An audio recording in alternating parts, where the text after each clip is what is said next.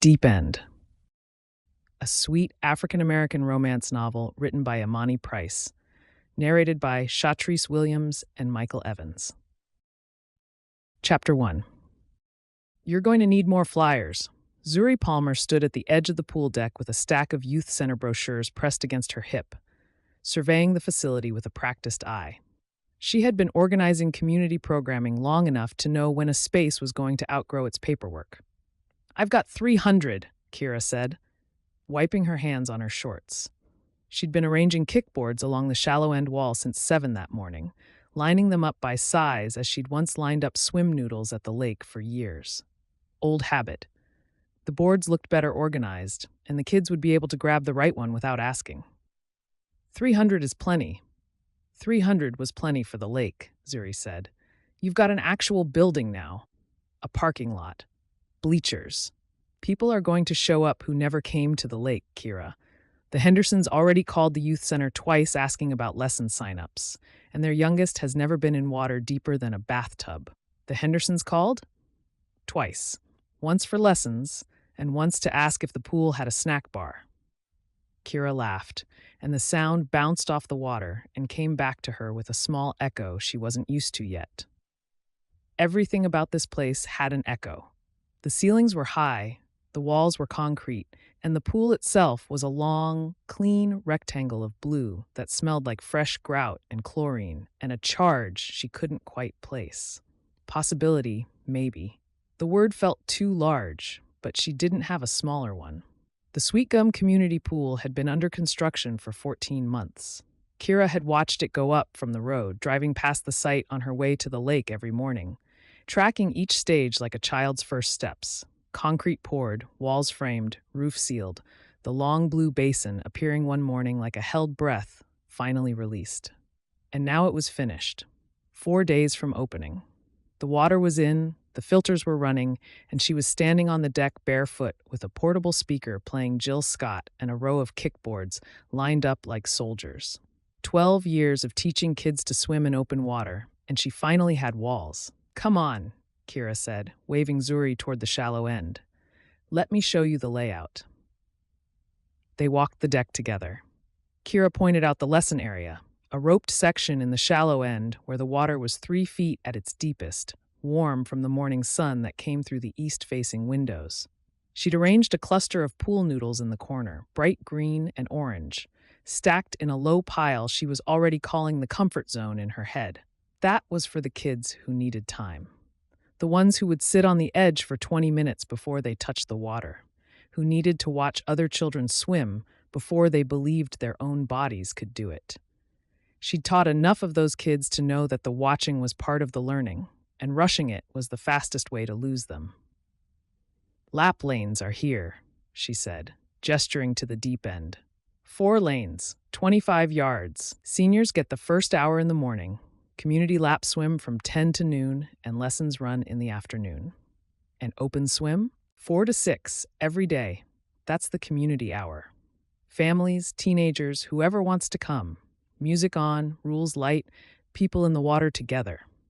She said it with the same certainty she'd brought to the council when they asked how she wanted to structure the programming. The open hour was the whole point. Not lessons, not laps, not structured anything. The water and whoever wanted to be in it.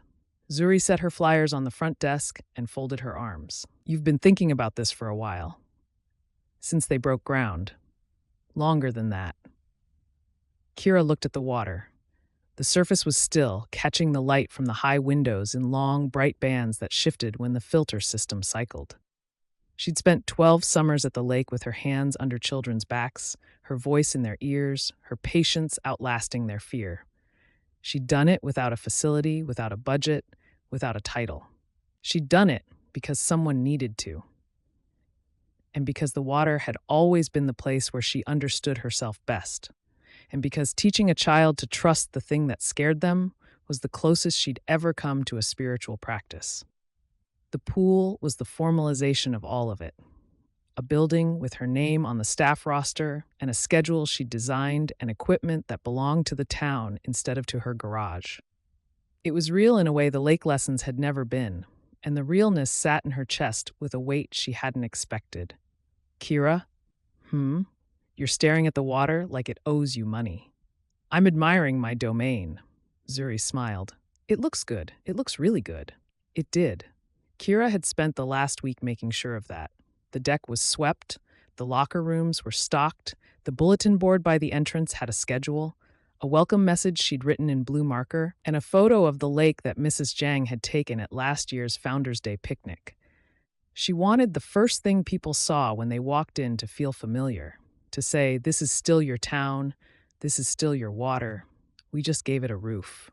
The sound of tires on gravel pulled her attention to the parking lot.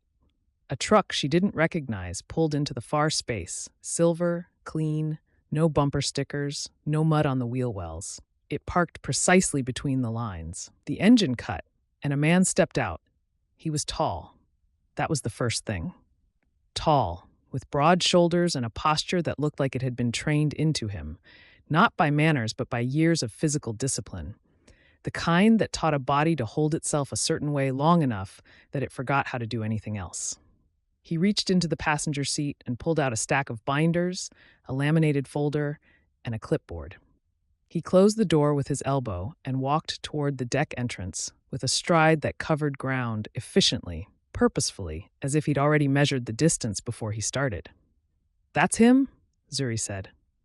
Kira watched him approach.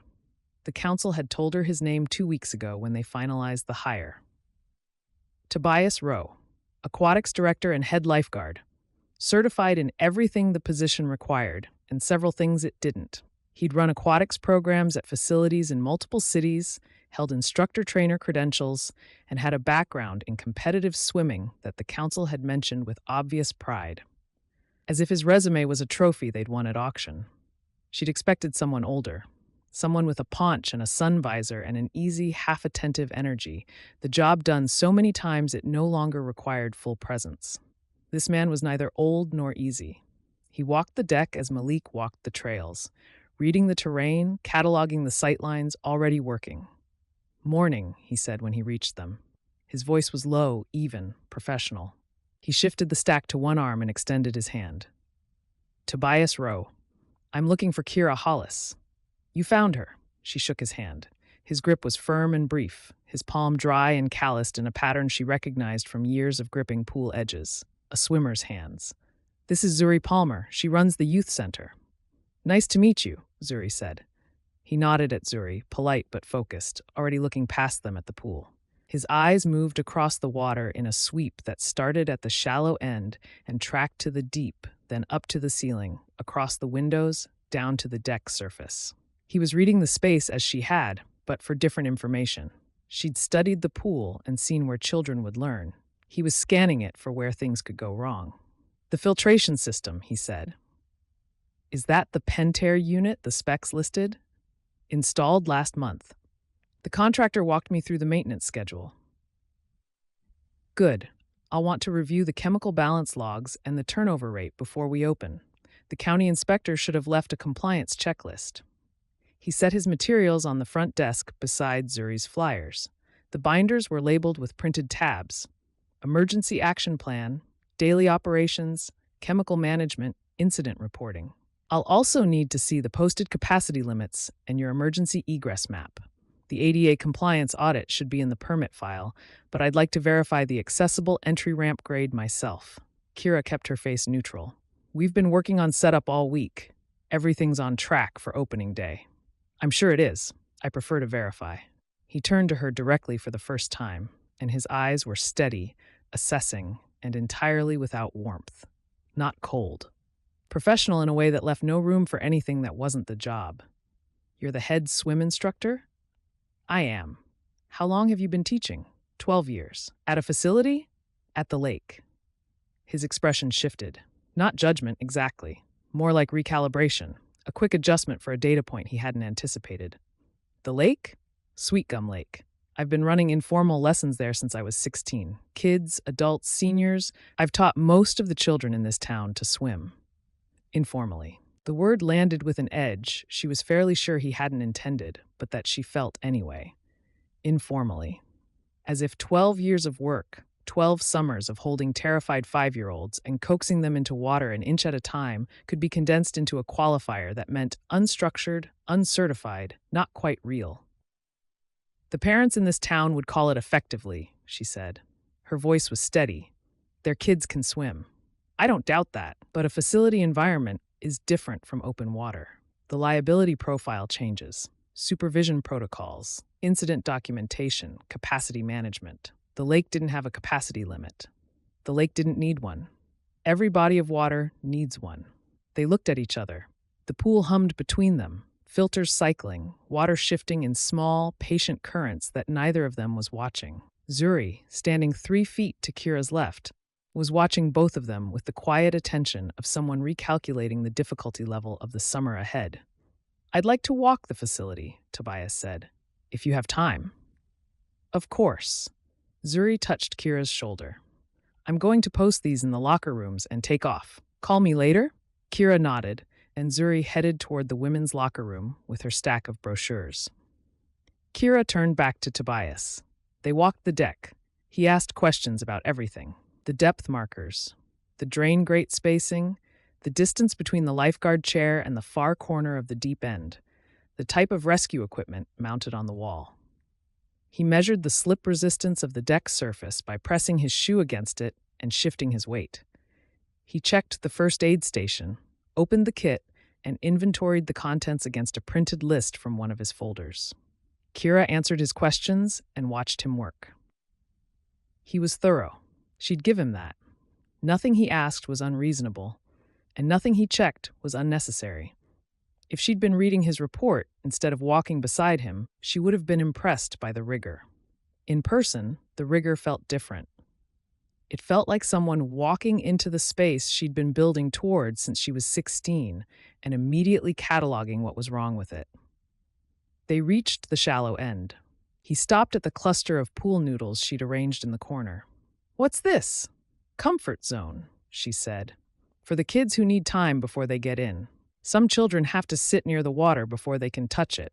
The noodles give them a handhold, a soft thing to grip. It makes the pool feel less like a facility and more like a place they're allowed to be. He studied the noodles, then the shallow end, then the noodles again. On the deck? On the deck. The deck needs to stay clear. Trip hazards, obstructed sightlines, emergency egress paths. If a lifeguard needs to reach the shallow end at speed, a pile of foam between the chair and the water is a problem. A lifeguard at speed won't be approaching from that angle. The chair is on the opposite side. Emergency response doesn't follow a single vector. You approach from wherever you are when the situation develops. Kira breathed. She turned to the noodles, bright and familiar, the same ones she'd used at the lake for years.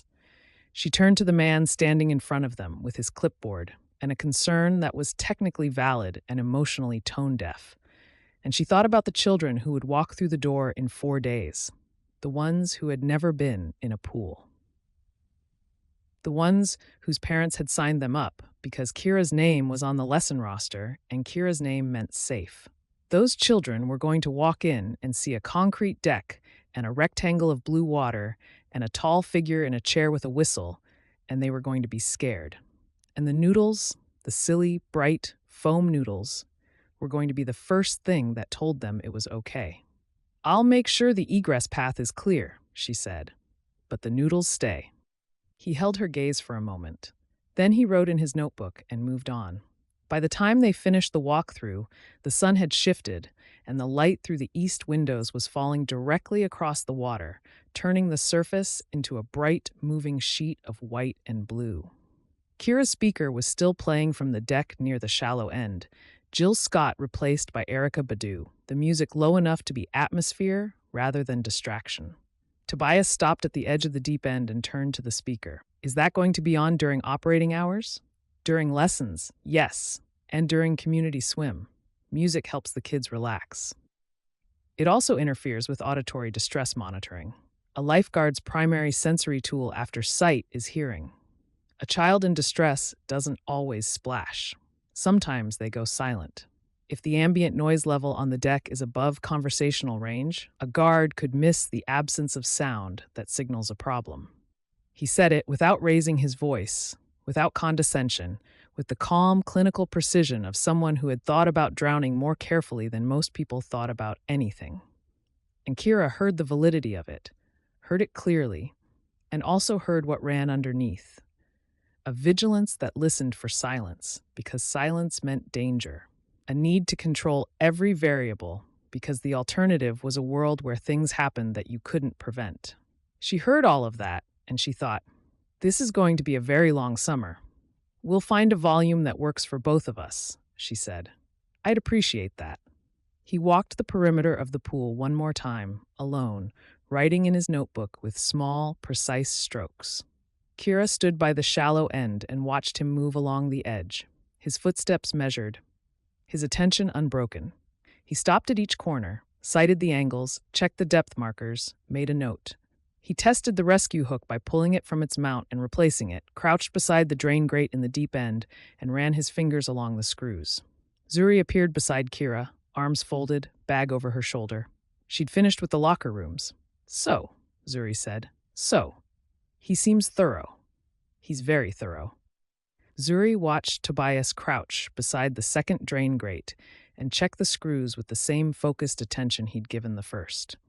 You know, when Nyla came to town, everybody thought she was going to be all spreadsheets and no heart, and she turned out to be one of the best things that ever happened to this place. Nyla listened. Nyla listened eventually. After Ellis taught her how, Zuri shifted her bag to the other shoulder. I'm saying, give the man 5 minutes before you decide he's the enemy. I don't think he's the enemy. You've got that look. I don't have a look. You've got the same look you had when the council tried to charge you for lake access permits, and you walked into that meeting with a petition signed by every parent in town. Zuri tilted her head. Promise me you won't start a petition against the lifeguard before opening day. Kira didn't answer. Across the deck, Tobias straightened from the drain grate, made a final note in his notebook, and walked toward the office without looking back. His materials were stacked on the front desk. His clipboard was full of observations about a facility he'd been inside for less than an hour. She looked at the pool. Her pool. The one she'd driven past for 14 months. The one she'd imagined since long before the construction started. The one that was supposed to feel like the lake. A place where safety lived in trust, not in laminated protocol sheets. She'd built every lesson she'd ever taught on that principle.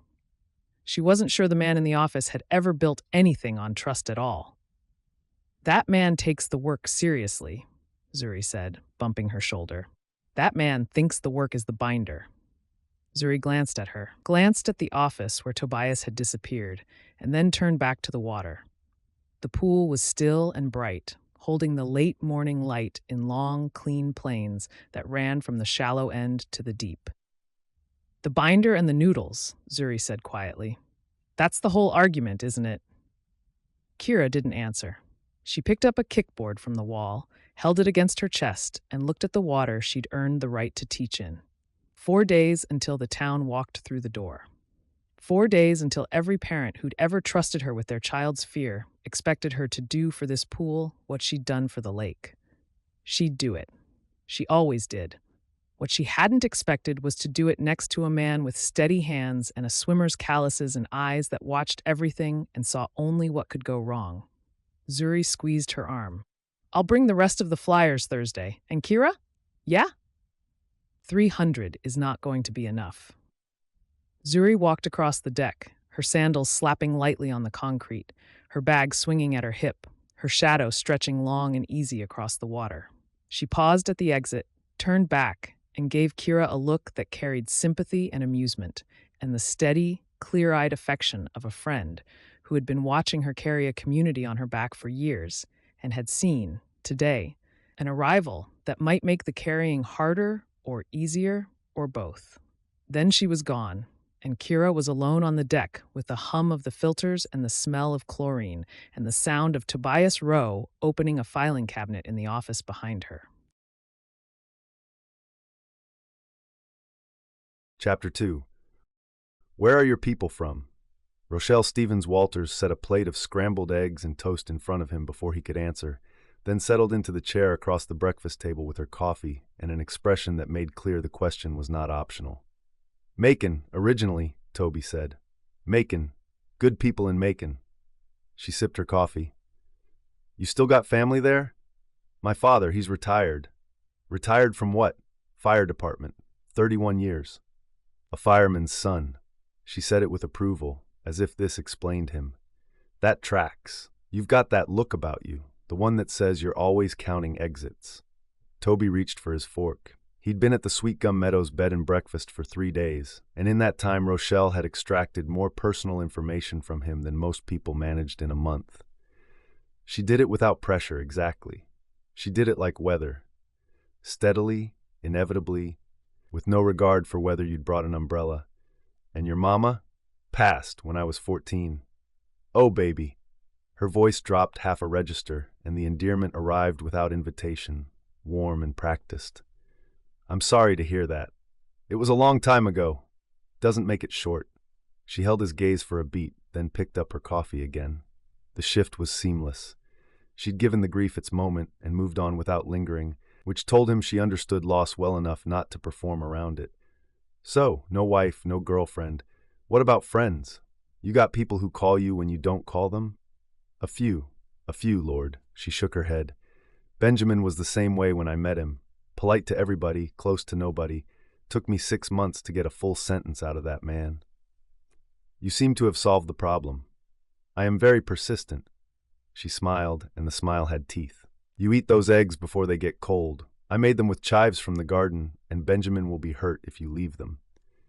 He ate the eggs. They were good. Across the table, Rochelle watched him with the satisfied attention of a woman feeding someone who needed feeding, and Toby let himself be fed, because the alternative was a negotiation he would lose. The dining room was quiet at this hour. 2 other guests, a couple in their 50s, had eaten early and gone out walking. The room itself was warm and unhurried, white linens on the tables, a fireplace with pine cones on the mantel, old photographs of the town on the walls. Through the French doors, the patio gave way to a green lawn that sloped toward the willows, and beyond that, a strip of the lake catching the early light. It was the kind of place that assumed you were staying. Toby was not staying.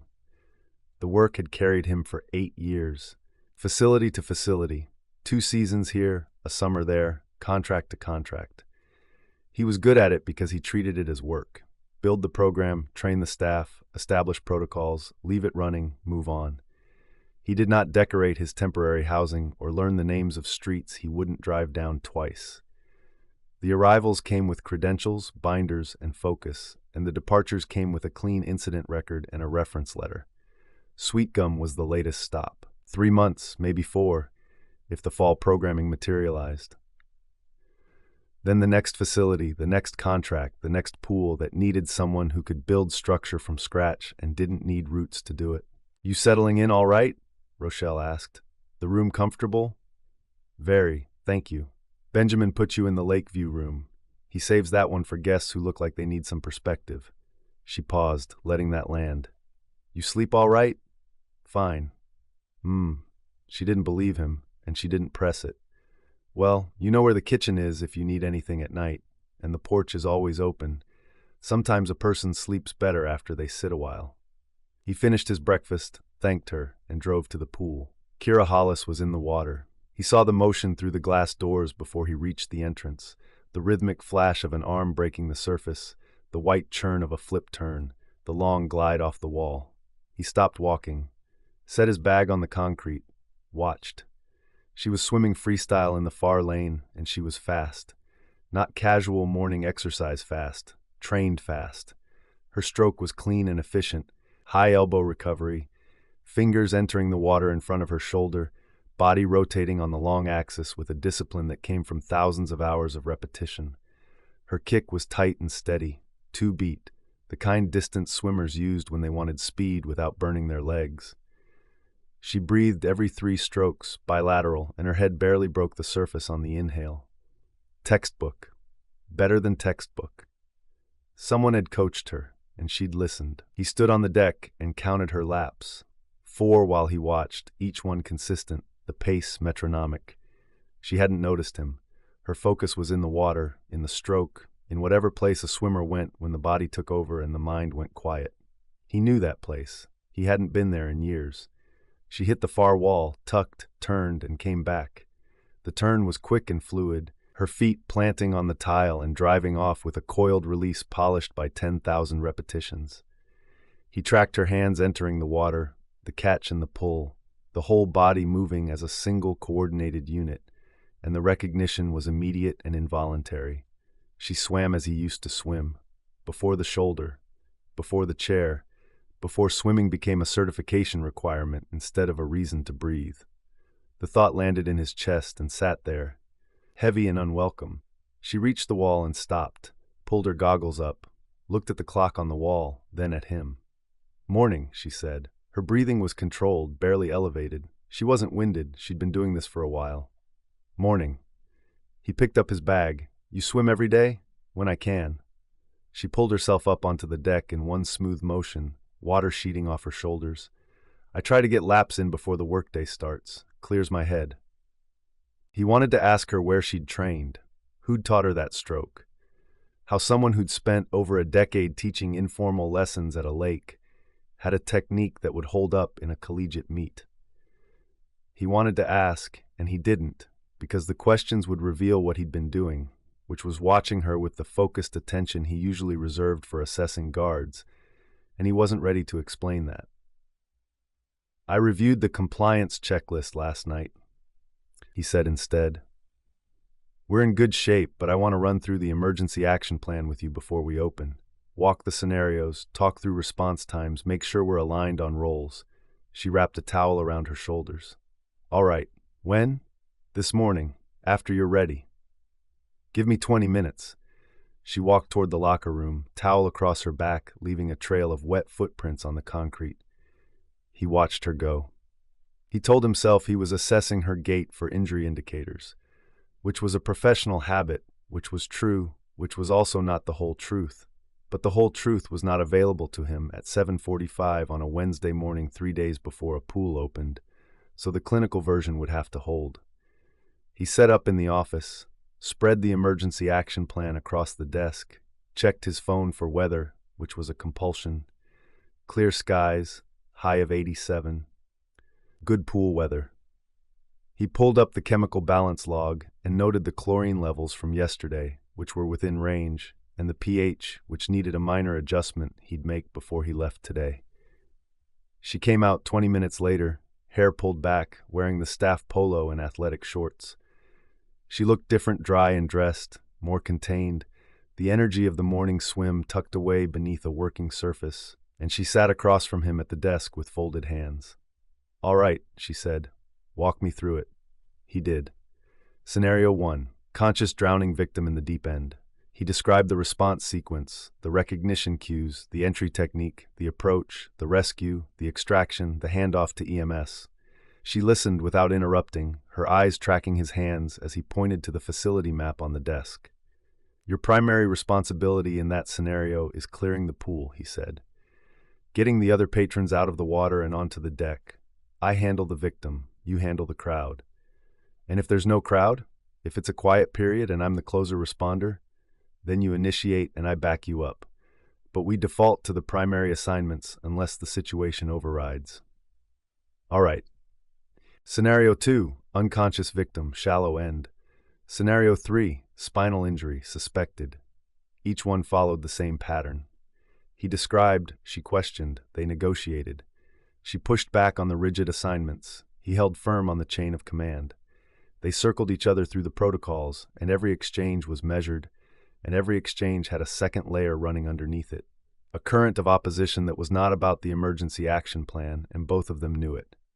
By the third scenario, she'd pulled her chair closer to the desk to see the map better, and her forearm was 6 inches from his on the table. He was aware of the distance. He was aware that he was aware of it, which was worse. "What about the orientation?" she asked, leaning back. "You mentioned wanting all patrons to go through a safety briefing on opening day." "A short one, 5 minutes. Cover the rules, point out the emergency exits, explain the whistle signals, standard intake." Half the people walking through that door have trusted me with their kids in open water. If the first thing they hear when they walk into the new pool is a 5-minute lecture on whistle signals, it's going to feel like we don't trust them back. It's not about trust. It's about establishing a shared framework. It's about trust to them, Tobias. This isn't a municipal rec center in a city where nobody knows anybody. This is Sweetgum. The framework is the relationship. He heard her. The logic was sound. In a town this size, formality could read as distance, and distance could undermine the community buy-in that made the facility viable. He could see all of it, and he still believed that a 5-minute orientation on the first day would save hours of correction later. And the fact that she was right about the relational cost didn't make him wrong about the operational benefit. "We'll post the rules at the entrance," he said. "Visible, clear, illustrated for the kids, and I'll do a verbal walkthrough for the first few families who arrive. Casual, conversational, not a lecture. If it lands well, we formalize it. If it doesn't, we adjust." She studied him. He could see her weighing the offer, testing it against what she'd expected, which was probably a flat refusal. After a moment, she nodded. "That works." The concession settled between them.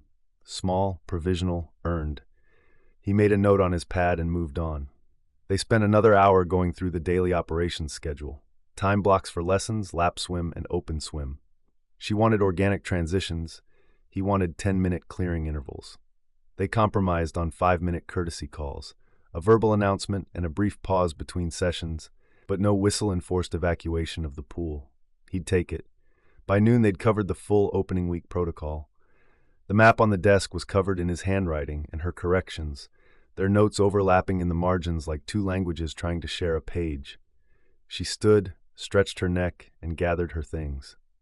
"Same time tomorrow? I'll be here." She left.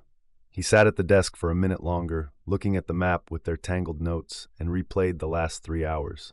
Not the content, not the protocols or the compromises or the remaining disagreements. He replayed how she'd leaned into the argument about orientation without raising her voice, her use of his full name, Tobias, when she wanted him to hear her, the way she'd touched the facility map with her fingertip while she talked, tracing the outline of the pool as if she were pulling evidence from the water itself. He cataloged these observations and filed them under professional assessment, and the filing was clean and orderly, and it held for about 4 seconds before the image of her swimming that morning slipped past the label and sat in the front of his mind, where it was not an assessment and was not going to be easy to move. He closed the binder, checked the chlorine, adjusted the pH, locked the office, drove back to the B&B. The porch at the Sweetgum Meadows bed and breakfast faced the willows and the pond, and at 7 in the evening the light came through the trees at a low angle that turned everything gold and soft and slow. Toby sat in one of the rocking chairs with his phone in his hand and a glass of water on the railing, and the intention of doing nothing, which lasted approximately 90 seconds before Rochelle came through the screen door with 2 glasses of iced tea and sat down beside him. "I brought you tea," she said, handing him a glass. "The water's fine, but you look like you need sugar." "I'm all right. You're sitting on a porch in a rocking chair staring at a pond. That's not all right. That's thinking." She settled into her chair and tucked her feet up. "So, how's the pool? Coming together? And Kira?" The directness would have surprised him when he arrived. Now he expected it. "She's competent. She knows the community well." "Baby, I didn't ask for a performance review." Rochelle set her glass on the arm of the chair and looked at him with unguarded honesty. She had decided, for reasons he had not consented to, that he was her business. "Kira Hollis is the best thing in that water, and everybody in this town knows it. She taught little Ivy Henderson to swim when that child was so scared of the lake she cried for 45 minutes on the bank. Kira sat right there beside her the whole time. Didn't push, didn't leave. 45 minutes of crying, and Kira never once looked at her watch." He didn't say anything. "That child swims 3 times a week now, loves it, jumps off the dock and screams the whole way down." Rochelle turned to the darkening tree line, her profile catching the last light.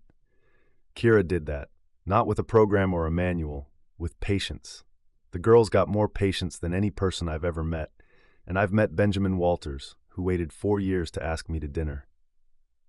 I'm not questioning her ability. I know you're not.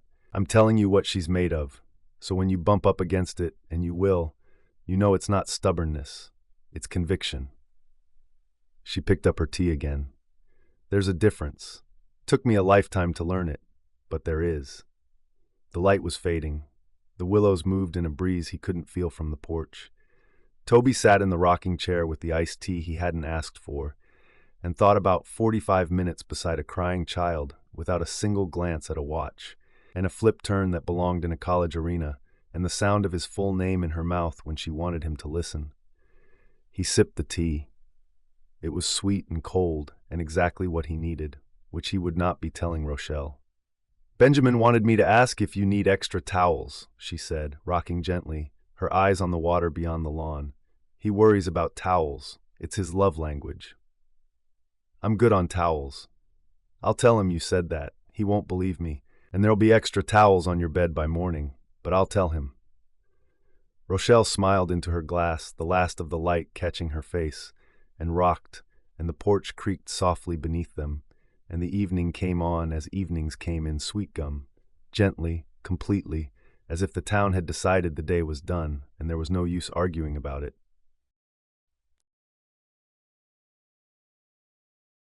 Chapter 3. You are not bringing flowers to a pool. Dorothy Hollis set the bouquet on the kitchen counter and gave her daughter a look that had survived 28 years of resistance and showed no signs of fatigue. They're for the front desk. Every new business deserves flowers on the first day. It's a municipal facility, Mama, not a boutique. It's your facility. My daughter's name is on the door. My name is on the staff roster. That's not the same as the door. It's close enough. Dorothy adjusted the cellophane around the stems. White daisies and yellow sunflowers, the kind she grew in the backyard beds she'd been tending since before Kira could swim, which meant since before Kira could do most things. I also brought banana bread for the staff. It's in the car. There are 2 staff members. Then you'll each get a very generous portion. Dorothy picked up the bouquet and held it out. She was dressed for the occasion. A blue linen top, earrings Kira hadn't seen in months, lipstick, she'd done her hair, for a pool opening, for a Saturday morning at a concrete building with a chlorinated rectangle and a bulletin board. Kira took the flowers. The cellophane crinkled against her forearm, and she looked at her mother standing in the kitchen in her earrings and her lipstick and her pride, and the warmth of it moved through her chest, tender and heavy at the same time. Thank you, Mama, Kira said. You're welcome, baby. Dorothy squeezed her arm. Now go open your pool. Kira grabbed her keys and her bag. At the door, she turned back. Dorothy was standing at the kitchen window, looking out at the backyard garden, the sunflower bed that ran along the fence, the bird bath that needed cleaning, the ordinary landscape of a life she'd lived in this house for 30 years. She was smiling. The smile had nothing to do with the pool, and everything to do with the daughter walking out the door. And Kira felt the old familiar pull between gratitude and guilt, the 2 of them braided together so tight she'd stopped trying to separate them years ago. She left before the pull could settle. By 9 o'clock, the parking lot was full. Kira stood inside the entrance and watched Sweetgum arrive. The Henderson family came first, all 4 of them, Ivy already in her swimsuit, and pulling her father toward the door before he'd finished locking the car. 2 seniors in swim caps and matching robes checked in at the desk and asked about lap lanes. A group of teenagers unloaded towels and a portable speaker from the back of a pickup, which Kira intercepted before it reached the deck, because 1 speaker battle per summer was enough. She put Dorothy's flowers on the front desk beside the posted rules. Tobias had designed the rules display himself. Clean lettering, illustrated panels, a cartoon lifeguard demonstrating each guideline. It was clear, friendly, and accurate. She hadn't told him it was good. She would, eventually. Not today. Mrs. Zhang arrived at 9:15 carrying a cooler and a folding chair, and Kira didn't even try. She helped her set up near the bleachers, moved the chair twice at Mrs. Zhang's direction, and accepted a Rice Krispie treat pressed into her hand with gentle, inarguable authority. Beautiful pool.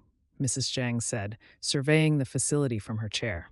Very clean. Smells like a hospital, but beautiful. Give it a week. It'll smell like sunscreen and kids. Better. Mrs. Zhang opened the cooler and began arranging treats on a napkin. That tall young man, the one with the clipboard, he's yours? He's the aquatics director. Mrs. Zhang bit into a Rice Krispie treat. He's tall. Rochelle Stevens Walters arrived at 9:30 in a floral swim cap and a cover-up that she removed with the ceremonial gravity of an unveiling. She announced to no one and everyone that she was here for water aerobics, that she'd been doing water aerobics at the community center in Peachwood for 3 years and was thrilled to finally have a pool of her own, and that if anyone needed her, she'd be in the deep end working on her core. The deep end is for lap swimmers until 10, Kira said. Then I'll do my core in the shallow end and judge everyone's form from there. The pool filled. Families spread towels on the bleachers.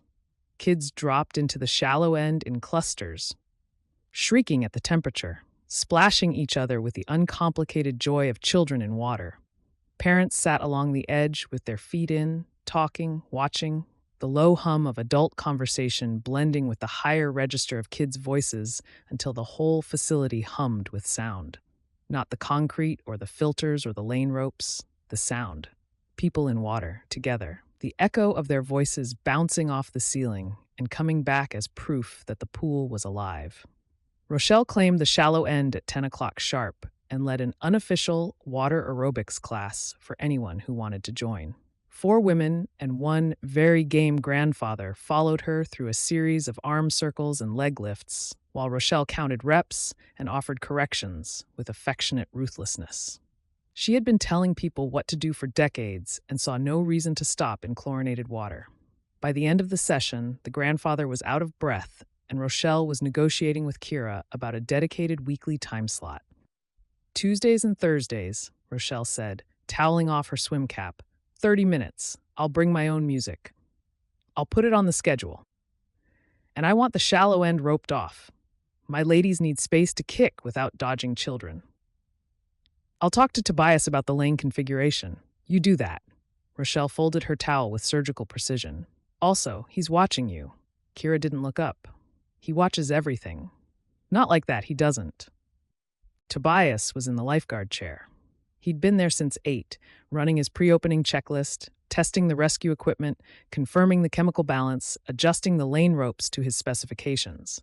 Now he sat above the crowd with his whistle and his focus, his eyes moving across the water in continuous, unhurried sweeps. She'd timed them. She hadn't meant to. Her brain had caught the rhythm. 30 seconds, wall to wall, shallow to deep, and start again. With the pool full of people, his attention had a different quality than it had during setup week, when the water was empty and his vigilance had felt like criticism. With bodies in the water, the vigilance had weight, purpose. He was holding the whole pool in his sightline, and the holding was an act of care she was only beginning to recognize. She still wished he'd relax his jaw. At 10:15, Malachi Young walked through the entrance carrying a tray of lemonades from the diner because Amy had insisted the pool's first day deserved refreshments, and Malachi had learned years ago that Amy's insistences were not suggestions. He set the tray on the front desk beside Dorothy's flowers and surveyed the scene with unhurried attention. He spent his days reading rooms. Busy, he said. Opening day. Amy sent enough for 20. She says if you need more, call the diner and she'll make another batch. He leaned against the desk. Your lifeguard up there. He always sit that straight? Always. Malachi studied Tobias, studied how Tobias studied the water. He said, and left it at that. The first lesson was at 11. 3 children, ages 5 through 7, signed up for the beginner session. 2 of them, siblings, jumped into the shallow end before Kira finished her introduction and had to be retrieved, laughing, by their mother. The 3rd child stood at the pool's edge in a swimsuit 2 sizes too big, arms wrapped around her own body, eyes fixed on the water with the concentrated terror of someone standing at the edge of a cliff. Kira knew that look. She'd been seeing it for as long as she'd been teaching, kneeling on the bank of Sweetgum Lake, watching children decide whether the water was a friend or an enemy. The look never changed. The grip of the arms, the set of the jaw, the eyes going wide and still. Fear had a posture, and this child was holding it with her entire body. Kira lowered herself to the pool's edge and sat down, feet in the water. She spoke to the siblings first, not the scared child. Okay, you two, let's start with bubbles. Put your face in the water and blow. Show me your best bubbles. The siblings plunged their faces in and produced a roaring, sputtering display that sent water spraying in all directions.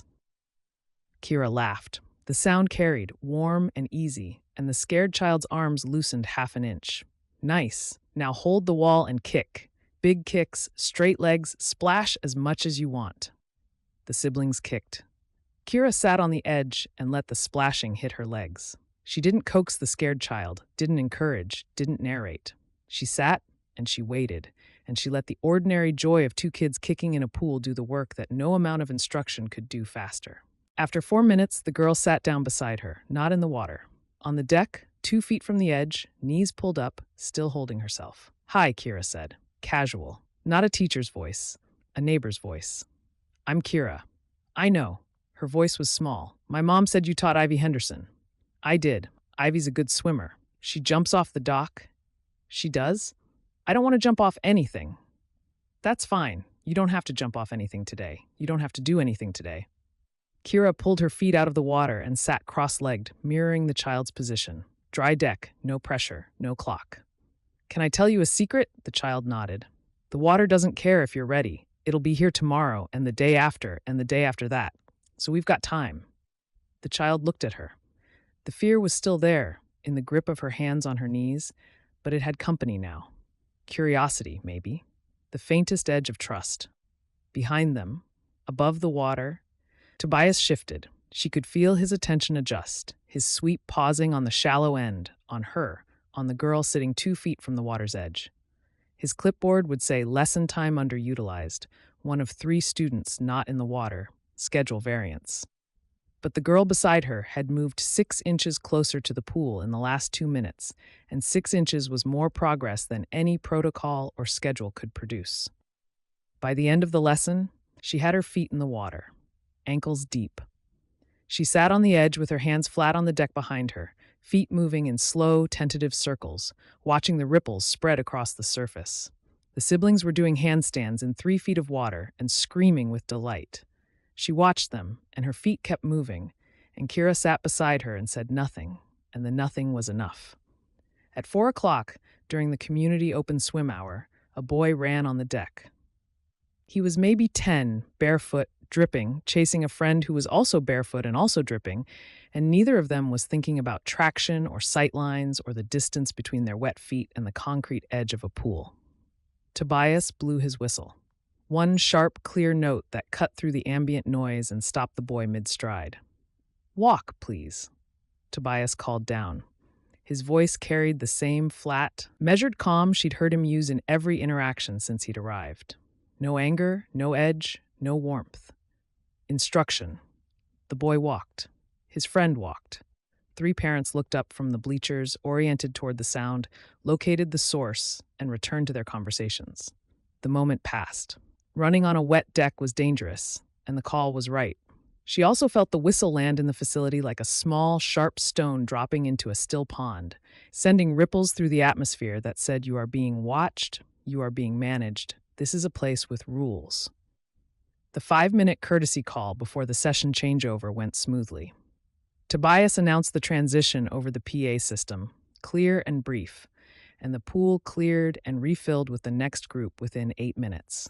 But when a 6-year-old pointed at the posted rules and asked Kira if the pool was dangerous, she felt her jaw tighten. No, sweetie, the pool is safe. Those rules are there to help everybody have a good time. The man in the chair has a whistle. He does. He uses it to keep everyone safe. Is he a policeman? No, he's a lifeguard. He watches the water so everybody can swim without worrying. The child considered this, then ran back to her mother, apparently satisfied. Kira stood by the posted rules and thought, he's not wrong about any of it. And he is right in a way that makes the pool feel like it's being supervised instead of being loved. She caught herself. That wasn't fair. He'd been up there for 8 hours, and not one person had been in danger today because he was there. She wanted to climb up there and ask him when the last time was that he'd closed his eyes near water and let the sound of it hold him without counting anything at all. She didn't. She went back to the shallow end and started collecting kickboards. The pool closed at 7. The last family filed out, towels over shoulders, flip-flops slapping on the concrete. The parking lot emptied. The echo faded until the only sounds were the filters and the soft, repetitive lapping of water against the tile. Kira picked up the remaining kickboards and stacked them along the wall. She gathered the pool noodles from the comfort zone, which 3 children had used during the afternoon open swim, and 1 child had tried to ride like a horse, and returned them to their corner. She wiped down the front desk, straightened Dorothy's flowers, and threw away the empty lemonade cups Malachi had left in a neat stack beside the tray. Tobias was still on duty, not scanning now, writing. His notebook was open on his knee, his pen moving in small, controlled strokes. He was logging the day, observations, incidents, attendance numbers, chemical readings. He was turning the first day of the Sweetgum Community Pool into data. She almost walked over and asked what he'd seen. Not the incidents or the compliance metrics. Whether he'd noticed the 2 seniors who'd done 12 laps each and high-fived at the wall. Whether he'd seen Mrs. Zhang share her Rice Krispie treats with 3 children she'd never met. Whether he'd caught Ivy Henderson, the girl who used to cry on the bank, cannonball into the deep end with a scream that shook the windows. She didn't ask. She was too tired to be the one who broke the quiet first. Her phone buzzed. Dorothy. A photo. The text said, "From this morning, look at you." Kira opened the image. It was from the first lesson. She was sitting on the edge of the pool, feet in the water, leaning toward the scared child who sat beside her on the dry deck. In the photo, Kira was smiling, her hand resting on the concrete between them, palm open, an invitation the child hadn't taken yet. The child was looking at the water with the cautious, considering expression of someone deciding whether to trust. Dorothy had taken it from the bleachers. Kira hadn't known she was there. She stood in the empty facility, holding her phone, looking at the photograph. The pride and the grief and the love were so tangled she couldn't separate them. She'd stayed for this, for the scared children and the brave ones, and the pool that finally had walls, and staying had been the right choice. And the right choice still ached sometimes in the place where a different life used to live. She typed back, "Thank you, Mama." 3 dots, then, "I'm so proud of you. Always." You know that, right? She looked at the message. At the pool, still and blue and waiting for tomorrow. At Tobias, overhead, closing his notebook, his shift finally fully done. "I know," she typed. She put her phone in her pocket, picked up the last kickboard, and placed it on the wall with the others. Across the facility, Tobias left the chair, tucked his notebook under his arm, and walked toward the office without speaking. Tomorrow there would be more of this quiet, and eventually it would have to break. But tonight the pool was closed, and the day was done. And her mother's pride was glowing on the screen in her pocket, warm and steady and older than the water. Chapter 4. "You're new." Malachi Young said it without looking up from the glass he was polishing, which told Toby the observation had been made long before he sat down. The counter at Rochelle's old-fashioned diner was half occupied on a Tuesday morning. 2 women in a corner booth sharing a plate of catfish, a man in work boots reading a newspaper with his coffee, and a teenage girl doing homework with earbuds in and a basket of fries going cold beside her textbook. "I'm the aquatics director at the new pool," Toby said. "I know who you are." Malachi set the glass down and leaned against the back counter with his arms folded. He was tall, lean, unhurried in his movements, with the settled ease of belonging so complete that the place had shaped itself around him. "I brought you lemonade on Saturday. I'm asking if you've eaten here before." "First time. Then you need the meatloaf." It wasn't a suggestion. Malachi turned to the kitchen window and called the order without waiting for confirmation, then poured Toby a glass of sweet tea and set it on the counter. "Comes with greens, cornbread, and unsolicited opinions. The opinions are free." Toby picked up the tea. The diner was warm and close and smelled like cornbread and coffee and the accumulated history of 10,000 meals served to people who all knew each other. Framed photos lined the wall behind the counter. Community events, church picnics, what looked like a softball team from the 90s. A handwritten specials board hung near the kitchen window, signed at the bottom in looping cursive, Amy. The place felt like it had been here longer than most of the buildings on the street, and it probably had. He was the only stranger in the room. He'd been the only stranger in every room since he'd arrived in Sweetgum, and the strangeness was not hostility. It was warmth with a texture he couldn't read.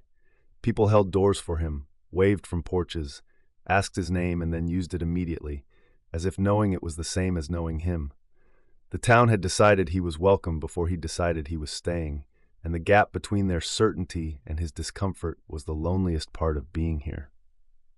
"How's the pool treating you?" Malachi asked. "Running well. Attendance has been strong. Opening week always is. People show up for the new thing. The test is week 3, when the new thing is just a thing." Malachi refilled the tea Toby hadn't finished. Kira's been talking about that pool for years, long before anyone broke ground. She used to bring it up at town meetings, council sessions, anywhere she could get 5 minutes. Most people smiled and said someday. She's the one who made someday show up. Toby hadn't known that. He'd assumed the pool had come from the council, from the recreation programming he'd read about in the facility's background materials. He hadn't known it had come from her. "She's effective," he said. "She's relentless." Malachi wiped the counter in front of Toby with a clean rag. "In the nicest possible sense, she doesn't argue or push. She shows up. Every meeting, every budget hearing, every planning session, she sits in the back and waits for the agenda item, and then she stands up and talks about the kids in this town who don't have a safe place to learn to swim.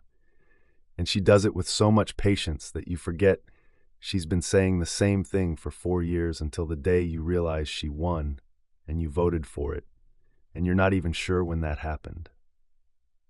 A woman appeared at the kitchen window with a plate. Malachi slid it across the counter. Meatloaf, collard greens, cornbread, a slice of tomato from somebody's garden. The plate was heavy and full and unapologetic about both. "Amy says eat," Malachi said, tilting his head toward the kitchen. "I say eat. This isn't a democracy." Toby ate. The meatloaf was excellent. The greens were better. Across the counter, Malachi moved between customers with a fluency that was less like service and more like conversation, refilling cups, clearing plates, dropping a quiet word at each table that said he remembered what you'd ordered last week and why you'd looked tired when you said it. He ran the room without running it, which was a skill Toby recognized because it was the opposite of his own. He ran things by controlling them, and Malachi ran things by knowing them. He finished the plate, left cash and a tip on the counter. Malachi nodded at him as he left, a brief, level acknowledgement that carried neither warmth nor distance, and Toby drove to the pool thinking about 4 years of showing up and saying the same thing until the thing got built. The child was back. Toby saw her from the chair at 1 o'clock, standing at the shallow end steps with her mother behind her and Kira already in the water, waist deep, waiting. The same girl from opening day. The one who'd sat on the deck for 20 minutes before she'd put her feet in. She was wearing the same oversized swimsuit, her arms wrapped around her body, and her expression had shifted since Saturday from terror to calculation. She was measuring the distance between the deck and the first step and deciding whether the gap was survivable. Kira didn't reach for her. She stood in the water with her hands at her sides, palms open, and talked. Toby couldn't hear the words from the chair, but he could read the cadence, low, steady, unhurried, a voice calibrated to the frequency of a child's fear. Kira's mouth moved. The child's grip loosened. Kira kept talking. The child put 1 foot on the top step. The water came up to her ankle. She stood there, 1 foot on the step, 1 on the deck, split between 2 worlds, and Kira held her ground 4 feet away and kept talking. 3 minutes passed. Toby tracked them on the clock above the office door. 3 minutes of 1 foot in and 1 foot out, and Kira standing in the water with her hands visible and still, and the patience required to hold that distance without filling it was extraordinary. The child put her second foot on the step, both feet in, water at her ankles. She gripped the railing with both hands and stood rigid, vibrating with the effort of staying, and Kira smiled at her and said a word Toby couldn't catch that made the child's shoulders drop half an inch. 5 minutes later, she sat on the top step, water at her shins. She didn't let go of the railing. Kira moved one step closer but kept her hands low, visible, not reaching.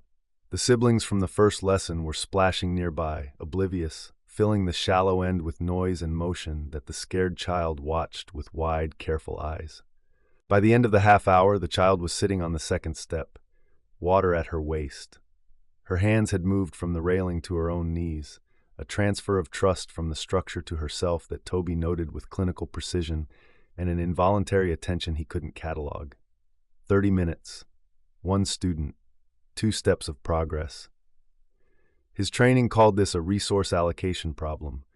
Group instruction required a standardized pace, and students who fell behind needed supplemental sessions, not the full attention of the lead instructor during a scheduled block. His training had never sat on a pool step with a terrified child and waited for trust to arrive on its own schedule. He made no note. He turned his attention back to the full pool and resumed his sweep, and the image of Kira in the water, still, open, waiting, settled into a part of his brain that was going to be a problem. At 3:30, during the transition between lessons and open swim, Kira was reorganizing the equipment wall. He came down to check the chemical balance, and their paths crossed at the kickboard rack. "These need to be sorted by size," she said, pulling a full-size board from between 2 junior boards. "The kids grab whatever's closest, and the big ones are too wide for their arms. I'll add it to the daily checklist." You don't have to add everything to a checklist. That's literally what checklists are for. She almost smiled. Not quite. The corner of her mouth moved, and then she caught it, and it disappeared. But the almost was there, brief and warm, and it landed in his chest before he could redirect it. She handed him a kickboard. Her fingers were on the right edge, his on the left, and when he took it, the board shifted, and their hands overlapped on the foam. Her fingertips pressed against the back of his hand. The contact was light, incidental, the kind of touch that happened 100 times a day in a shared workspace and meant nothing. This one meant something. He felt the pressure of each finger individually, index, middle, ring. Her hands were strong, the skin rough from years of gripping pool edges and steadying children against currents and holding small bodies above water until the fear passed. Capable hands. Hands that had done the work he'd only ever supervised. He held the board. She held the board. The moment lasted 2 seconds, maybe 3, and neither of them let go first because letting go first would be an acknowledgement that something had happened, and neither of them was ready to acknowledge what was happening on a Tuesday afternoon at a kickboard rack in a municipal pool that smelled like chlorine and sunscreen. She let go. He let go. The board went on the rack. She turned back to the equipment wall. He walked to the chemical station and checked the pH, which was fine, which he already knew was fine, which he had checked 3 hours ago. He checked it again anyway because his hands needed a task that wasn't holding a kickboard 6 inches from hers. The B&B was quiet at 8:30. Benjamin and Rochelle were in the kitchen, the low murmur of their conversation carrying through the closed door. The other guests had gone out. Toby sat on the edge of the bed in his Lakeview room with a resistance band looped around the bedpost and his right arm extended at a 45-degree angle, pulling against the tension in slow, measured repetitions. External rotation, 20 reps, pause. Internal rotation, 20 reps, pause. Scaption raises with the band doubled, 20 reps. The shoulder protested on rep 14, a deep, grinding ache in the joint capsule where the labrum had torn, and the surgeon had anchored it back, and the scar tissue had formed in layers that limited his range by 11 degrees on a good day and 20 on a bad one. Today was a bad one. He switched to passive stretching, laid on his back on the bed with his arm overhead, letting gravity pull the joint toward extension. The ceiling of the Lakeview room was painted white with a single crack that ran from the light fixture to the corner. He stared at it and counted his breaths, and felt the shoulder open in increments so small they were measured in millimeters. and he thought about what his arm used to do. Not the competitions, not the medals or the times or the rankings, the feel of it. The catch at the front of the stroke, fingers entering the water, the whole arm sweeping down and back in a single arc that engaged every muscle from shoulder to hip, everything connected, everything firing in sequence. The body as one continuous instrument of forward motion. He used to swim 2 hours before breakfast and 2 hours after dinner, and the joint never complained because it was young and unbroken and didn't know yet that it could fail. He knew now. It reminded him every morning and every evening, during the exercises that kept it functional and the stretches that kept it mobile, and the deliberate range of motion work that maintained the exact tolerances required for his job. He could demonstrate a rescue reach. He could swim a 50-yard sprint to certify. He could not swim a 200 fly at race pace, and he would never again stand behind a starting block and feel the charged, coiled readiness of a body about to do the only thing it was built for. The exercises were maintenance. The shoulder was a joint. The past was data he'd already processed. He finished the routine, sat up, rolled the band around his fist, and set it on the nightstand beside his phone. The phone was dark. He picked it up and found Jay Clifton's name in his contacts. 3 rings. There he is. Jay's voice was warm, loud, pitched for a room bigger than whatever room he was in. Jay coached a high school swim team in Charlotte now, and everything about him still operated at meet day volume. The man who doesn't call. I thought you fell in a pool. I'm fine. You're always fine. That's not the same as good, and we both know it. A chair scraped. Jay was sitting down somewhere. Talk to me. How's the new gig? It's a small-town community pool. The filtration system is solid, the deck drainage could be better, and the community thinks chlorine is a suggestion. So the usual. The usual. Staff? Toby paused. The pause was imperceptible to most people, but Jay had trained beside him for 3 years and could read the space between his words with the same precision Toby used to read a pool. There's a swim instructor, Toby said. She runs the lesson program. She's been teaching in the community for a long time. And she's good at it. Uh-huh. That's it. You just paused for 3 full seconds before answering a simple question about your coworker. That's not nothing. Jay laughed. The laugh was big, easy, uncomplicated. Jay Clifton had never in his life had a feeling he didn't express at full volume. What's her name? Irrelevant. Oh, it's bad. It's already bad. You said irrelevant, which means you've thought about it enough to have a position on whether it's relevant, which means it's absolutely relevant. I called to check in, not to be psychoanalyzed.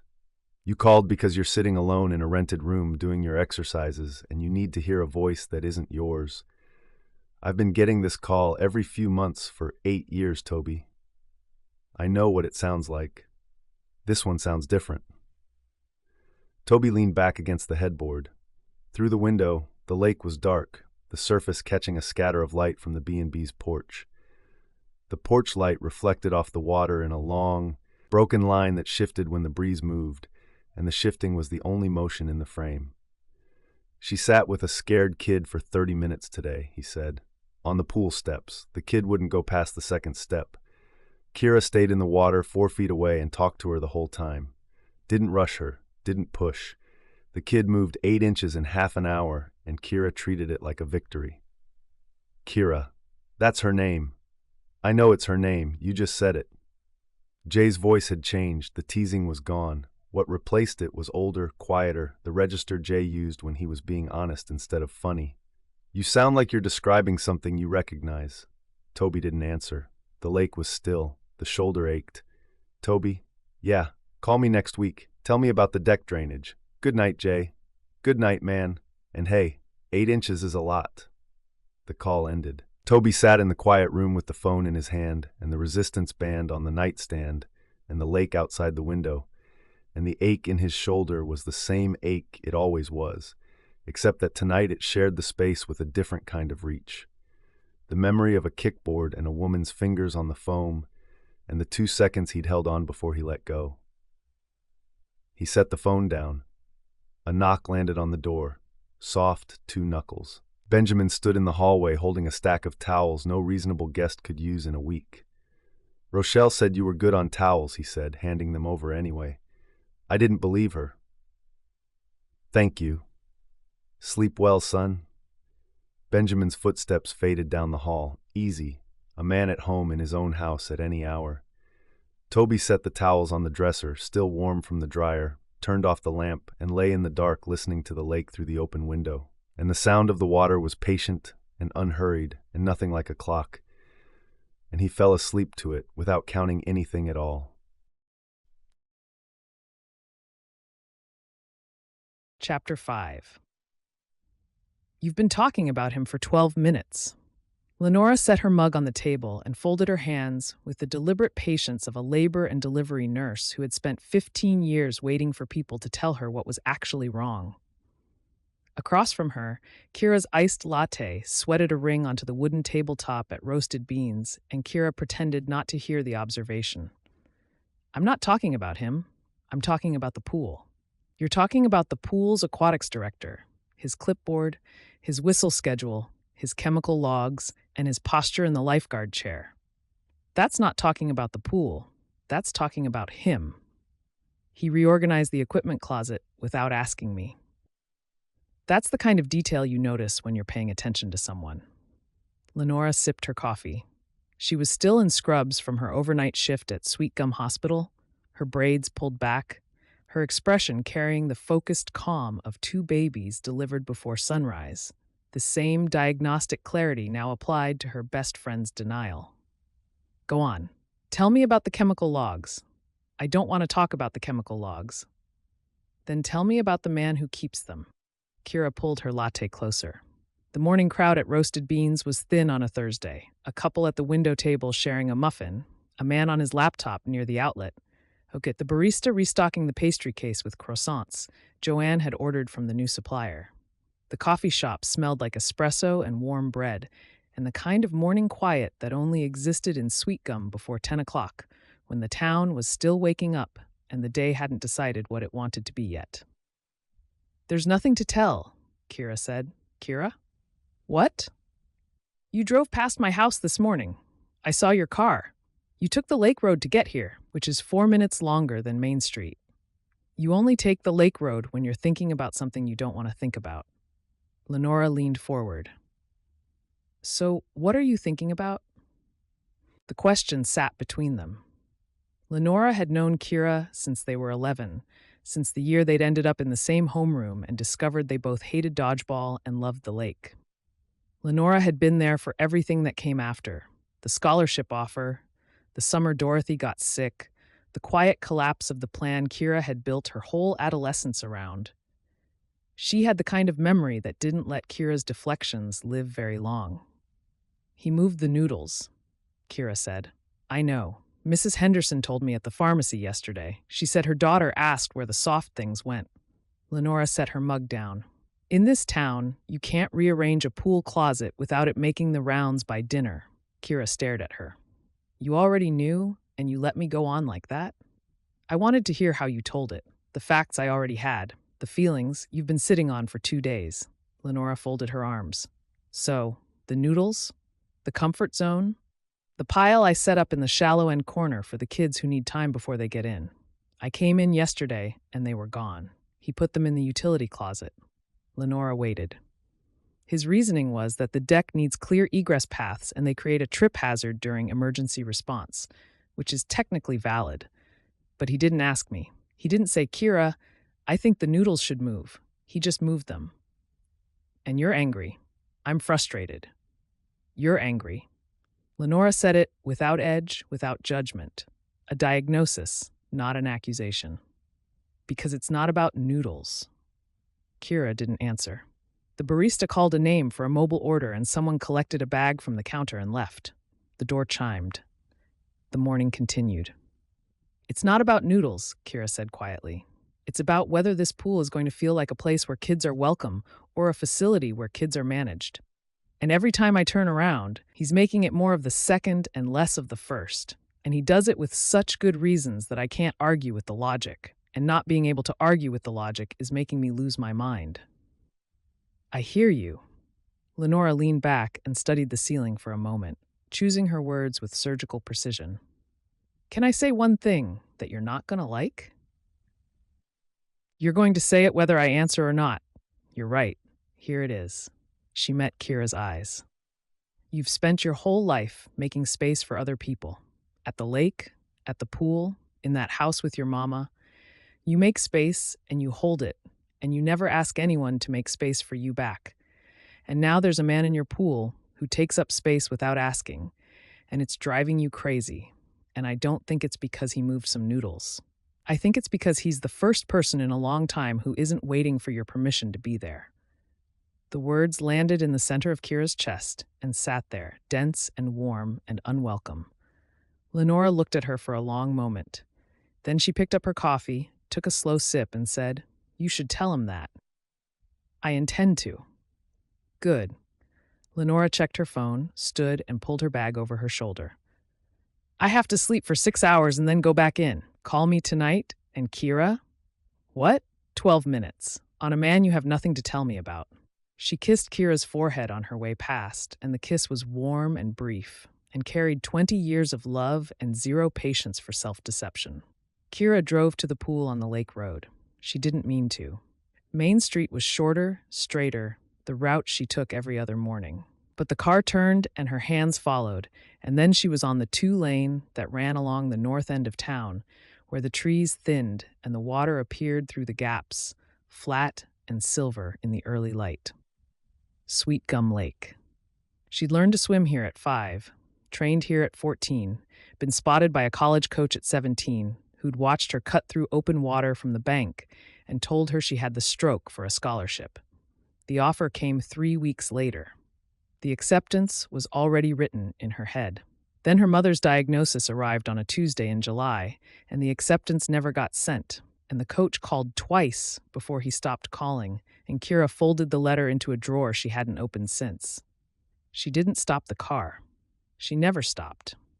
But she slowed on the stretch where the trees opened and the lake filled the windshield, wide and calm, and holding the light as it had held it when she was 17, as it would hold it when she was 70, and the constancy of it was either comforting or devastating depending on the morning. Today it was both. She drove past, turned onto Pool Road, parked in the empty lot, sat in the car for a minute with her hands on the wheel and the engine off, letting the morning settle, and then she went inside to find out what else had been rearranged without her knowledge. The noodles were still in the closet. She checked first thing, before she changed into her staff polo, before she turned on the lights in the office. She opened the utility closet door, and there they were. Bright green and orange, stacked against the back wall between a mop bucket and a box of replacement lane ropes. Tobias was at his laptop, reviewing morning chemical readings. She stood in the doorway. "You moved the comfort zone noodles." He looked up. His expression was neutral, controlled, the same careful blankness he wore for every interaction that might become a disagreement. "I relocated them to the utility closet. The deck configuration needed to comply with the emergency egress spacing I submitted to the county inspector last week." "You didn't tell me." "I made the adjustment Tuesday evening after close. I planned to discuss it with you Wednesday morning, but the Henderson kid had an ear infection and you spent the first hour on the phone with her mother." "So you were going to tell me?" "Yes. After you'd already done it. The egress spacing was a compliance issue. I addressed it when I identified it." He closed the laptop lid and folded his hands on top of it, and the deliberateness of the gesture told her he'd been expecting this conversation. "I understand the noodles serve a purpose beyond equipment. I should have talked to you first."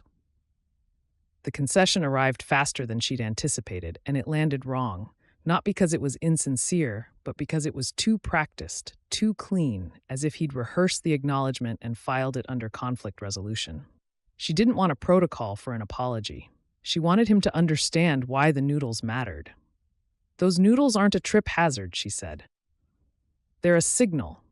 A child walked into this pool on opening day so scared she couldn't touch the water. She came back Tuesday and sat on the steps. She's progressing because the shallow end tells her she's allowed to go slow. And when you clear that corner, the first thing a scared child sees is tile and concrete, and nothing that says, 'Take your time.' You're optimizing for emergencies that haven't happened and removing the thing that's actually working. His jaw tightened. She watched the muscle work. His hands were flat on the desk, his shoulders high, and for the first time since he'd arrived in Sweetgum, she saw past the controlled surface to what was underneath. Not arrogance. Anxiety.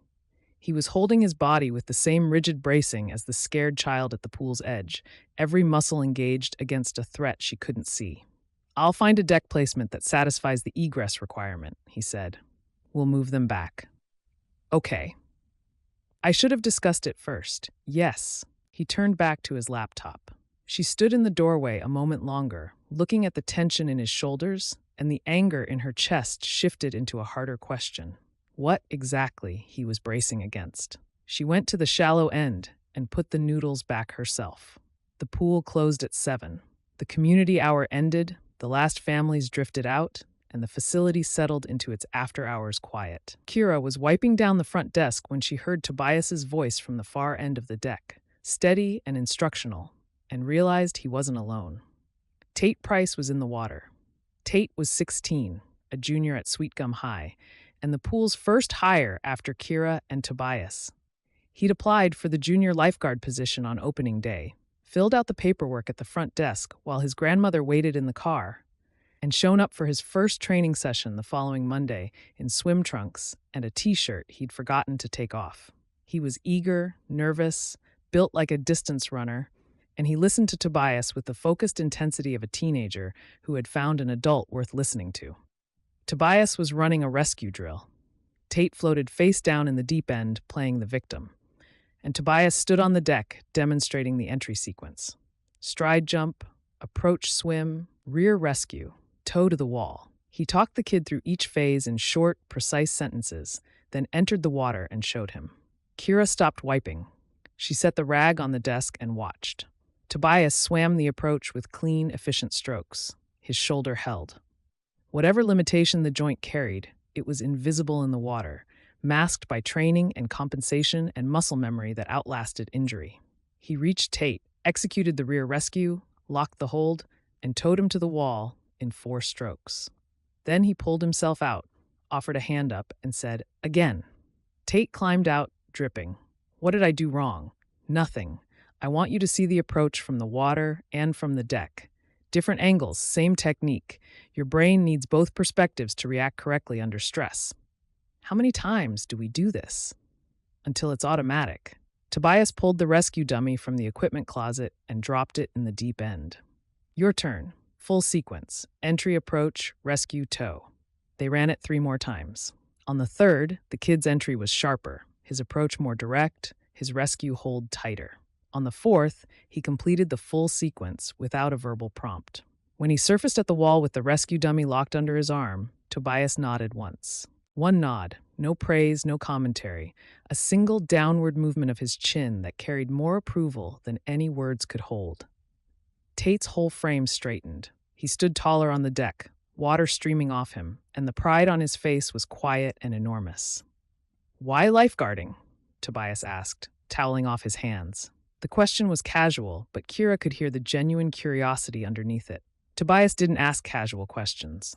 Tate rubbed the back of his neck. "My cousin drowned when we were kids. Lake up near Valdosta. Nobody there knew what to do." He said it plainly, without drama, a fact he'd lived with long enough to flatten into something he could carry. "I figured if I knew what to do, maybe it wouldn't happen to somebody else's cousin." Tobias was quiet for a moment. Then he said, "Saturday, 7 a.m., we'll work on spinal immobilization." "Yes, sir." Kira stood at the front desk, rag forgotten in her hand. She saw Tobias correct Tate's hand placement on the dummy, without condescension, demonstrating the adjustment 3 times until the kid replicated it exactly. She saw him stand at the pool's edge with his arms folded, tracking Tate's final approach swim with the same focused attention he gave the full pool during operating hours, except this attention was directed at one person, and the direction was not surveillance. It was investment. The realization arrived without permission, sharp and clear, and she stood behind the front desk, holding a rag, and felt the ground shift under an opinion she'd been carrying since the day he walked in with his binders and his laminated folder. She'd been reading him as someone who controlled because control was his comfort. She'd been wrong. He controlled because control was his care. And the difference was not small. And seeing it changed the shape of every disagreement they'd had. She turned back to the desk, finished wiping it down, straightened the sign-in sheet, heard Tate's voice from the locker room, bright and young, asking Tobias if he needed to study anything before Saturday. "Review the spinal immobilization chapter in the manual I gave you," Tobias said. "Pages 12 through 19. Know the C-spine protocol cold." "Yes, sir. And bring a towel this time. I'm not giving you another one from the supply closet." Tate laughed, a full, unself-conscious sound that echoed off the tile. "Yes, sir." Kira heard the locker room door open. He came out with his bag over his shoulder, hair still wet, the grin still on his face. He waved at her as he passed the desk. "Night, Miss Hollis." "Night, Tate. Good work today." "Thanks." He pushed through the exit, towel trailing from his bag, the glass door swinging shut behind him. Through the window, she could see his grandmother's car idling in the lot, the interior light coming on as he opened the door, his grandmother leaning across the console, and then the door closing and the light going dark. On the far side of the deck, Tobias was coiling the lane ropes. His back was to her. His movements were precise and unhurried, each loop the same diameter, the rope settling into a neat circle on the deck beside his feet. He coiled ropes as he did everything else, with attention, with intention, with the focused care of a belief that disorder invited disaster. He didn't look up, didn't know she was watching. She almost said it. The words were right there. "I saw the drill. I saw what you did with Tate. I understand now." She didn't. The quiet between them was changing shape, thickening into territory that would require more than a compliment to cross, and she wasn't ready to find out what was on the other side. Tate's grandmother's car pulled out of the lot. The taillights swept the concrete and disappeared, and the parking lot went dark, and the pool was quiet, and Tobias kept coiling the rope, loop after careful loop, alone on the deck with his back to her, and no idea that she'd started seeing him for the first time.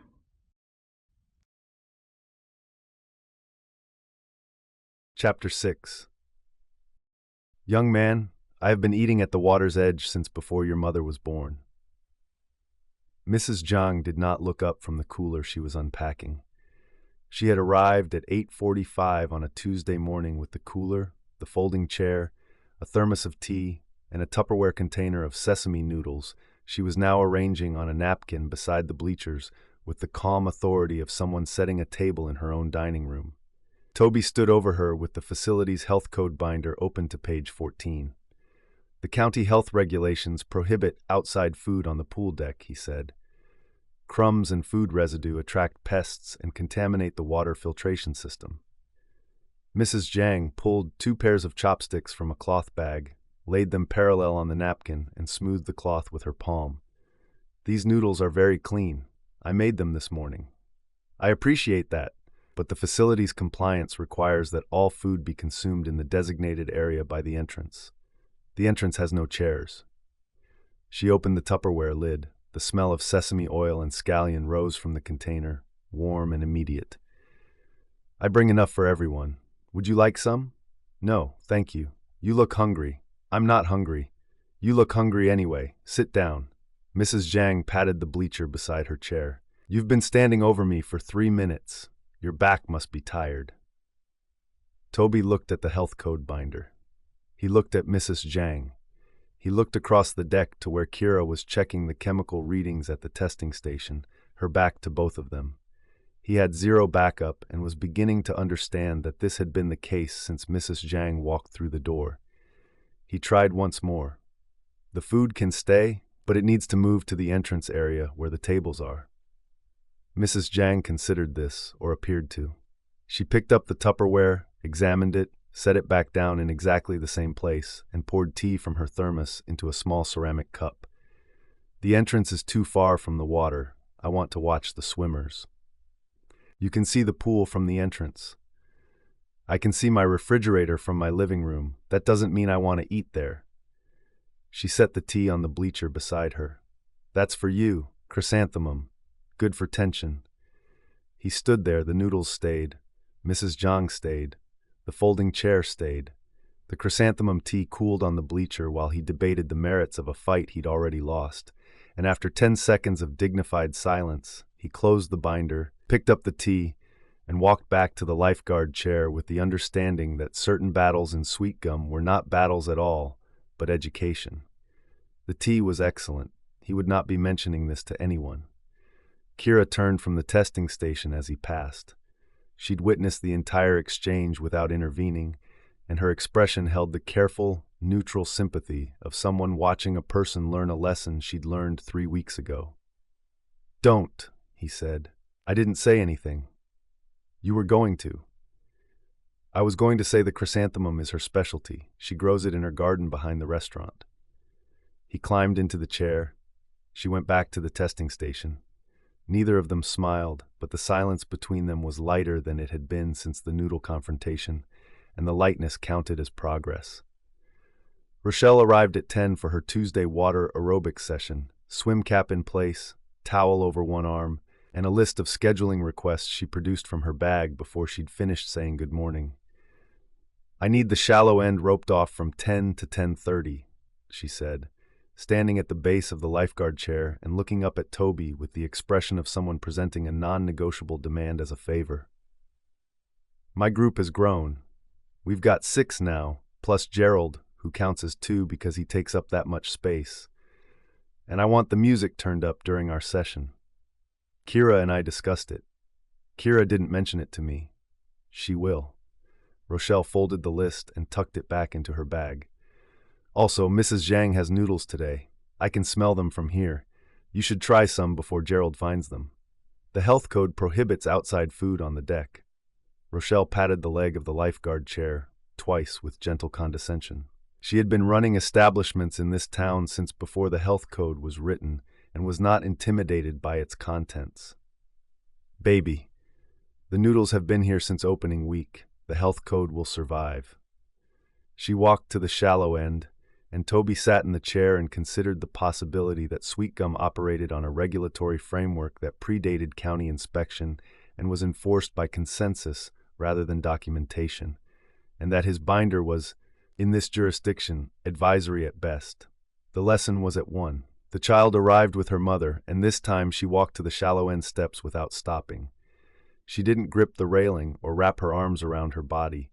She stood at the top step with her hands at her sides, looking at the water, and her expression had changed again. The terror was gone. The calculation was gone. What remained was readiness, a quiet settling of the body that said, "I can do this, and I'm going to do it now." Kira was already in the water, standing on the 3rd step, shoulders above the surface. She greeted the child by name, and the name was soft and private, earned in the space between teacher and student that Toby was not part of and had no access to. The siblings arrived late and crashed into the shallow end. Kira redirected them to the far wall with kick drills, then turned back to the girl on the top step. 2 weeks ago, getting from the deck to the 2nd step had taken 30 minutes. Today, the child sat on the 2nd step in 4. Kira moved to the 3rd step. They sat close together, close enough for Toby to see Kira's hands moving in the water between them, cupping water and letting it fall through her fingers. The child mirrored the gesture. They played with the water, 2 people at different depths making the same motion, and the gentleness was so precise and so unhurried that Toby felt his own breathing slow. Kira cupped water in both hands and brought it to her own face, letting it run over her chin and cheeks, eyes open, showing the child that water on the face was not an assault. It was contact. The child watched. Kira did it again. The child cupped water in her own smaller, less steady hands and held it in front of her face. She hesitated. The water trembled in her palms. Kira didn't speak, didn't nod, didn't move. She sat on the step 1 level below the child and held her own wet face and waited, motionless, with a patience so total it looked like she'd stopped breathing. The child brought the water to her face, pressed her cupped hands against her chin, her cheeks, her closed eyes. The water ran down her wrists and dripped off her elbows back into the pool. She held her hands there for 3 seconds, then dropped them and opened her eyes. And her expression was astonished, not triumphant, astonished, as if she hadn't known her own body could do that.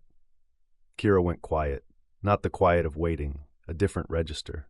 She didn't clap, didn't cheer, didn't say good job or well done, or any of the bright, encouraging words that adults reflexively threw at children who had accomplished hard things. Her whole body settled into reverence, and Toby recognized it from a place so deep he'd forgotten it existed. The moment after a race, after the touch, after the clock stopped and the time was what you'd hoped, and the world contracted to the single, enormous fact of having done it. She held the child's victory without performing it. The holding was so careful and so full that the girl seemed to feel the weight of what she'd done reflected back through Kira's silence, and her small face opened into a grin that used every muscle she had. On the bleachers, the child's mother pressed both hands over her mouth and didn't make a sound. Her eyes were bright. She'd been sitting there every lesson, every week, watching her daughter negotiate with the water, and now she was watching her daughter win. And the effort of staying silent so as not to break the moment was visible in every line of her body. Toby sat in the chair and felt something shift in his chest along a fault line he'd been pretending didn't exist. He had spent 8 years building a career around readiness, anticipation, getting ahead of the moment so the moment never had the power to surprise him. His professional identity was constructed on the principle that preparedness was love, that the best way to care for people was to have already considered every scenario that could hurt them. Kira's method was the inverse. She didn't get ahead of the moment.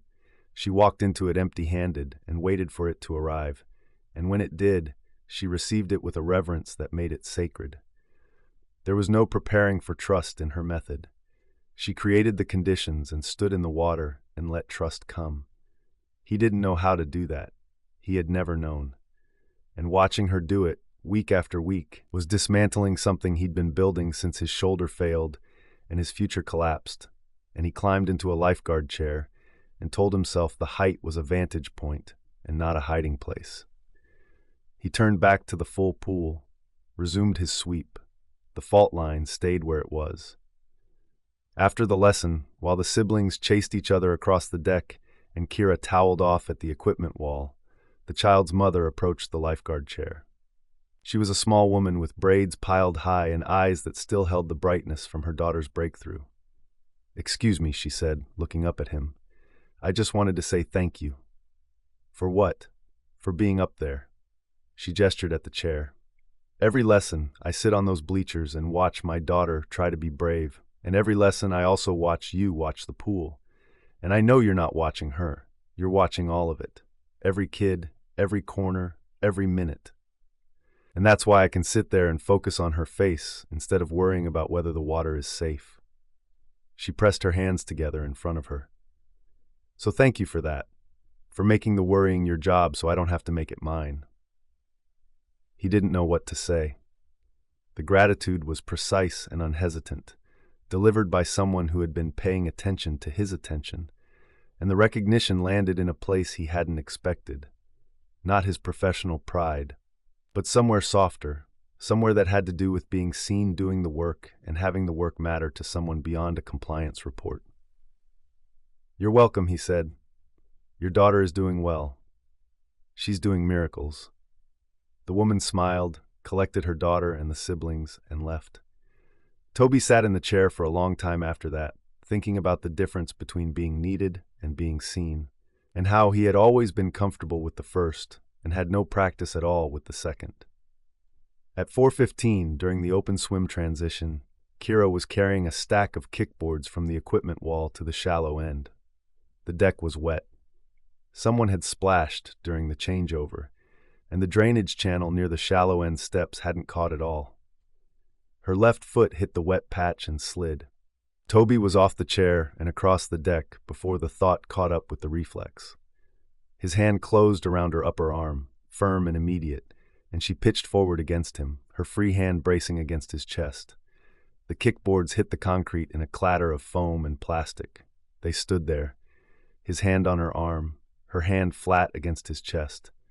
The pool was loud with kids and parents and the ambient chaos of open swim, and none of it reached him.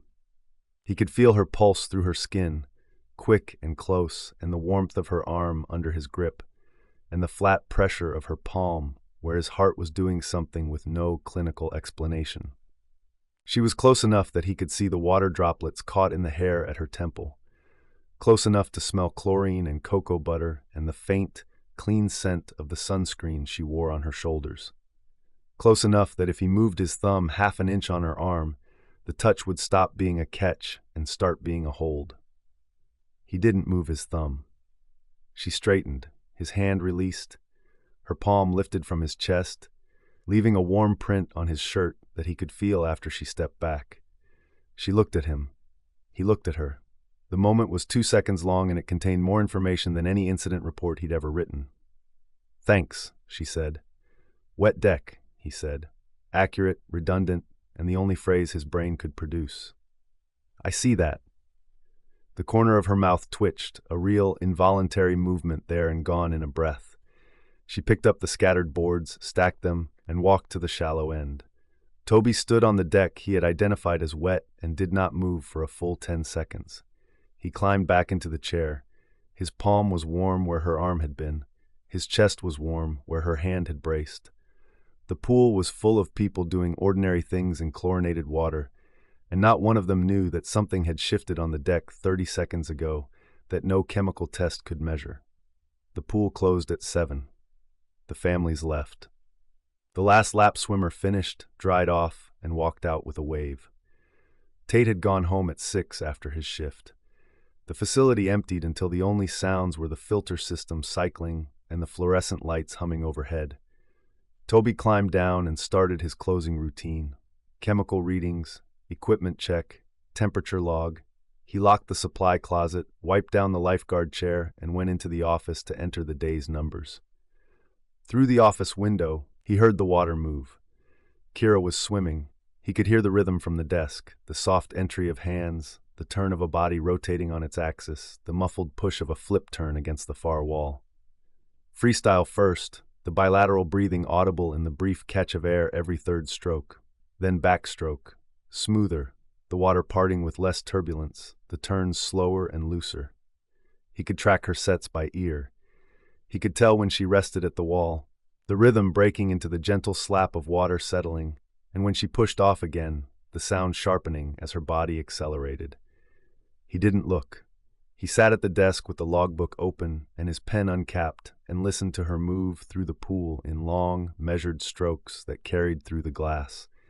She swam after hours most evenings. He knew this because the office shared a wall with the pool, and the wall was thin, and the water was loud enough to carry its rhythms to anyone listening.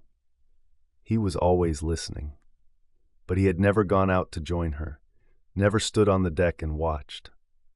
He stayed in the office, behind the wall, doing paperwork he could have finished in the morning, because the alternative was standing at the edge of a pool while someone he was falling for swam the stroke he used to own. And that intersection of desire and grief was more than he could navigate at 7:30 on a Tuesday evening. So he listened.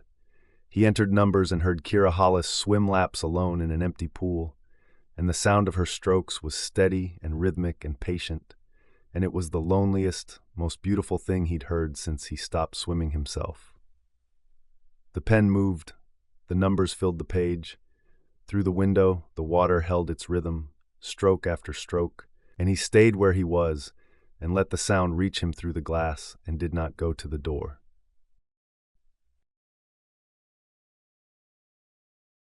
Chapter 7. The Youth Center kids want to swim for pledges. Zuri Palmer set a folder on the front desk and opened it to a printed spreadsheet already color-coded by age group. I've got 23 kids signed up through the summer program. 14 of them can swim well enough for laps. The other 9 are in your beginner sessions, and they want to participate anyway, so I need a shallow-end option that lets them contribute without drowning. Nobody is drowning. I'm speaking hypothetically and preventatively. Zuri tapped the spreadsheet. The Midsummer Swimathon was Amy's idea, for the record.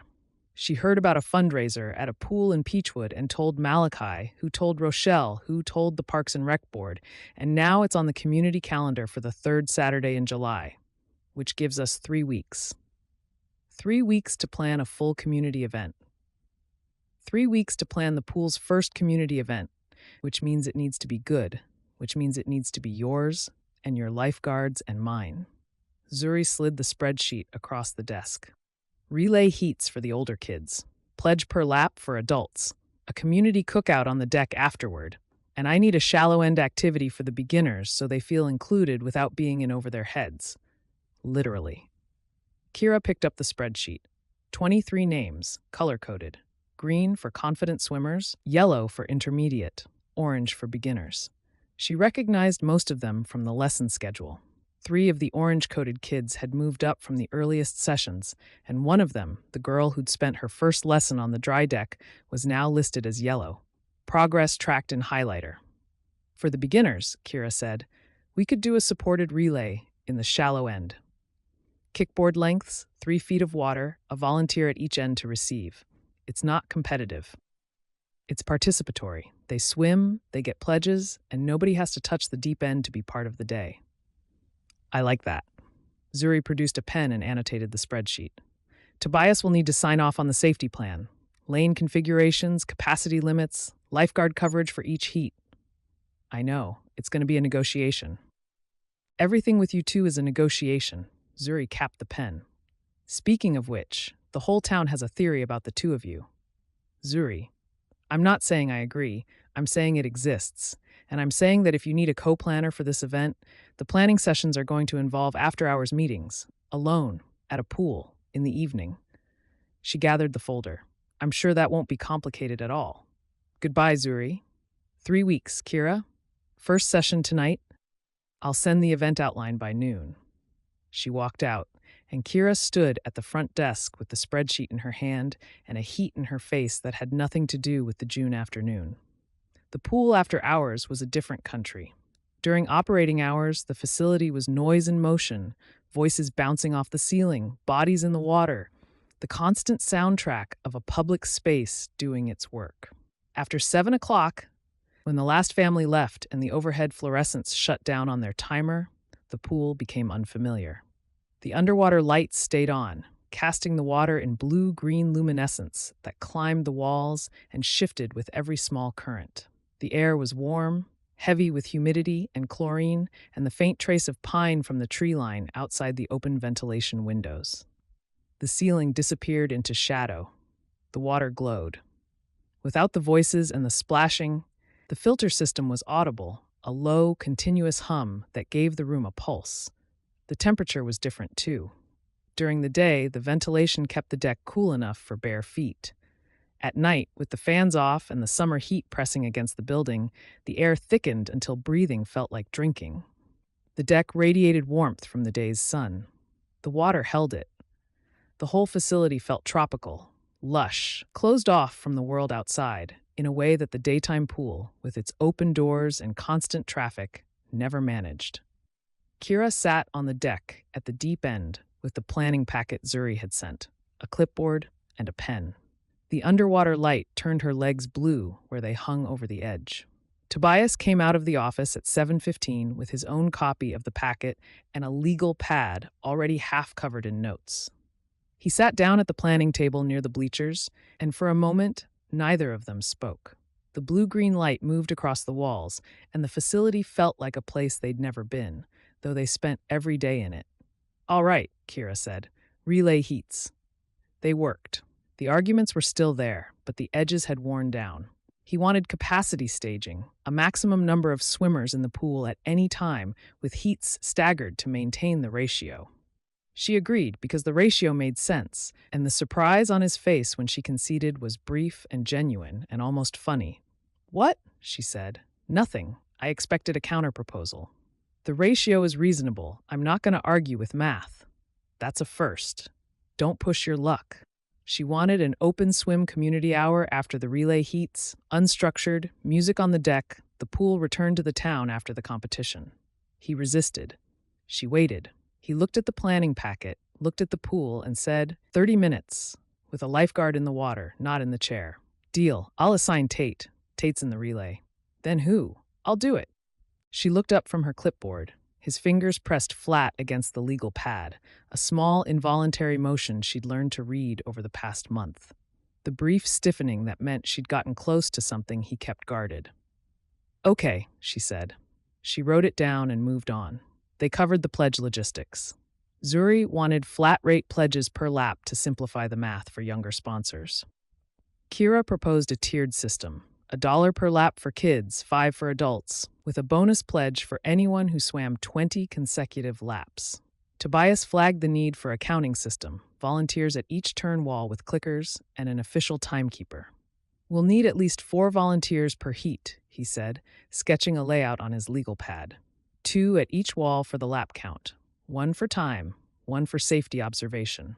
That's 16 volunteers across 4 heats, minimum. Malachi can recruit from the diner regulars. Half the town will want to help. Wanting to help and being trained to count laps accurately are different things. He drew a diagram of the pool with lane assignments. 4 lanes for the competitive relay, 2 lanes roped off for the adult pledge swim, shallow end for the beginner relay. That's the full facility running at capacity. If one heat runs long, the next one stacks up, and the cookout timeline shifts. So we build in buffer time. 15 minutes between heats. Non-negotiable. 10, 12, he held her gaze. That's my compromise face. She almost laughed. The rigidity she'd been pushing against for a month was showing cracks, and what came through the cracks was dry, understated humor she hadn't expected. 12, fine. They split the cookout duties. Amy would run the food station. Malachi would handle setup and breakdown. Rochelle had claimed the opening ceremony, which neither Kira nor Tobias had approved, but both understood was not a request. Mrs. Zhang would bring whatever she wanted to bring, and the health code binder would spend the day in a drawer. "What about a closing?" Kira asked. "After the open swim, something to mark the end of the day." "A ceremony." "Not a ceremony, a moment. Everybody at the pool's edge, the kids who swam, the families who pledged, the volunteers. 1 minute where the whole town is standing in the same place at the same time. Then everybody jumps in." He considered this for longer than she expected. "Controlled or free entry?" "Free. Cannonballs, belly flops, the works. 1 minute of total chaos. And the lifeguard coverage during the chaos?" "You're in the water already. Tate and whoever else you've trained are on the deck. It's 60 seconds. He wrote it down. She watched him write it, his pen moving in the tight, compressed strokes she'd come to recognize, and realized he hadn't said no. He'd asked operational questions, mapped the coverage, and written it in his column. The cannonball minute was in the plan. "That's a good idea," he said without looking up. She didn't answer because the compliment was so unexpected and so plainly delivered that she needed a moment to absorb it. By 9, the planning packet was annotated, the timeline drafted, and the to-do list divided between them in 2 columns that looked nothing alike, hers rounded and loose, his tight and precise. "Break?" Kira said. "Sure." She walked to the deep end, sat on the edge, put her feet in the water. The warmth after a day of sun was softer than the morning chill, heavier, the pool holding the day's heat in its body. Tobias followed. He sat on the edge a few feet away, and after a hesitation she could count in heartbeats, he put his feet in. She looked at him. He was looking at the water. His feet were submerged to the ankles, his hands flat on the deck behind him, and his expression was careful, concentrated, as if the act of putting his feet in a pool after hours required deliberation. She thought about his jaw when she'd asked about the open swim guard. She thought about how she'd never seen him swim outside a drill or a certification. The pool was his workplace. It was not his home. "How long have you been doing this?" she asked. "The planning session. Aquatics. Pools. The whole circuit." 8 years. 6 facilities before this one. That's a lot of starting over. Starting is the easy part. You build the program, train the staff, hand it off. The next place needs the same thing. He paused. "I'm good at building. Staying is a different skill." A cicada started up outside the ventilation window, then 2 more, then a full chorus rising until the sound wrapped around the building. "Why don't you stay?" she asked. He didn't answer for a long time. Long enough for the cicadas to fill the space and the water to still and the question to settle with the patience of a thing that was willing to wait. "Because staying means building something you can't hand off," he said. and the last thing I built that I couldn't hand off fell apart.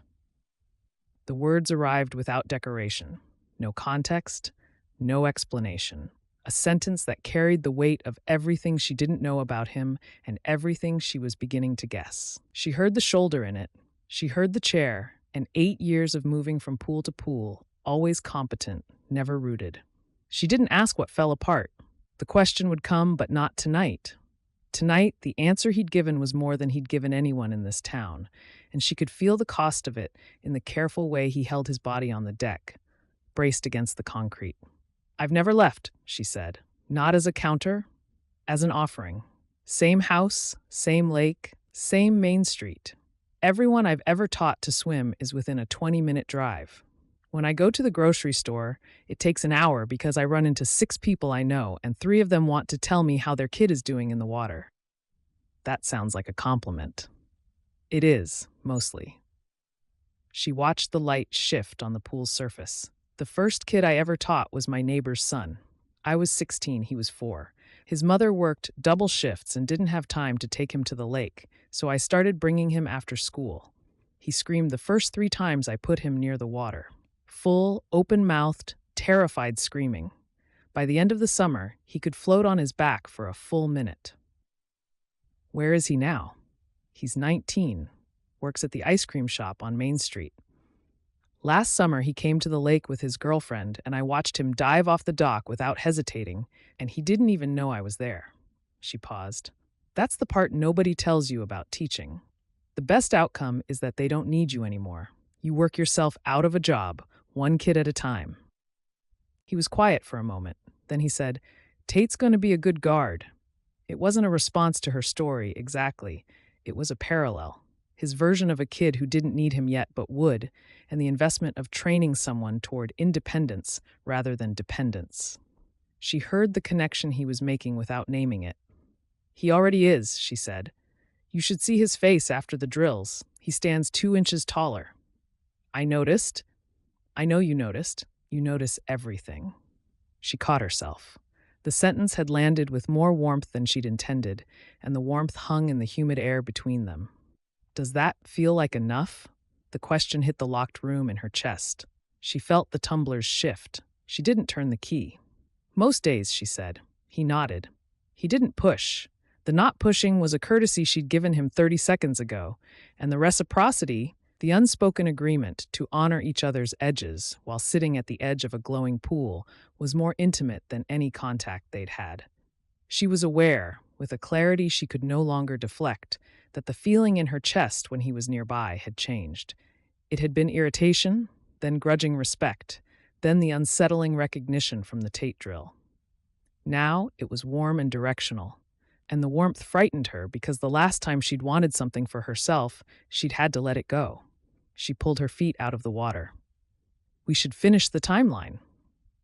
"Right?" He pulled his feet out too. They stood, and the night pool disappeared, and the planning session resumed, and the deck conversation went unacknowledged, because acknowledging it would require words they hadn't earned yet. They finished the timeline by 10, divided the last tasks, walked to the parking lot together for the first time, side by side, their footsteps loud on the concrete. His truck was parked next to her car. The lot was empty. The sky was thick with stars, and the air smelled like cut grass and warm asphalt, and the cicadas were still going, filling the night with a sound so constant it became texture. "Good session," he said. "Good compromises. You conceded on capacity staging without a fight. You volunteered to guard the open swim yourself, in the water." She looked at him. "That matters, Tobias." He looked at her. The parking lot light caught his face, half lit, half in shadow, and his expression was unguarded in a way she'd never seen during operating hours. Open, uncertain. The expression of someone standing at the edge of something and deciding whether to step in. "Good night, Kira." "Good night." Neither moved. The cicadas sang. His truck was right there. Her car was right there. The night was warm and close, and the distance between them held the same weight it had held at the pool's edge, and neither of them closed it. Headlights swept the lot. A car turned in from Pool Road, high beams cutting across the concrete, and Lenora's silver sedan pulled into the space beside Kira's car. The window rolled down. "You ready?" Lenora called. I'm starving, and the diner closes at 11. Tobias stepped back. The unguarded expression folded away, slower than usual, as if the surface needed a moment to remember its shape. He nodded at Kira, walked to his truck, and the door opened. The interior light came on, and she could see him sitting behind the wheel, hands resting, looking straight ahead before the engine started. She got in Lenora's car. Lenora put the car in reverse, checked her mirrors, and pulled out of the lot. They drove in silence for half a block. So, Lenora said, don't. I didn't say anything. You said so. That's a full paragraph in your language.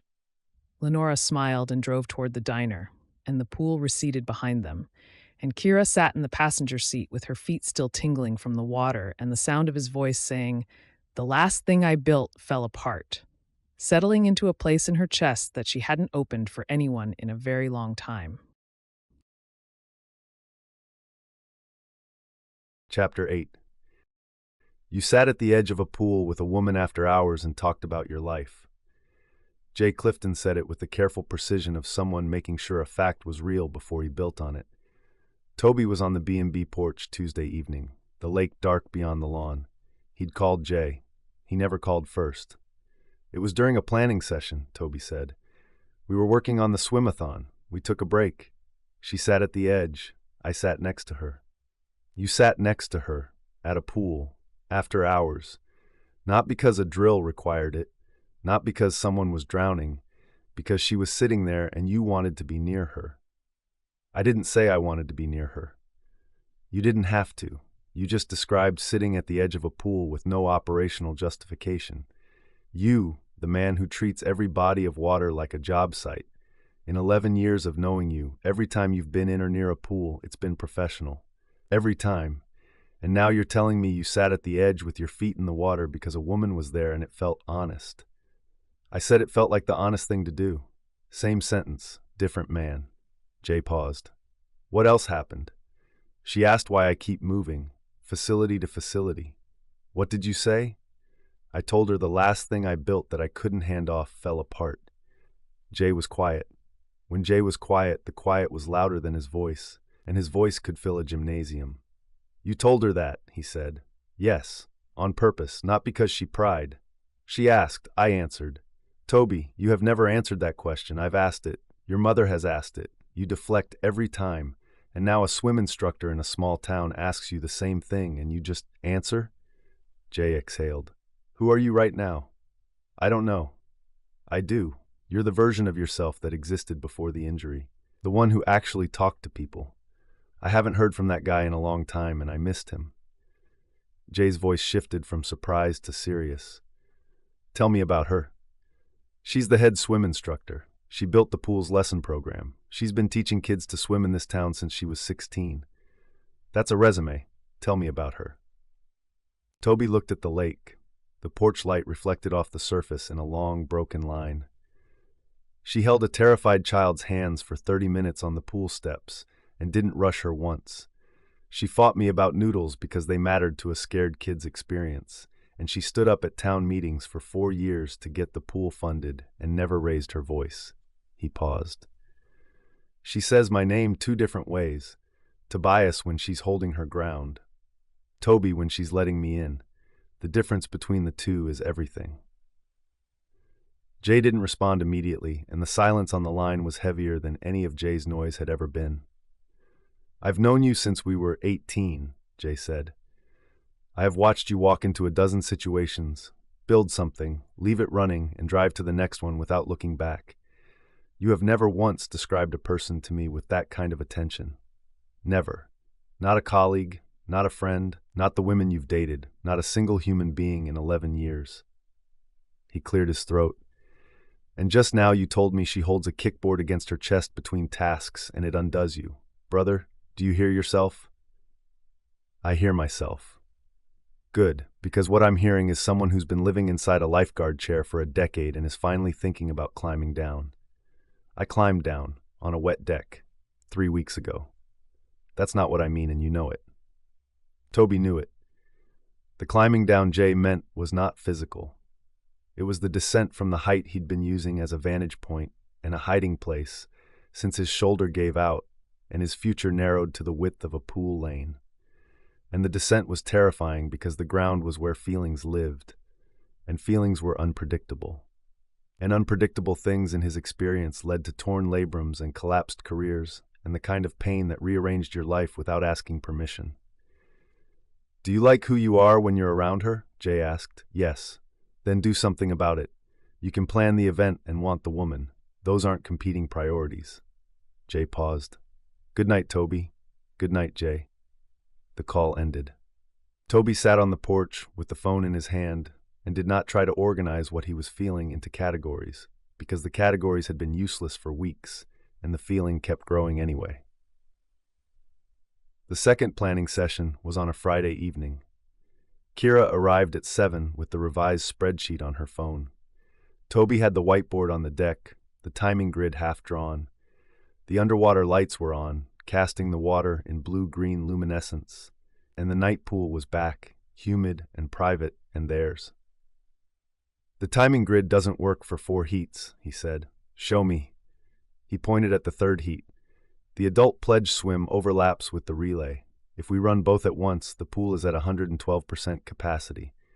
She crossed the deck and stood beside him at the whiteboard. Her shoulder was 6 inches from his. She smelled like chlorine and cocoa butter, and he held the dry erase marker and did not breathe.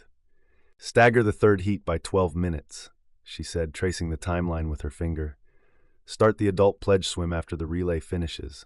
The buffer gives Tate time to clear the lanes. That pushes the cookout setup. Malachi starts setup during the third heat. The food station is on the deck, not poolside. Amy joins at 3. Food by 3:30 regardless." He adjusted the grid. It worked. They moved through the logistics with an efficiency that would have been impossible a month ago. She proposed a shallow end relay for the beginners. Kickboard lengths in 3 feet of water, a volunteer at each end to receive, 3 lanes, 3 heats. She would be in the water with them. Tate in the chair. "That works," he said, and her eyebrows lifted half an inch, which he was learning meant she'd prepared a defense and didn't need it. She wanted a closing ceremony. Everybody at the pool's edge, 1 minute of collective presence, then free entry chaos. Cannonballs, belly flops, the full range. He asked about lifeguard coverage. She mapped it. Him in the water from the open swim, Tate and the trained volunteers on the deck. He wrote it down. "That's a good idea," he said without looking up.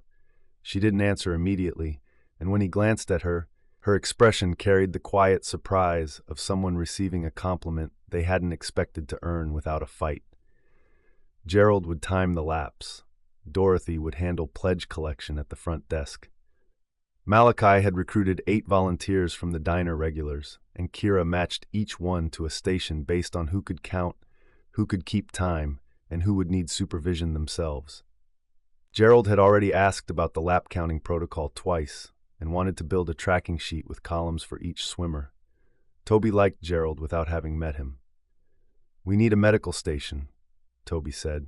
"First aid kit, shade, water, a clear sightline to the parking lot in case someone needs transport to the hospital. There's space behind the bleachers on the east side. Afternoon shade from the building overhang. I can clear the area Friday morning. I'll set it up the morning of the event. I want the AED visible and accessible, not locked in the office." "Agreed." She made a note. "What about music? The open swim hour needs a speaker. The relay heats don't. Music during the relays is distracting for the timekeepers. Music during the open swim is essential for the community. Nobody's timing anything, people are just swimming. Speaker on the deck, facing the bleachers, volume at a level where I can still hear a whistle clearly from the deep end." Deal. They worked for 2 hours. The collaboration had an ease to it now that was more alarming than the friction had been, because the ease meant trust, and trust meant something was building that he couldn't walk away from clean at the end of the summer. He caught himself watching her more than the whiteboard. She tucked her hair behind her ear while she studied the spreadsheet, a small automatic gesture he noticed every time. She held a kickboard against her chest between tasks. The foam pressed flat against her sternum, arms crossed over it, protective and absent and entirely hers. She used Tobias when she was holding ground and Toby when the distance narrowed. And the difference between the two versions was the distance between a handshake and an embrace, and he tracked it every time. He had built programs at 6 previous facilities. At each one, there had been a colleague, a co-planner, someone who handled the community side while he handled operations. At each one, the relationship had been functional and bounded and clean. He'd left each facility knowing the program would run without him, and the leaving had cost nothing beyond logistics. This was different. The woman sitting on the deck reviewing a spreadsheet was not a colleague he could hand the program to and drive away from. She was threaded into the work, and the work was threaded into the town, and the town was becoming a place he recognized, not from experience, but from longing. A home he'd never had, but had always been looking for. And the recognition was as frightening as it was welcome, because the last time he'd wanted to stay somewhere, staying had ended with a torn labrum and a career rebuilt from the wreckage of the career he'd planned.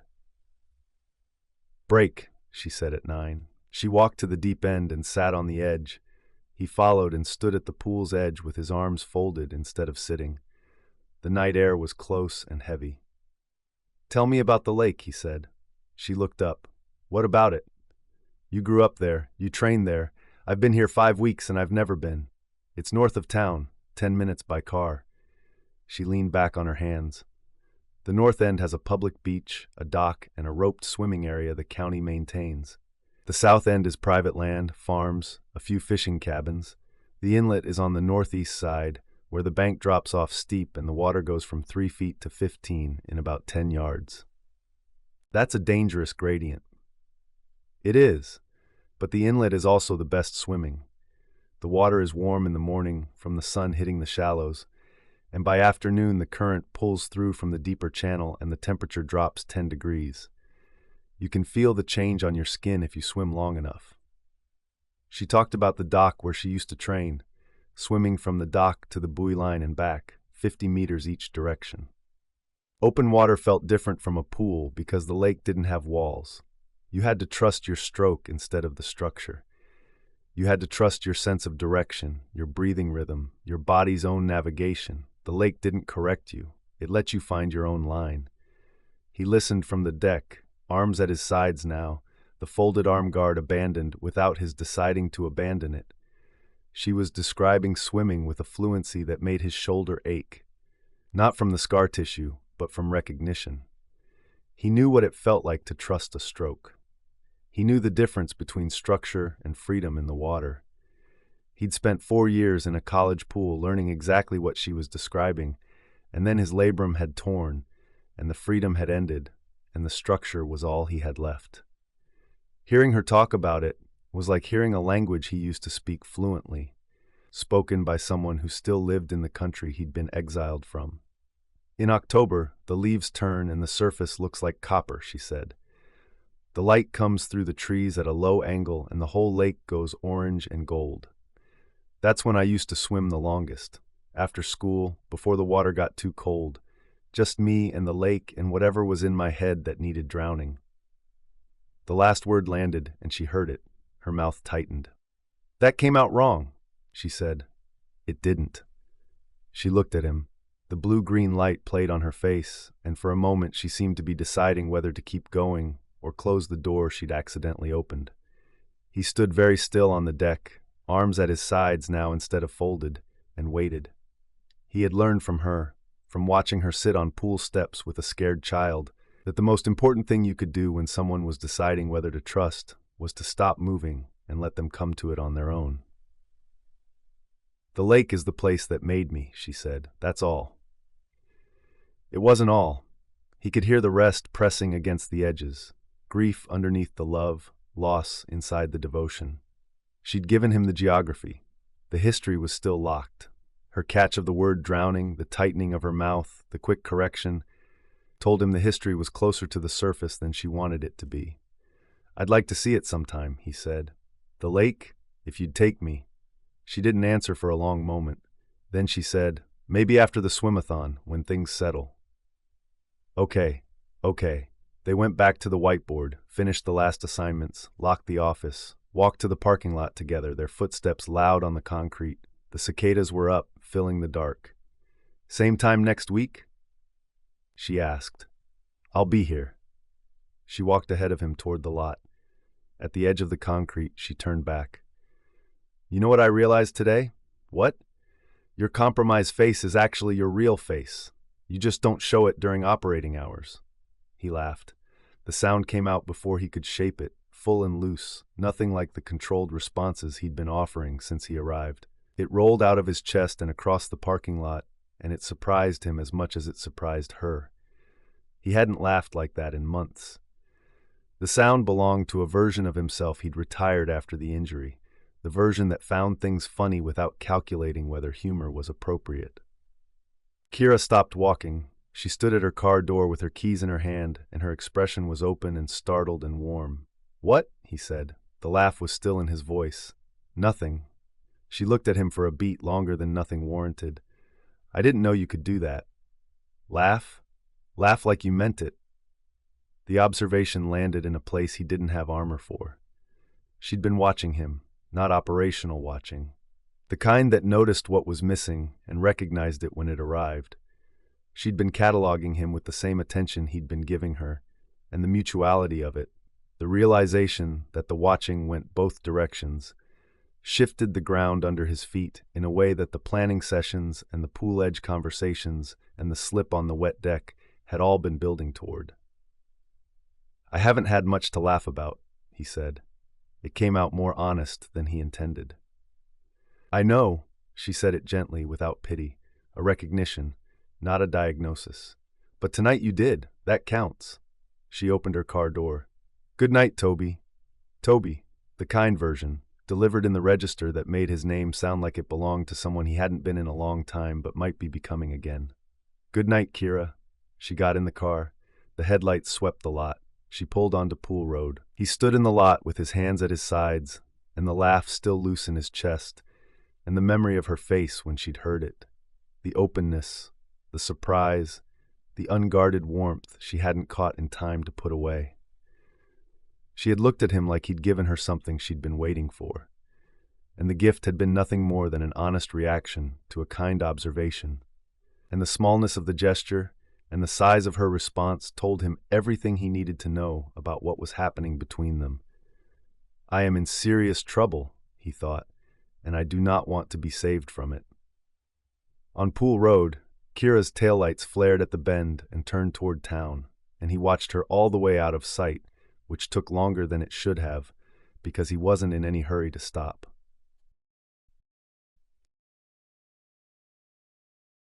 Chapter 9. Lenora, what are you doing here? I'm allowed to visit a public pool. Lenora stood at the front desk in a sundress and sandals, her bag over her shoulder, no swimsuit in evidence. She was not here to swim. She was here to observe, and the observation had the focused intensity of a nurse checking vitals. I'm on my lunch break. I have 45 minutes, and I intend to spend every one of them supervising you. Show me around. I showed you the blueprints 6 months ago. Blueprints aren't the same as seeing you in your natural habitat. Let's go. Kira walked her through the facility. The mid-morning crowd was light. A few lap swimmers in the deep end, Rochelle's water aerobics group in the shallow end doing leg lifts, while Gerald counted reps and Rochelle corrected form with gentle ferocity. She had appointed herself fitness director of Sweetgum's senior population, and nobody had challenged the appointment. Mrs. Zhang was in her chair with the cooler and a thermos, watching the water aerobics class with the relaxed proprietary air of an audience member who had paid for front row seats with sesame noodles. Rochelle runs the group? Lenora asked. Rochelle runs everything. She negotiated a dedicated time slot in the first week, and she's been adding people since. Gerald joined in week 2. He's the timekeeper for the swimathon. Gerald. Lenora studied the elderly man at the pool's edge, his stopwatch on the deck beside a neatly folded towel, his arms folded as he watched the groups form with the evaluative focus of a career spent measuring tolerances. He looks like he could run a military operation. He was an engineer for 40 years. He keeps a tracking sheet for his reps. They walked past the equipment wall, the kickboard rack, the comfort zone corner where the noodles sat in their permanent, non-negotiable pile. Lenora took in the posted rules, the illustrated safety guidelines, the sign-in sheet, the chemical reading log posted on the office door with Tobias's handwriting filling every row. "The handwriting on that log," Lenora said. "That's his? That's his. It looks like architecture. Who writes chemical readings that neatly? Somebody convinced that disorder invites disaster." Lenora looked at her. "You said that like a compliment." Kira didn't answer because it was a compliment, and the fact that it was a compliment was new enough that she didn't want to examine it in front of Lenora's diagnostic gaze. Tobias was in the lifeguard chair. He'd been there since the pool opened at 8, running his scan, tracking the water with the focused, unhurried attention she'd spent 2 months learning to read. From here, standing beside Lenora at the shallow end, she could see his profile against the ceiling, the set of his shoulders, the angle of his jaw, the slight forward lean that meant he was tracking something near the transition zone between the shallow and deep ends. She knew his posture vocabulary now. She knew when he was scanning and when he was watching and when the two diverged, and the knowing was a form of intimacy she hadn't asked for and couldn't seem to return. "He's very still up there," Lenora said. "He's always still." "Still like a man at rest, or still like a man braced?" Lenora asked, and did not wait for the answer she already had. "You're watching him. I'm giving you a tour." "You're giving me a tour and watching him at the same time. You've looked at the chair 4 times since we walked in." Lenora folded her arms. "That's a lot of looking for a coworker." "Lenora, I'm counting. It's a professional habit. I count everything." She turned to face Kira. "Can I tell you what I see? I suspect you're going to regardless. I see a woman standing in her own building, in the middle of the life she built, and she's calm in a way she hasn't been in years. And I see a man in a lifeguard chair who is looking at the water 90% of the time and at you the other 10, and the 10% is not professional, and he doesn't know you can tell." Kira's chest tightened. "He's scanning, that's his job." "The scanning doesn't stop at you, Kira, it pauses." Lenora's voice was gentle. "I've been watching people for 15 years. I know what a pause looks like. When his eyes reach you, they hold for an extra beat before they move on. He probably doesn't even know he's doing it." Kira didn't respond. She was aware that the observation was accurate because she'd been tracking the same pause from below, feeling it land on her shoulders and the back of her neck like warmth from an overhead lamp. But hearing Lenora name it from the outside gave it a weight and a reality that she hadn't been able to deny from the inside and could no longer deny from anywhere. "You look different," Lenora said, her voice shifting from diagnostic to tender. "I look the same. You look settled, like something shifted and you stopped fighting it." She paused. "Kira, are you happy?" The question was so simple and so direct that it bypassed every deflection Kira had prepared.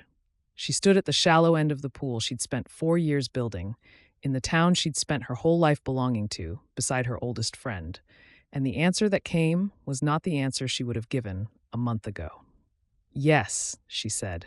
Lenora nodded. She didn't push or ask what or who or why. She accepted the answer with quiet satisfaction, as if she had been waiting for it, and the acceptance felt like permission. "Good," Lenora said. "Now introduce me to Mrs. Zhang. I've heard about the noodles."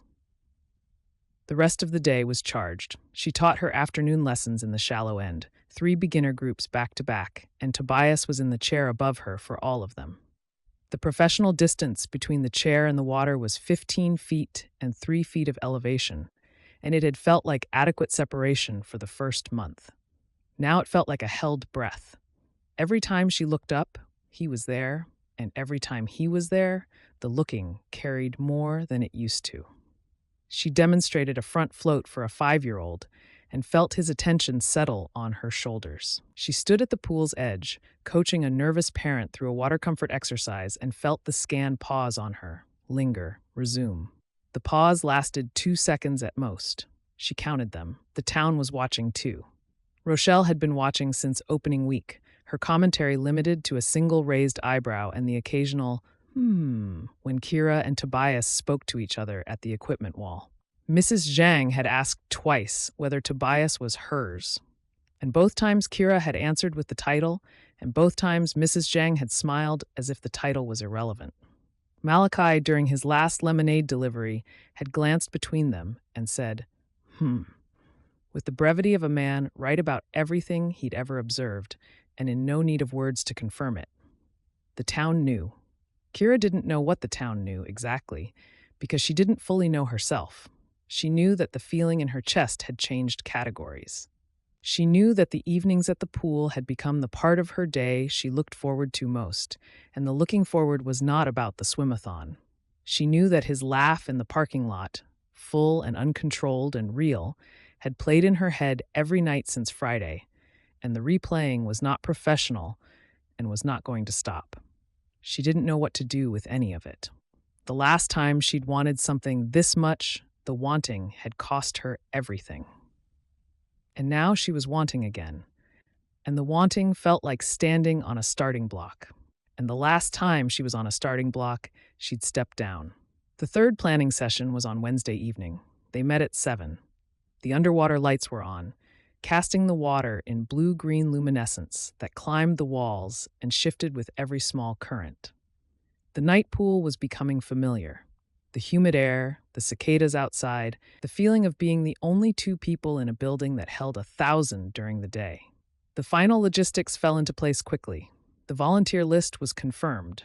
The signage was being made by the youth center kids under Zuri's supervision. The relay format, the pledge system, the cookout, the Cannonball Minute closing ceremony, all planned, all assigned, all written in 2 columns on the whiteboard. The swimathon was 11 days away, and the event was ready, which meant the after-hours meetings were almost over. Kira stood at the whiteboard reviewing the timeline and felt the realization land.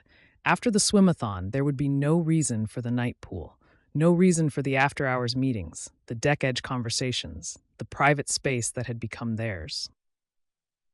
The event that had forced them into proximity would end, and the proximity would end with it, and they would go back to being coworkers who shared a facility during operating hours and nothing else. Unless the shallow end relay needs a practice run, she said, before the event. The beginners haven't done a relay format before. If we throw them into it cold on the day, some of them will freeze. Tobias looked up from the whiteboard. When? Next Wednesday, after hours. We bring the beginners in for a rehearsal, walk them through the format, let them practice the kickboard handoffs. That's another planning session. It's a rehearsal. It's another reason to be here after 7 on a Wednesday. The observation was flat, precise, delivered without expression. He wasn't accusing her of manufacturing excuses. He was naming what she was doing and letting her decide whether to acknowledge it. She held his gaze. The pool was quiet around them, the filter humming, the light shifting on the walls. She could hear her own breathing and his and the soft, continuous sound of water moving against tile. Yes, she said. It is. The acknowledgement sat between them. She had admitted out loud that the rehearsal was partly an excuse, and the admission was the most honest thing she'd said to him since most days at the pool's edge. He didn't smile or look away. He held the moment with the same careful attention he gave everything. Seriously, fully, as if the moment were a thing that required lifeguarding. Wednesday, he said, I'll be here. 7 o'clock. 7 o'clock. She turned back to the whiteboard. He turned back to his notes. The work was done, and neither of them moved to leave, and the not leaving was a declaration, quieter than words and louder than any argument they'd had. They sat on the deck at the deep end, not at the edge this time. On the deck itself, legs crossed, the whiteboard behind them, the pool glowing in front of them. The air was thick and warm and smelled like chlorine and pine and summer. I almost left once, she said. He looked at her. She hadn't planned to say it. The sentence had arrived on its own, pulled out by the quiet and the underwater glow, and his listening, which was total, nothing held back, nothing scanning for risk. Sweetgum? He asked. When I was 17, I had a chance to leave, and I didn't take it. She could feel the door she'd been keeping sealed for 11 years shifting on its hinges, the air from the other side pressing through. She could tell him. The scholarship, the letter in the drawer, the Tuesday in July when everything changed. She could give him the history she'd been holding behind the geography. She didn't. Not tonight. The crack was enough. The fact that she'd said, "I almost left," was enough. The rest would come when she was ready. And the readiness was closer than it had been an hour ago, and the closeness frightened her and thrilled her in equal measure. "What made you stay?" he asked. "Someone needed me more than I needed to go." He was quiet for a long time. Then he said, "I've never had that. Someone who needed me to stay." "You have Tate," she said. "Tate doesn't need me to stay. He needs me to train him until he doesn't need me anymore." "That's not nothing." "No," he said. "It's not." The conversation ended there, on the deck, in the blue-green light, with the door in her chest open a crack, and his voice carrying the echo of, "I've never had someone who needed me to stay." And the echo reached the part of her that had been carrying need for 11 years and asked, without asking, whether she was willing to be the reason someone finally stopped leaving. She drove home. The lake road was dark, the water invisible, the car quiet. She pulled into the driveway and sat for a moment with the engine off, looking at the house. The porch light was on. Dorothy's silhouette moved behind the kitchen curtain. Inside, the house smelled like garlic and rosemary. Dorothy was at the stove. "You're late," her mother said. Not a reprimand, an observation. Planning session ran long. The swimathon. The swimathon. Dorothy stirred the pot. "Chicken and rice. Sit down." She pulled a plate from the cabinet and served without asking, because mothers served dinner when they had something to say, and food was always the opening argument. Kira sat at the table. The kitchen was warm and bright and ordinary, and the ordinariness of it, the garlic and the pot and the plate, and her mother's hands on the serving spoon, grounded her in the life she'd built after the life she'd planned fell through. This kitchen.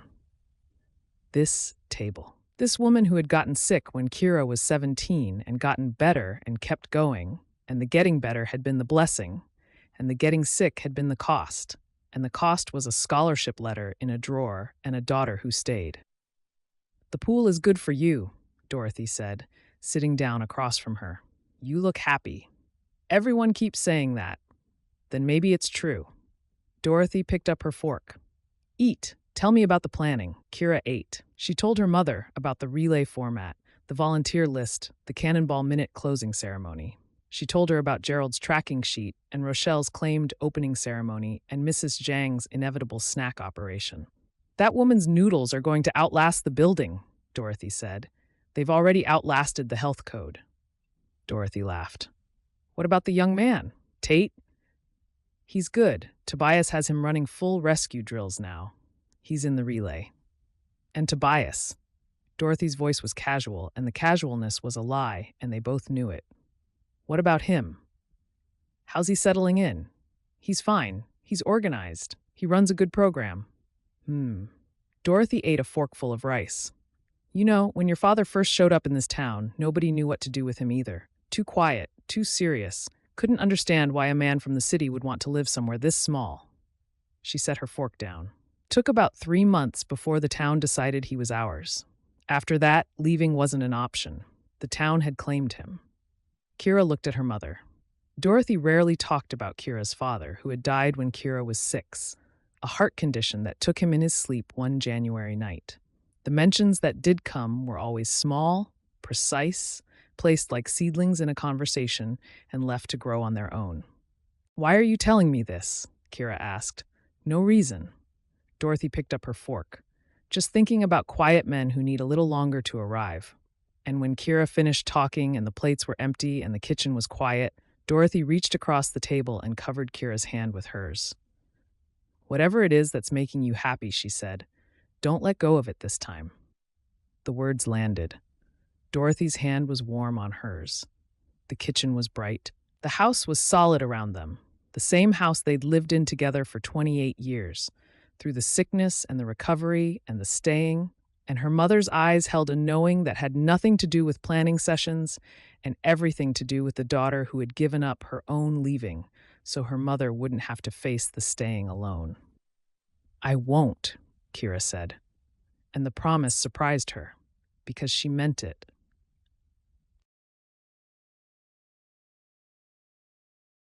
Chapter 10.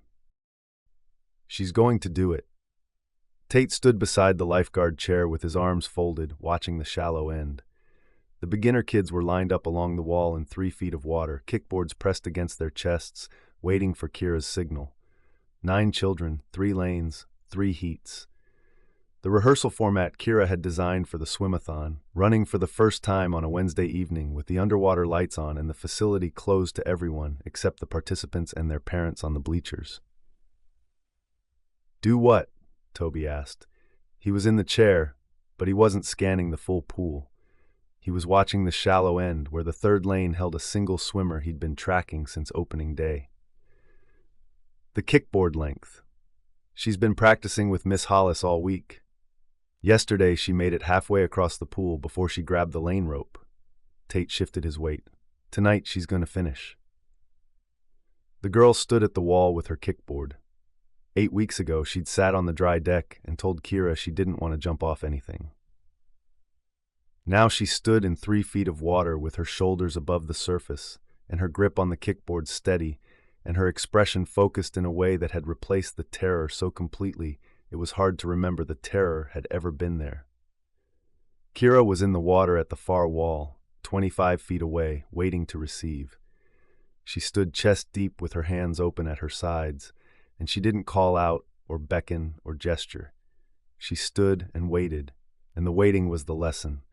And the lesson was trust, and the trust had been building across every session Toby had watched from the chair. "Heat 1, Kira said, "on my count. 3, 2, 1, go." The first lane pushed off. 2 kids, siblings, fast and messy, churning across the pool in a spray of water and kicked foam. They reached the far wall in 12 seconds and came up grinning. The second lane pushed off. A boy named Jalen, methodical and serious, his kickboard flat, his kick even. He reached the wall in 18 seconds and touched with both hands. The third lane waited. The girl looked across the pool at Kira. Kira looked back.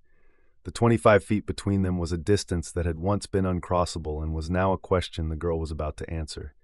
She pushed off. Her kick was strong. Not fast, not competitive, but sustained. The kind of kick that came from weeks of practice and the muscle memory Kira had built into her body one session at a time. The kickboard cut the surface in a straight line. Her feet churned. The water parted. She crossed the halfway point without slowing, and Tate made a sound beside the chair. A small, involuntary exhale that sounded like pride. She reached the wall, both hands touched. Kira caught the kickboard as the girl surfaced, and the girl looked up at her with an expression Toby recognized from the deepest, oldest part of his memory, the face of someone who had just done the thing they were most afraid of and discovered they could. Kira held the moment. She didn't cheer, she didn't clap. She put her hand on the girl's shoulder, briefly, and nodded. And the nod was a small, private ceremony between a teacher and a student that no one else in the room needed to understand. On the bleachers, the girl's mother sat very still. One hand covered her mouth, the other gripped the strap of her purse, and she didn't move or speak, and the restraint was applause, the rarest kind. Tate cleared his throat. "Told you," he said. "You did. I'm going to be like that with my trainees. When I'm certified, I'm going to teach them to wait." Toby looked at him. Tate was standing straight, his posture mirroring Toby's own, his eyes on the shallow end with focused attention. The job was internalized now, and he was reaching beyond it. He wasn't watching for safety. He was watching for meaning. "You'll be good at it," Toby said. "I had a good teacher."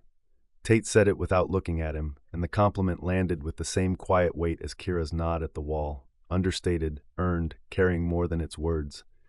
The rehearsal ran for an hour. 3 heats, 3 rounds, all 9 beginners completing at least 1 kickboard length. The first round was rough. 2 kids grabbed the lane rope mid-crossing. One let go of his kickboard and had to be redirected by Kira, and the siblings from the first heat splashed each other instead of kicking straight. By the second round, the form was better. By the third, every child in the pool was completing the length without stopping, and the parents on the bleachers had shifted from anxious leaning to relaxed sitting, their phones out, recording. Kira coached from the water, adjusting grips, correcting kick angles, encouraging the hesitant ones with the patience she'd used all summer. She moved between lanes without rushing, giving each child her full attention for the seconds they needed, then releasing them to their own momentum. The release was the hard part. Toby understood now. Any coach could hold a child up. The skill was knowing when to let go. Tate worked the deck with a competence that would have been impossible 6 weeks ago. He reset lanes between heats, handed out kickboards, kept the parents informed about the rotation, and managed the timer Gerald had entrusted to him for the third round. He moved with purpose and economy, and the nervous teenager who'd forgotten to take off his t-shirt on his first day had been replaced by a young guard who understood that the job was not the whistle or the chair. The job was attention. By 8:30, the kids were out of the pool, toweled off, and leaving with their parents. The girl's mother stopped at the front desk on her way out. She looked at Toby in the chair, then at Kira on the deck, and said, "Thank you both." The both carried weight. The first few weeks, the gratitude had been directed at Kira alone, the teacher, the one in the water. Somewhere in the last month, the gratitude had expanded to include the person in the chair, and the expansion meant the mother had been watching him too, had seen the drills and the coverage and the focused attention that kept the pool safe while Kira taught her daughter to be brave. "She's ready for Saturday," Kira told the mother. "She'll do great. I know she will." The mother put her hand on her daughter's shoulder. "Because of you, both of you." They left. Tate left at 8:45, towel over his shoulder, the competent walk of a young guard heading home after a successful session. He stopped at the door and turned back. "Mr. Rowe?" "Yeah, Saturday's going to be good." He said it with the quiet confidence of a 16-year-old who had trained hard and believed in the work, and the belief was earned, and Toby felt it in his chest. "It is," Toby said. "Get some rest." "Yes, sir." Tate pushed through the door and jogged to his grandmother's car, and the interior light came on and went off, and the car pulled out. Gerald followed a few minutes later, his clipboard under his arm, his waterproof stopwatch zipped into the pouch he'd ordered for it. He paused at the front desk and set a printed sheet beside the sign-in log. "Heat timing summaries," he said. "Average crossing time per lane, per round. Improvement rate between rounds 1 and 3. He tapped the sheet. "The data supports a 4-minute buffer between heats instead of the 12 you planned, but I understand the 12 includes safety margin, so I'm noting it, not arguing it." "Noted," Toby said. "Thank you, Gerald." "Good program you're running here." Gerald adjusted his hat and walked out. The underwater lights hummed. The pool was theirs. Kira was on the deck, reorganizing the kickboards into the size-sorted arrangement they'd agreed on in the first week. Toby climbed down and began coiling the lane ropes they'd set up for the rehearsal. They worked in parallel, and the silence between them was comfortable and charged, the two conditions no longer contradictory. The rehearsal had gone well. The kids were ready. The event was ready, and the readiness opened a space that had nothing to do with logistics and everything to do with what came after. He glanced at the front desk where Gerald's timing sheet sat beside the sign-in log. Average crossing time, improvement rates, neat columns of data that proved what Toby had been watching all summer. The program worked. Not because the facility was well maintained or the safety protocols were sound, though both were true. The program worked because Kira had built it on patience instead of efficiency, on trust instead of protocol, and the results were 9 children who could cross a pool under their own power, and a teenage junior guard who understood that the job was attention. He had never built anything like this. At 6 previous facilities, the programs had been competent and clean and transferable. This one was rooted in a community he was only beginning to understand. Run by a woman he was only beginning to deserve, and the root system went deeper than any protocol he'd ever written. "The rehearsal went well," he said. "It did. The kids are ready. The whole event is ready. The logistics are locked. The volunteers are confirmed. The timeline is set." "So we're done," she said. She stacked the last kickboard and stood. "With the planning. With the planning." The repetition hung in the air. They were done with the planning, which meant they were done with the reason for the nights at the pool, the after-hours proximity, the private space. The swimathon was 3 days away. After it, the summer would continue, the pool would operate, and the after-hours sessions would have no operational justification. "The Parks and Rec Board is going to want a report after the event," Kira said. She was standing at the equipment wall with her back to the kickboards, her arms folded. Attendance, pledge totals, community feedback. They'll use it to decide the pool's budget for next year. Okay, and they'll need a recommendation on staffing, whether the aquatics director position stays seasonal or becomes permanent. The sentence arrived without warning, clean and direct, and it detonated in the center of the room. That's a board decision, he said. It is, but they'll ask for input. From me and from you. She unfolded her arms. What would you recommend? He knew what she was asking. The question was wearing an operational uniform, but underneath the uniform was the other question, the one that had been sitting between them since the night he'd told her the last thing he built fell apart, the one she'd approached the other evening when she'd said, I almost left once, and he'd said, I've never had someone who needed me to stay. Are you going to stay? The position should be permanent, he said. The program needs continuity. A seasonal director means rebuilding the safety protocols every summer, retraining staff, losing institutional knowledge. This pool deserves someone who's here year-round. I agree. That's the operational recommendation. And the personal one? He looked at her. She was standing 10 feet away, arms at her sides now, her expression open and steady and asking a question her mouth hadn't formed. The underwater light moved across the walls. The pool was quiet. I don't have a personal recommendation, he said. Yes, you do. Kira, don't Kira me in the Tobias voice. I'm asking you a real question. She took a step closer. You've been here for almost 2 months. You've built a program, trained a junior guard, planned an event, sat at the edge of this pool after hours, and put your feet in the water for no operational reason. Those aren't the actions of someone passing through. I didn't say I was passing through. You didn't say you weren't. The counter landed. He had no rebuttal because the rebuttal would require him to say the word stay out loud, and the word was loaded with every departure he'd ever made and every reason he'd made them, and saying it to her, in this pool, under these lights, would mean something he couldn't take back. What I want, he said slowly, is for the program to continue, for Tate to get certified, for the swimathon to succeed, for the kids in this town to have a pool that's safe and staffed and permanent. That's a list of things you want for other people. It's a good list. It's a deflection. You just described everything you want for Tate, for the kids, for the town, and none of it includes what you want for yourself.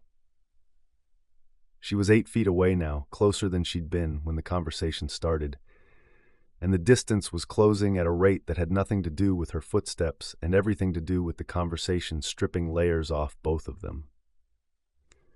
I've watched you build things all summer, Tobias. Programs, protocols, schedules, a kid who stands 2 inches taller every time you nod at him. But every time someone asks what you want for yourself, you answer with what you want for someone else. The observation was surgical and accurate, and he had no defense against it because it was true. He had spent 8 years building things for other people, programs that ran without him, staff that didn't need him, facilities he could hand off and drive away from. The building was his purpose. The leaving was his protection, and the woman standing 8 feet away had just named the pattern with a clarity that made his chest ache. I know what I want, he said. His voice was quieter than he intended. Then say it. Not tonight. Why not? Because the swimathon is in 3 days, and if I say it now, everything changes, and I need to get through the event first. She looked at him. The filter hummed. A cicada built its note outside the window. The distance between them held at 8 feet, which was too far for contact and too close for pretending, and neither of them moved to close it or widen it. When you figure out the personal answer, she said, I'd like to hear it. She picked up her bag from the front desk, slung it over her shoulder, walked past him toward the exit, and as she passed, her hand brushed his forearm, knuckles against skin, a touch so light it could have been accidental, and so precise it couldn't have been. The glass door swung shut behind her. Her footsteps faded across the parking lot. A car door opened, closed. The engine turned over, and the sound receded until the facility was silent.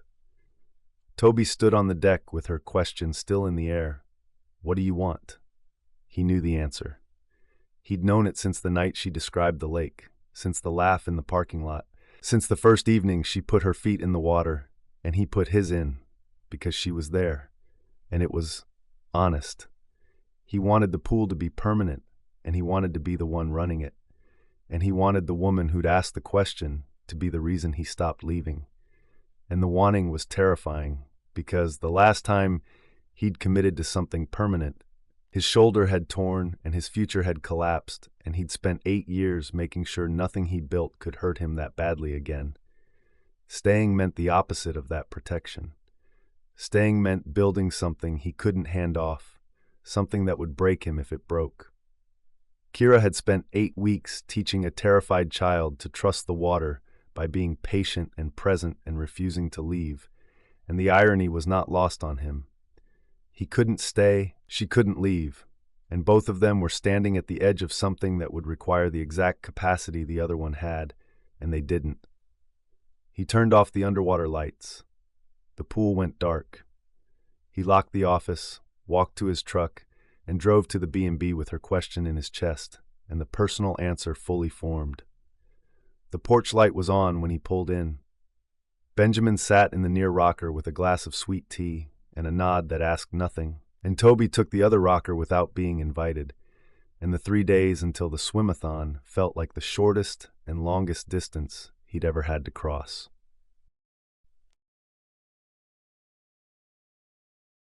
Chapter 11. I want to cut the cannonball minute. Kira stopped. She was halfway across the deck with the last box of hand-lettered signs the youth center kids had made, the cardboard balanced on her hip, her sneakers squeaking on the tile. It was Friday evening, the night before the swimathon.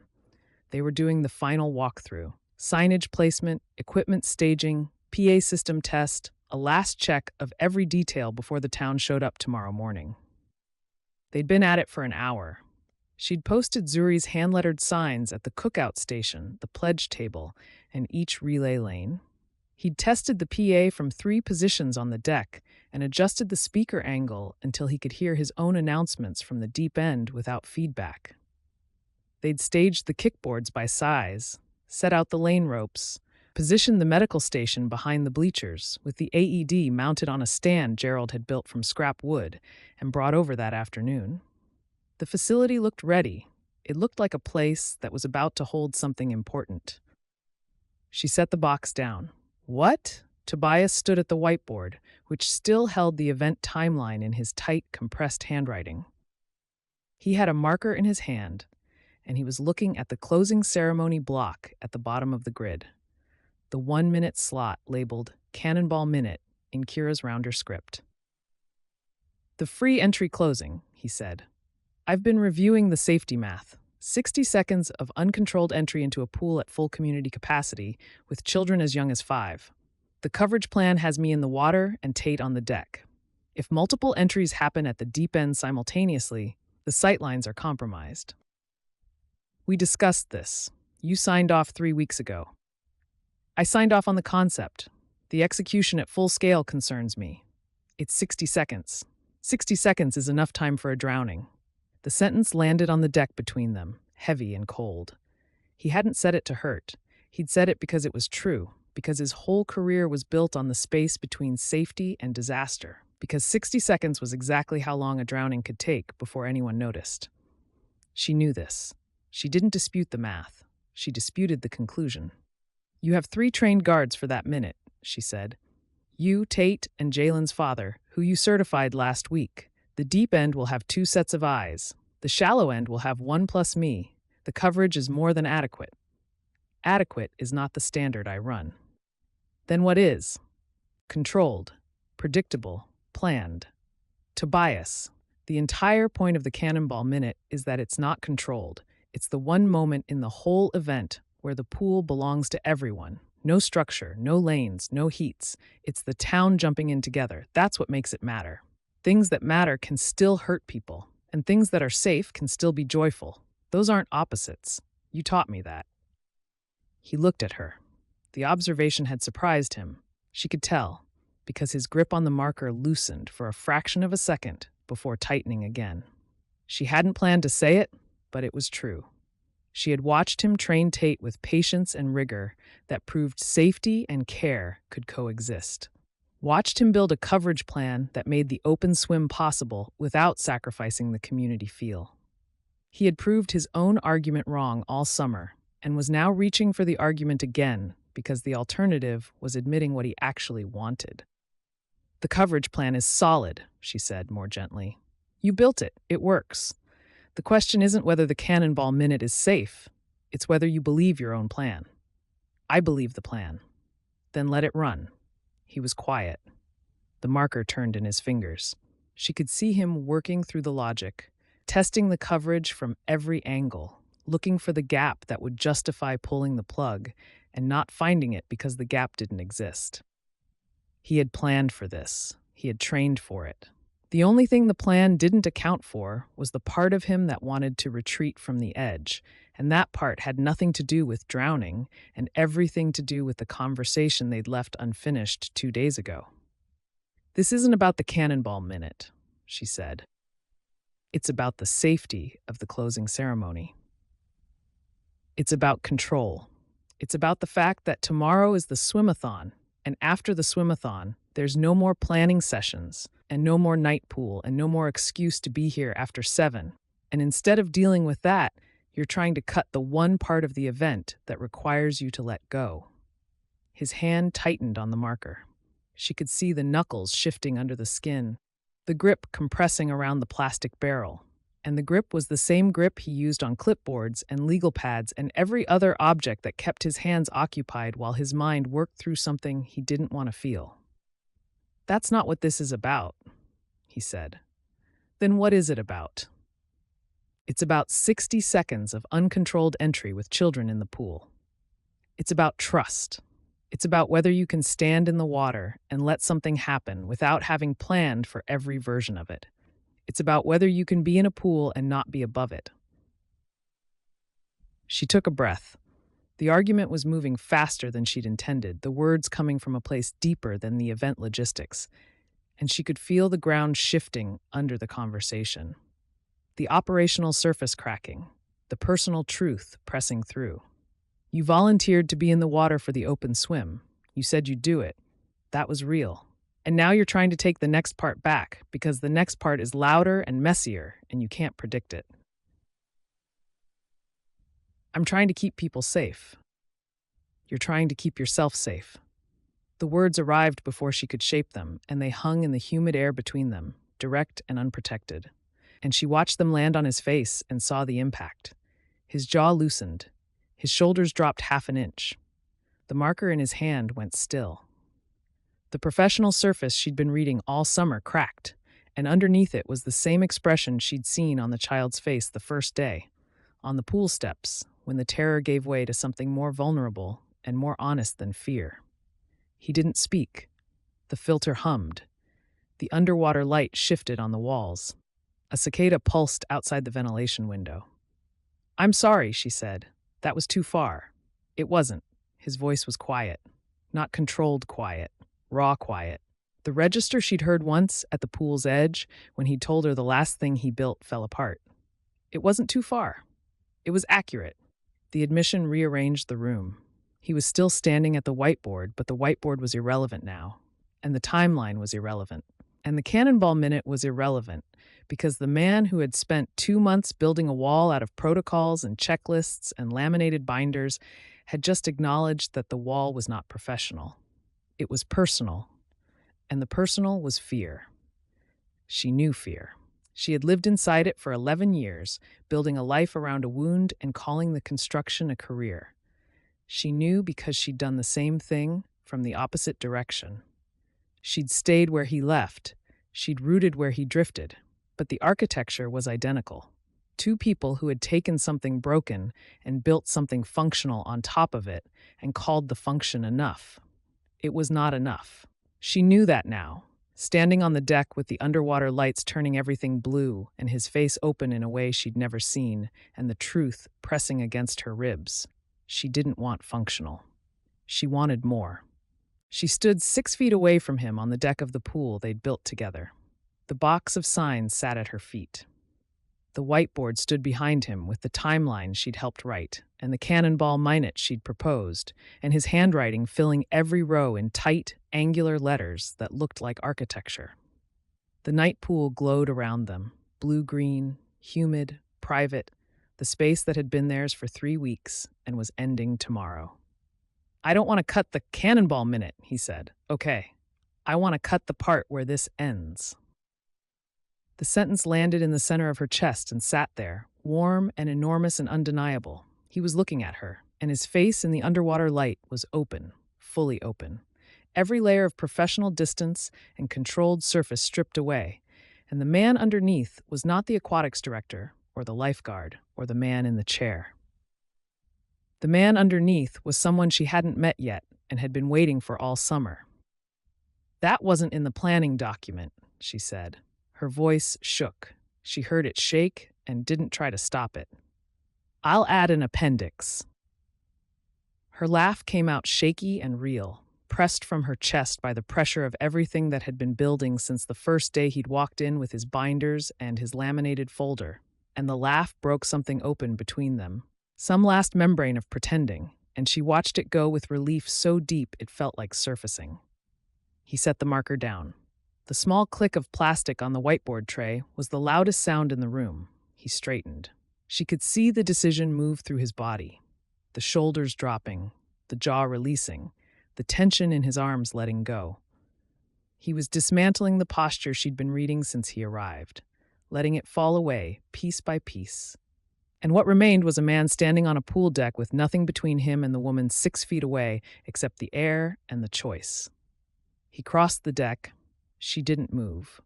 The 6 feet became 4, then 2, and he stopped in front of her, and the underwater light was on his face, and he was looking at her with the focused attention he gave the pool, except this was nothing he'd been trained for and everything he was choosing. "Kira?" "Yeah." "I figured out the personal answer." "I know." He kissed her. His hands came up to her face, both of them framing her jaw, his thumbs resting against her cheekbones, and the touch was careful and deliberate and shaking slightly. And the shaking undid her more than anything steady could have because it meant he was afraid and he was doing it anyway. His mouth found hers, and the contact was soft and unhurried. And the unhurriedness was the answer to every argument they'd ever had. He could let go. He could be in the moment without getting ahead of it.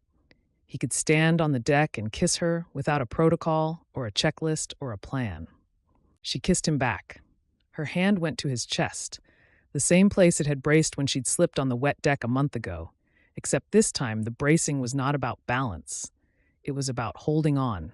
She could feel his heartbeat under her palm, fast and strong, and the speed of it was the most honest thing his body had ever told her.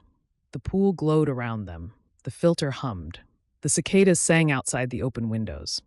The night was warm and close and smelled like chlorine and pine and the end of pretending, and she stood on the deck with his hands on her face and her hand on his chest and kissed him until the last of the distance between them dissolved into something that was neither operational nor personal, but both. And the both was everything, and the everything was just beginning. When they separated, his forehead rested against hers. His breathing was uneven. Her palm was still against his chest, his heartbeat pushing into her skin.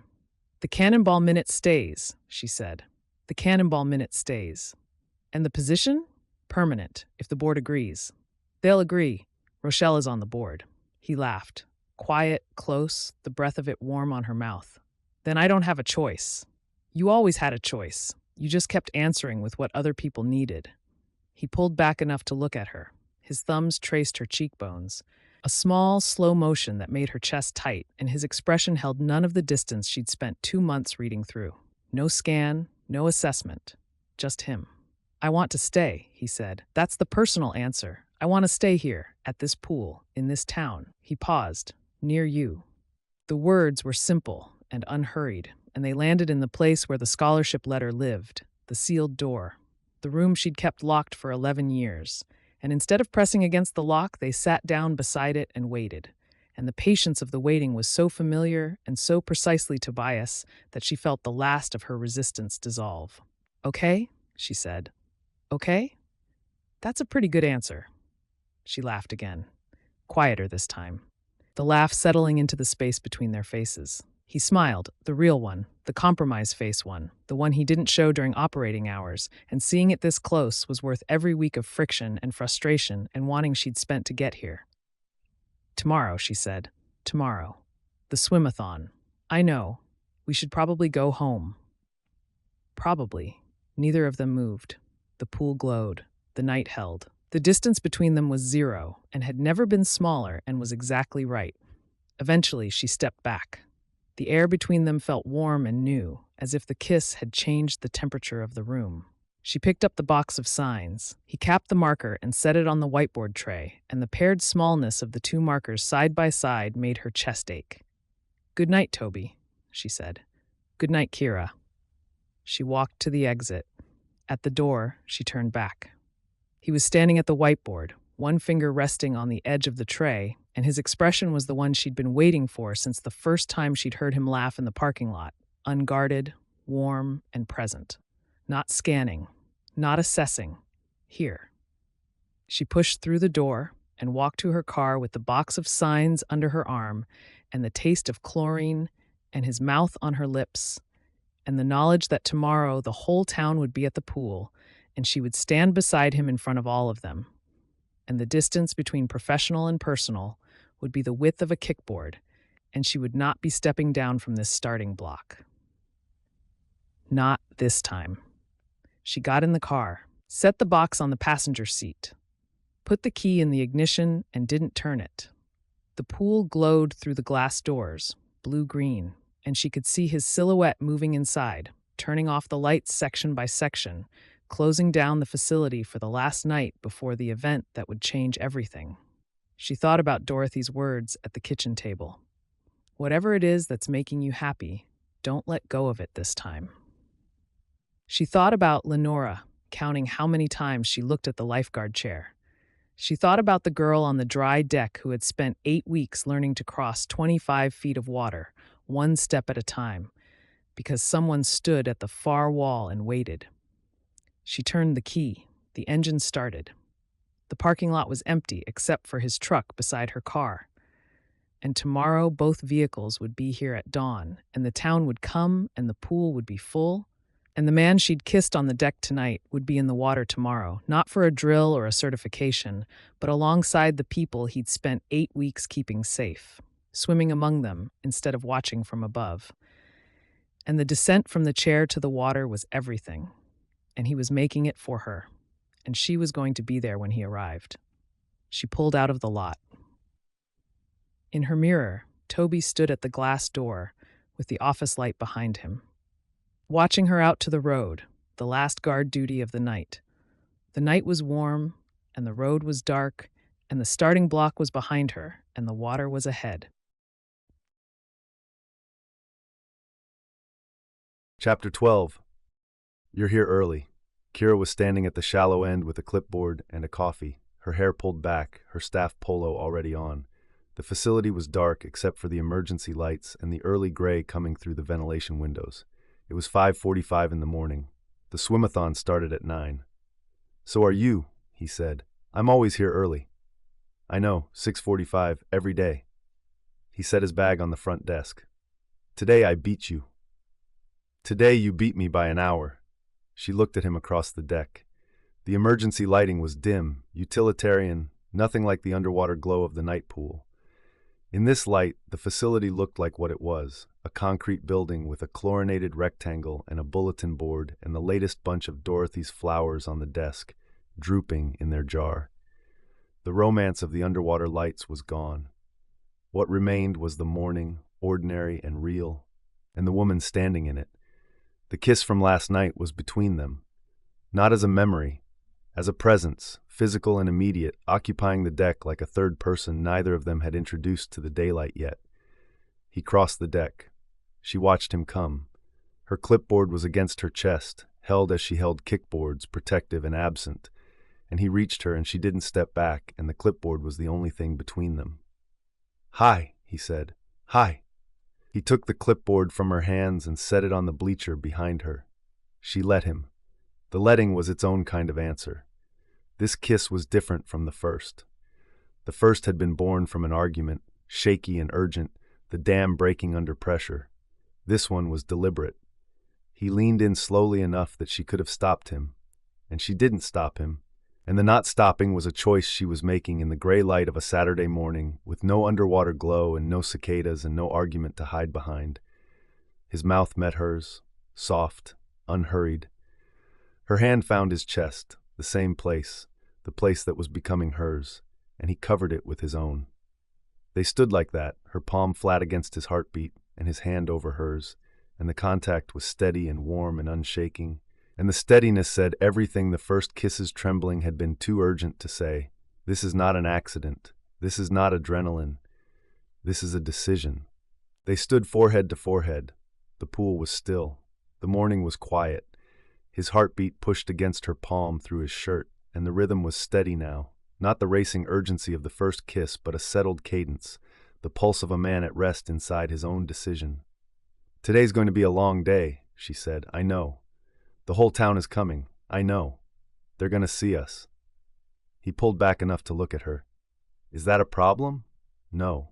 She picked up her clipboard from the bleacher. "It's a relief." "Good." He stepped back, put his hands in his pockets. The professional distance reassembled between them, lighter than before, permeable, a boundary they were choosing to maintain for the next 13 hours because the event required it, not because the distance was real. "I'll start the chemical check. You want to test the PA?" "Already done. I tested it at 5:30. "You tested the PA before I got here." "I told you. I'm always here first." He shook his head, and the shake carried the smallest trace of the compromise face smile, and she turned toward the equipment wall and started the morning setup, and the day began. The town arrived at 8:30.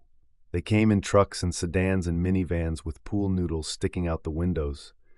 They came with coolers and folding chairs and sunscreen and the cheerful, organizational chaos of a small community converging on a shared purpose. The parking lot filled. The entrance line stretched to the sidewalk. Dorothy was at the pledge table before Kira could ask her, banana bread on a tray, volunteer badges printed and sorted by station, her reading glasses perched on her nose, and her smile wide and settled and proud. Rochelle arrived in a cover-up and a new swim cap, lavender with silver trim, and claimed the PA microphone for the opening remarks. Nobody had assigned her the opening remarks. Rochelle did not require assignment. "Good morning, Sweetgum," she said into the microphone, her voice carrying across the deck with polished warmth. She had been addressing crowds in this town for longer than most of the crowd had been alive, and the comfort showed. "Welcome to the first annual Midsummer Swimathon. We're here to swim, we're here to pledge, and we're here to celebrate the pool that this community built together. Mostly because Kira Hollis spent 4 years telling us we needed it until we finally listened." Laughter from the bleachers. Kira, standing at the shallow end with Tate, pressed her palm over her eyes. "Let's make some noise for our swimmers," Rochelle said, and the crowd obliged, and the noise bounced off the ceiling and filled the facility with the sound Toby had been hearing all summer, except this time it was bigger, louder, the full volume of a town that had decided this pool was theirs. The relay heat started at 9:30. Gerald was at lane 4 with his waterproof stopwatch, his clipboard, and the tracking sheet he'd laminated for the occasion. Malachi stood at the turn wall with a clicker, counting laps for the adult pledge swim. Amy ran the cookout station, which wouldn't open until noon but was already producing smells that made the teenagers congregate near the bleachers.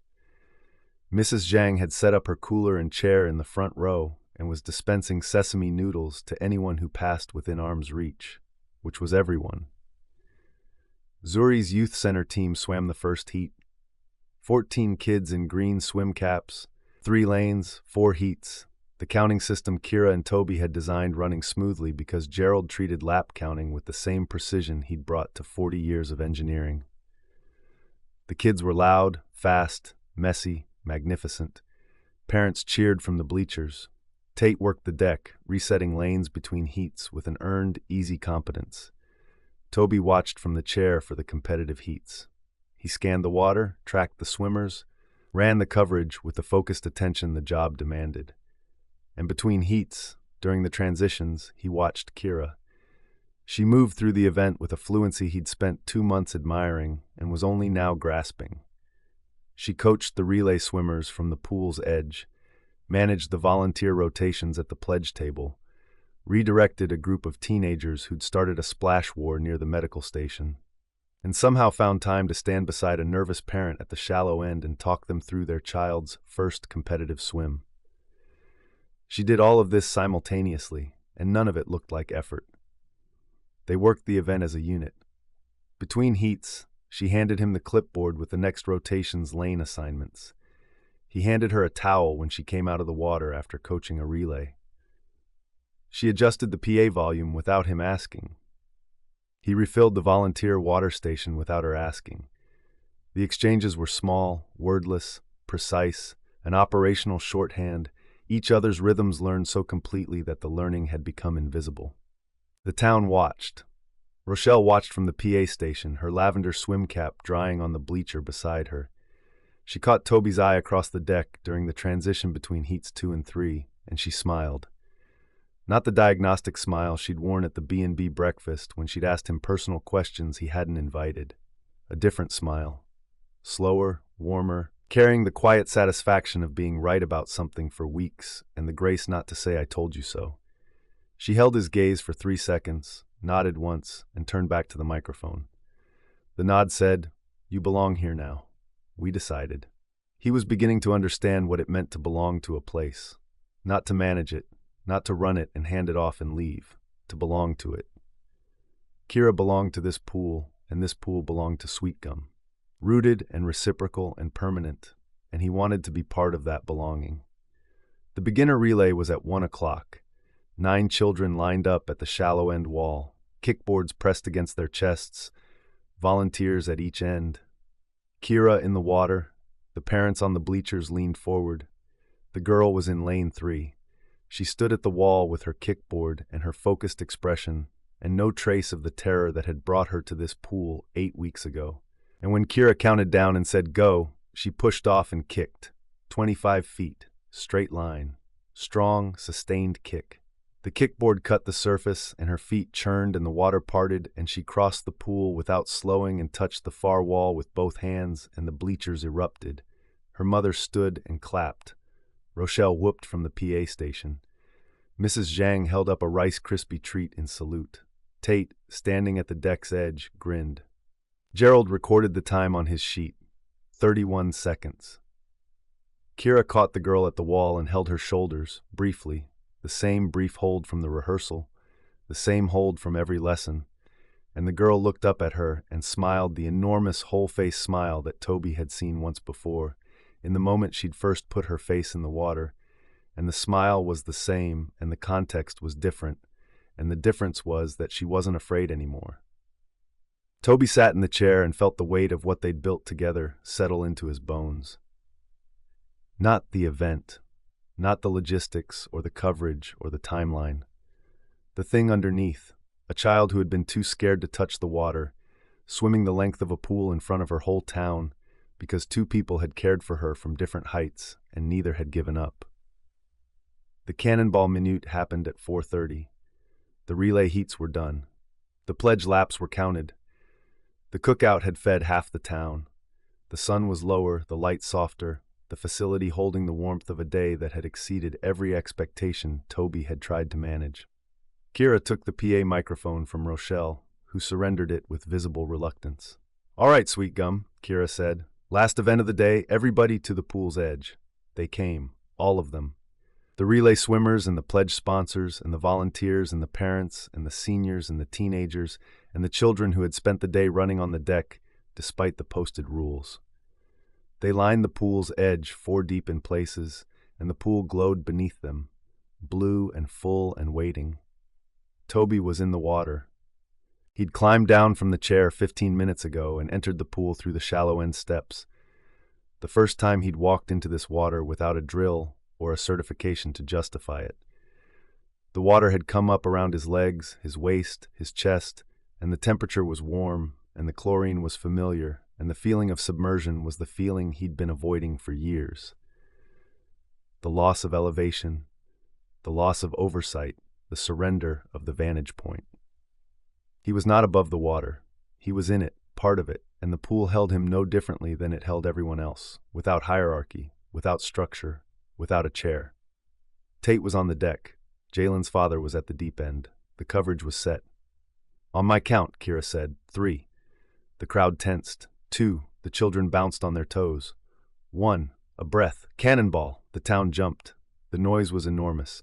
Bodies hit the water from every angle. Cannonballs and belly flops and running leaps and careful slides, and one very dignified entry from Gerald that involved a controlled step and a measured descent that took longer than anyone else's but looked like it was timed to the second. Rochelle's entry was a splash that reached the bleachers. Mrs. Zhang watched from her chair, dry, eating a Rice Krispie treat, and waved at Toby through the spray. The water churned. Children screamed with joy. Parents surfaced laughing. The pool was chaos and motion and noise, exactly the 60 seconds of uncontrolled entry that had kept Toby awake 2 nights ago, and it was beautiful. It was the most beautiful thing he'd ever been part of, and he was not supervising. He was in it. He was treading water in the deep end, with the town splashing around him, and the sun coming through the ventilation windows at a low angle that turned the spray into gold. And his shoulder ached from the treading, because it always ached. And the ache didn't matter because the water was holding him, and the town was holding him, and the pool was alive. A child cannonballed 3 feet from him, and the splash hit his face, and he laughed. The same full, uncontrolled laugh from the parking lot, except this time it was in the water, and the water carried it. And Kira heard it from the shallow end and looked at him through the spray, and her expression was the expression of someone watching a man arrive at a place he'd been traveling toward for a long time. The minute ended. The noise didn't. People floated, swam, splashed, lingered. Tate blew a gentle whistle at the 5-minute mark, and the pool began to clear, and the swimathon was over, and the cannonball minute had held, and nobody had drowned, and the coverage plan had worked, and the trust had been earned, and the earning had required him to get in. The facility emptied slowly. Families gathered towels and coolers. Volunteers broke down stations. Malachi and Amy packed the cookout equipment. Gerald delivered his final timing report to Toby at the front desk. Total laps counted, total pledges estimated, average heat time, improvement rates. The data was immaculate. Toby thanked him and meant it. Tate left at 6 with his grandmother. He stopped at the desk and said, "Same time Monday?" And Toby said, 7 a.m., and Tate nodded and walked out with the quiet confidence of a young man who had found his job and intended to keep it. Dorothy collected the pledge table supplies, hugged Kira at the entrance, and left with the leftover banana bread and a smile that carried the full weight of a mother who had watched her daughter run a successful community event and was trying very hard not to cry about it. The afternoon light was softening. The facility was almost empty. The deck was scattered with wet footprints and forgotten towels and the faint smell of sunscreen and cookout smoke and chlorine. And the pool was still, and the day was done. Kira was across the deck, talking with the scared child's mother. The mother was holding her daughter's hand, and the daughter was holding a participant ribbon Zuri had made for the beginner relay swimmers, and the ribbon was wet, and the girl was grinning, and the mother was saying something to Kira that Toby couldn't hear but could read in the woman's posture. Gratitude, delivered with the full body, unhesitating and complete. Kira laughed. Her hair was damp. Her staff polo was wrinkled. She looked tired and bright and beautiful. And the beauty was not the underwater kind, or the argument kind, or the parking lot kind. It was the ordinary kind. The kind that came from a woman standing in the middle of the life she'd built, doing the work she was born for, surrounded by the town that had claimed her before she was old enough to know she'd been claimed. She looked up.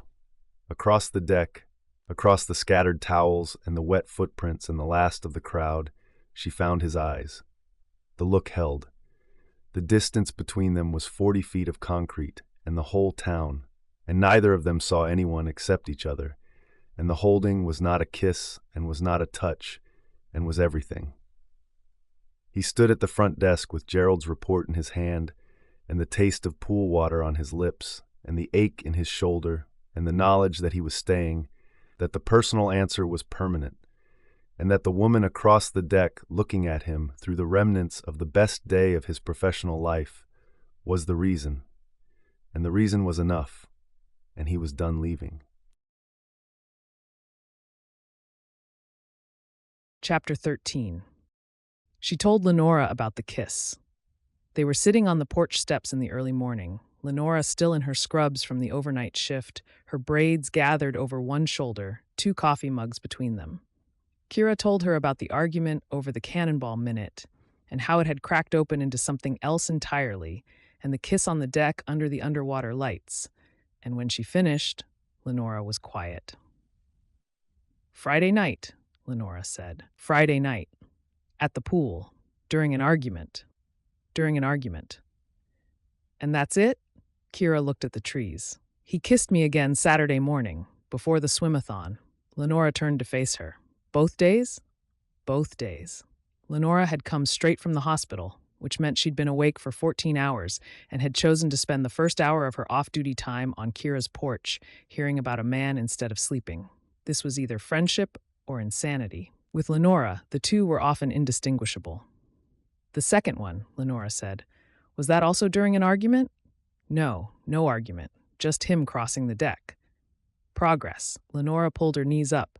The porch was shaded, the light filtered through the trees in the front yard, and the air smelled like warm grass and the coffee Kira had brought out, one of which Lenora hadn't touched. "What was the first argument about?" "The Cannonball Minute. He wanted to cut it. The thing you spent 3 weeks planning." He was afraid, not of the Cannonball Minute, of what came after. And what came after was the kiss. The kiss was during. After was him telling me he's staying. Lenora looked at her. The diagnostic sharpness that Kira had been reading since they were 11 softened into something warmer and more careful, the expression Lenora wore when she had something important to say and wanted to place it precisely. "Kira?" "Yeah." "This is the first time you've wanted something for yourself in years." "I know. Don't do that thing you do." The sentence landed on the porch between them, quiet and direct. Kira turned her coffee mug in her hands. "What thing?" "The thing where you decide you don't deserve it before anyone can take it away." The accuracy of the observation went through her like cold water. She opened her mouth to deny it and closed it again, because the denial would be the thing itself, the preemptive retreat Lenora had just named, and she couldn't deny it and prove it simultaneously. "I don't know what you mean," she said. The lie was obvious, and neither of them believed it. "You do." Lenora's voice was gentle and immovable. "You have a pattern. Something good arrives, and instead of holding it, you start looking for evidence that you don't deserve it. You did it with the scholarship. You did it with the pool funding. You did it every time someone told you the lake lessons were good enough, and you said they weren't because a real instructor would have left for a real program. That's not the same. It's the same architecture. You build something beautiful, and then you inspect it for cracks until you find one, and then you point at the crack and say, 'See? I knew it wasn't going to hold.' And the thing is, Kira, the cracks are always there. Everything has cracks. The question is whether you stop building." Kira stared at the trees. The morning was warm and still, and the coffee was getting cold, and her oldest friend had just described the interior of her life with the precision of a diagnostic she hadn't consented to and couldn't dispute. "He said he wants to stay," Kira said. "Good." "He said the personal answer is permanent." Also good. "But he's been at 6 facilities in 8 years, Lenora. He's built things before and left them. What if this is the same thing? What if it's not?" The counter was simple and devastating. Kira sat with it. The porch was quiet. Dorothy's sunflowers were turning toward the light along the side of the house, tall and steady, the same variety she'd been growing since Kira was a child. "I'm scared," Kira said. She hadn't planned to say it. The sentence came out as, "I almost left once," had come out on the pool deck, pulled from a place deeper than planning. Lenora reached over and took Kira's coffee mug from her hands, set it on the step beside her own untouched one, and held both of Kira's hands in hers. "I know," Lenora said. Be scared and hold on anyway. That's the whole thing." She squeezed Kira's hands once, firm and deliberate, and let go. I've been waiting a long time for you to want something besides this porch and that pool. Now that you've got it, I'm not going to let you talk yourself out of it. You can't stop me from talking myself out of things. That's my entire personality. Your entire personality is stubbornness and sunscreen. The self-sabotage is a hobby. Lenora picked up her untouched coffee and drained it in 3 swallows. I have to go sleep for 12 hours. Call me if you do something stupid. I'll talk you out of it. She stood, gathered her bag, and walked to her car. At the driver's door, she turned back. Kira? Yeah? He waited for you to be ready. People who are leaving don't do that. She drove off. Kira sat on the porch with both empty mugs and the morning light and the sunflowers turning toward the sun, and the word ready sat beside her like a guest who had arrived early and was willing to wait. Tuesday was a work day. She arrived at 6:45. He was already there. This was new. For 2 months, she had been first, unlocking the facility, running the chemical check, setting up the lesson equipment before the light through the ventilation windows turned from gray to gold. Now he was here before her, and the being here first was deliberate, and the deliberateness made her chest warm in a way she was still learning to accommodate. He was at the front desk filling out the morning log. He looked up when she came through the glass door. "Good morning," he said. "Good morning." The greeting was simple and insufficient, and held everything underneath. She set her bag on the desk beside his, and the 2 bags sat side by side, hers canvas and soft, his dark nylon and structured, and the pairing was small and visible and real. "I brought you coffee," she said, and set the cup beside his morning log. "Thank you. Don't read anything into it." "I'm not." He picked up the coffee, took a sip, set it down beside the good clipboard, the one with the functional spring and the full-size clamp, which he'd placed on her side of the desk. "That's yours today." She looked at the clipboard, looked at him. His expression was neutral, professional. The operating hours face, except the corner of his mouth, held the faintest trace of a smile he was choosing not to show. And the choosing was a private joke between them that nobody else in the room would have caught. There was nobody else in the room. But the joke was for later, for the hours when the pool was full and the town was watching and the space between them was public. The joke said, "I see you, even here, even now." She picked up the clipboard. "Thank you. Don't read anything into it." She laughed. They ate lunch at the diner. This was also new. All summer, lunch had been separate. Hers at the front desk with a sandwich from home, his in the office with the door open and the chemical log on his lap. Now they walked down Main Street at 12:30, side by side, and the walking together was visible and unhurried, and they didn't discuss whether to discuss it. Malachi seated them at a booth by the window. He set down 2 menus and 2 waters and looked at Kira, then at Tobias, then back at Kira. His expression didn't change. He didn't smile or nod or raise an eyebrow. He simply placed the menus and said, "The special today is pot roast," and walked away. And the absence of commentary was Malachi's version of a standing ovation. Amy waved from the kitchen window. "Hey, Kira. Hey, lifeguard." The greeting was warm and casual and included Tobias without ceremony, as if he'd always been eating lunch here. As if his presence at this booth beside Kira was an established fact the diner had already absorbed. They ate. They talked about the post-event report for the Parks and Rec Board. Pledge totals, attendance figures, volunteer feedback. The conversation was professional and grounded and necessary, and underneath it was the other conversation, the one conducted in small gestures, his knee against hers under the table, her fingers brushing the back of his hand when she reached for the salt, the look that held for 2 seconds longer than the topic required. Halfway through the meal, Rashad Brown stopped by the booth on his way to the counter.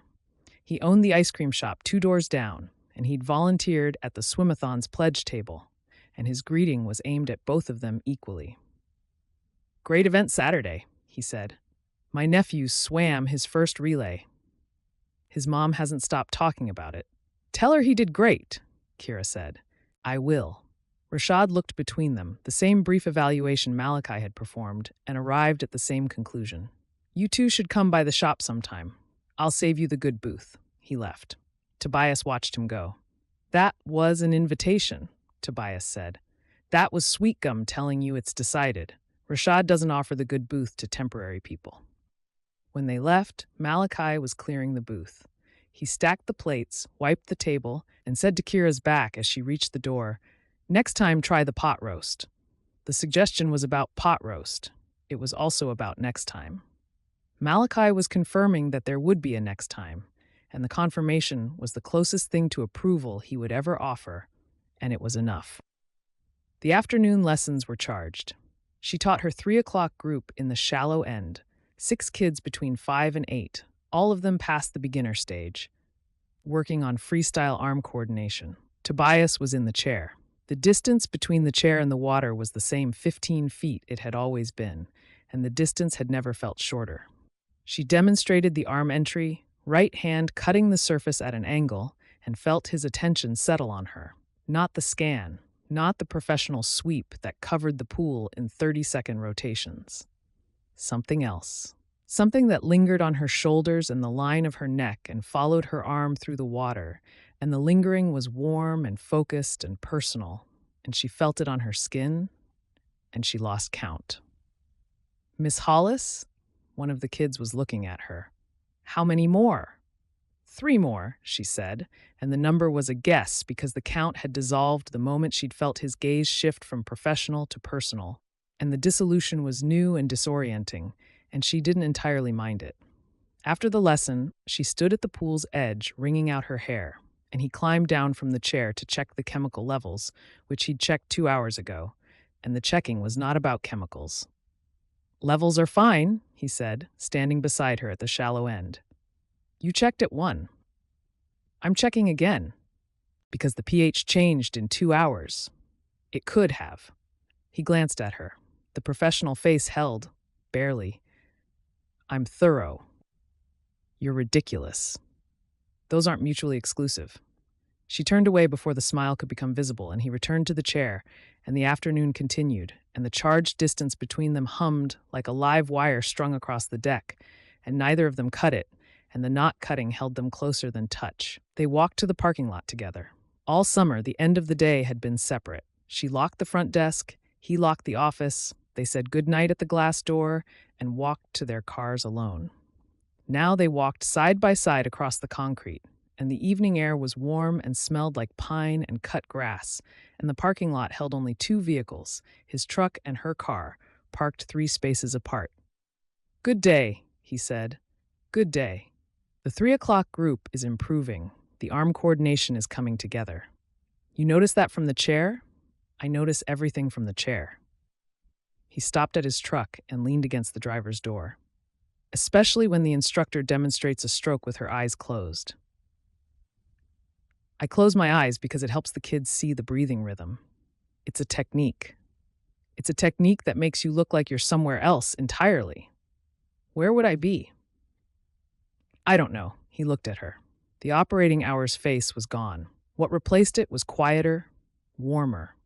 The expression she was learning to read as the real one underneath all the controlled versions. "Somewhere good, I think." She stood at the edge of his truck's shadow, 3 feet away, and the 3 feet was a distance they could close and were choosing not to, here, in the parking lot, where the professional and the personal were still finding their border. She wanted to step closer. She wanted to kiss him again in the open air, outside the pool, outside the argument, outside the pre-dawn privacy of Saturday morning. She wanted it, and the wanting was loud and clear and precise, and the precision was the problem, because the last time she'd wanted something this clearly, the universe had intervened, and the intervention had cost her everything. "Good night, Tobias," she said. "Good night, Kira." She walked to her car, got in, started the engine. He waited until she pulled out before he opened his truck door, and the waiting was a small thing, the kind of thing he did without being asked, and the smallness of it ached. That evening, she sat on the porch. The house was quiet behind her. Dorothy was inside, doing whatever Dorothy did in the evenings, reading, watching the news, watering the kitchen plants. She had survived and recovered and kept going, and the rhythms of her evenings were steady and uncomplicated, and the steadiness was the foundation Kira's life was built on. Kira thought about Lenora's words. "The thing where you decide you don't deserve it before anyone can take it away." She could feel the pattern in her body, the instinct to pull back, to find the flaw, to inspect the structure for the crack that would prove it wasn't built to last. Tobias had said he was staying. He'd said the personal answer was permanent. He'd kissed her twice, and both times he had been honest. And the honesty was the thing she trusted most, and the thing that frightened her most, because honesty could change and promises could break. And permanent was a word that had never survived contact with her life. The pattern was old. It predated the scholarship. It predated the pool. It went back to the January night when she was 6, and her father's heart stopped in his sleep, and the first permanent thing in her life turned out not to be. And every permanent thing since had carried the shadow of that first breaking. Dorothy's health, the scholarship, the career that never started. Each one had arrived wearing the word permanent, and each one had fractured, and the fracturing had taught her a lesson she'd never unlearned. The things you count on are the things that leave. But Lenora was right. Everything had cracks. The porch had cracks. The house had cracks. Dorothy had gotten sick and gotten better, and the getting better had cracks too. Hairline fractures in the blood work and the annual checkups, and the worry Kira carried every autumn when the cold came back and her mother coughed. The cracks were not the question. The question was whether she stopped building. She knew what Lenora was asking. Lenora was asking her to hold on to something without testing it to destruction, to accept the cracks and build anyway, to stand on the starting block and dive instead of stepping down. The screen door opened behind her. "Dinner's ready," Dorothy said. "I made lemon chicken. Come inside before it gets cold." The sentence was ordinary. No wisdom embedded in the phrasing, no comparison to Kira's father, no metaphor about quiet men or letting go. Just a mother calling her daughter in for dinner on a Tuesday evening in July, and the simplicity of it, the steadiness, the fact that Dorothy was inside making lemon chicken because that was what mothers did, and that was what home was, and that was the life Kira had built when the other life fell through, grounded her in something solid and real and worth protecting. "Coming," Kira said. She stood up, carried both coffee mugs from the morning inside, walked through the screen door into the kitchen where Dorothy was setting plates and the house smelled like lemon and rosemary, and her mother looked up and smiled. And the smile was not about Tobias or the pool or the future. It was about dinner, about Tuesday, about the ordinary, irreplaceable fact of being home. Chapter 14. Tate was teaching. Toby watched from the chair as the 16-year-old stood waist-deep in the shallow end, guiding a 7-year-old through a back float. The child was rigid, arms locked, chin tucked, every muscle fighting the water. Tate had one hand under the child's shoulders and the other hovering at the small of his back, close but not touching. The hover itself a calibration between support and independence that Toby recognized because he'd taught it. "You're doing it," Tate said. His voice was low and steady, carrying no performance. "Just let your head go back. The water's going to hold you, I promise." The child didn't let his head go back. His chin stayed tucked, his shoulders stayed rigid, and his eyes stayed locked on the ceiling. Tate didn't push. He waited. The waiting was the thing Toby had spent 6 weeks teaching him, and the teaching had taken because Tate had a patience that was native, not learned, the kind that came from somewhere deeper than training. "I'm right here," Tate said. "You're not going to sink." The child's head tilted back half an inch. His shoulders loosened a fraction.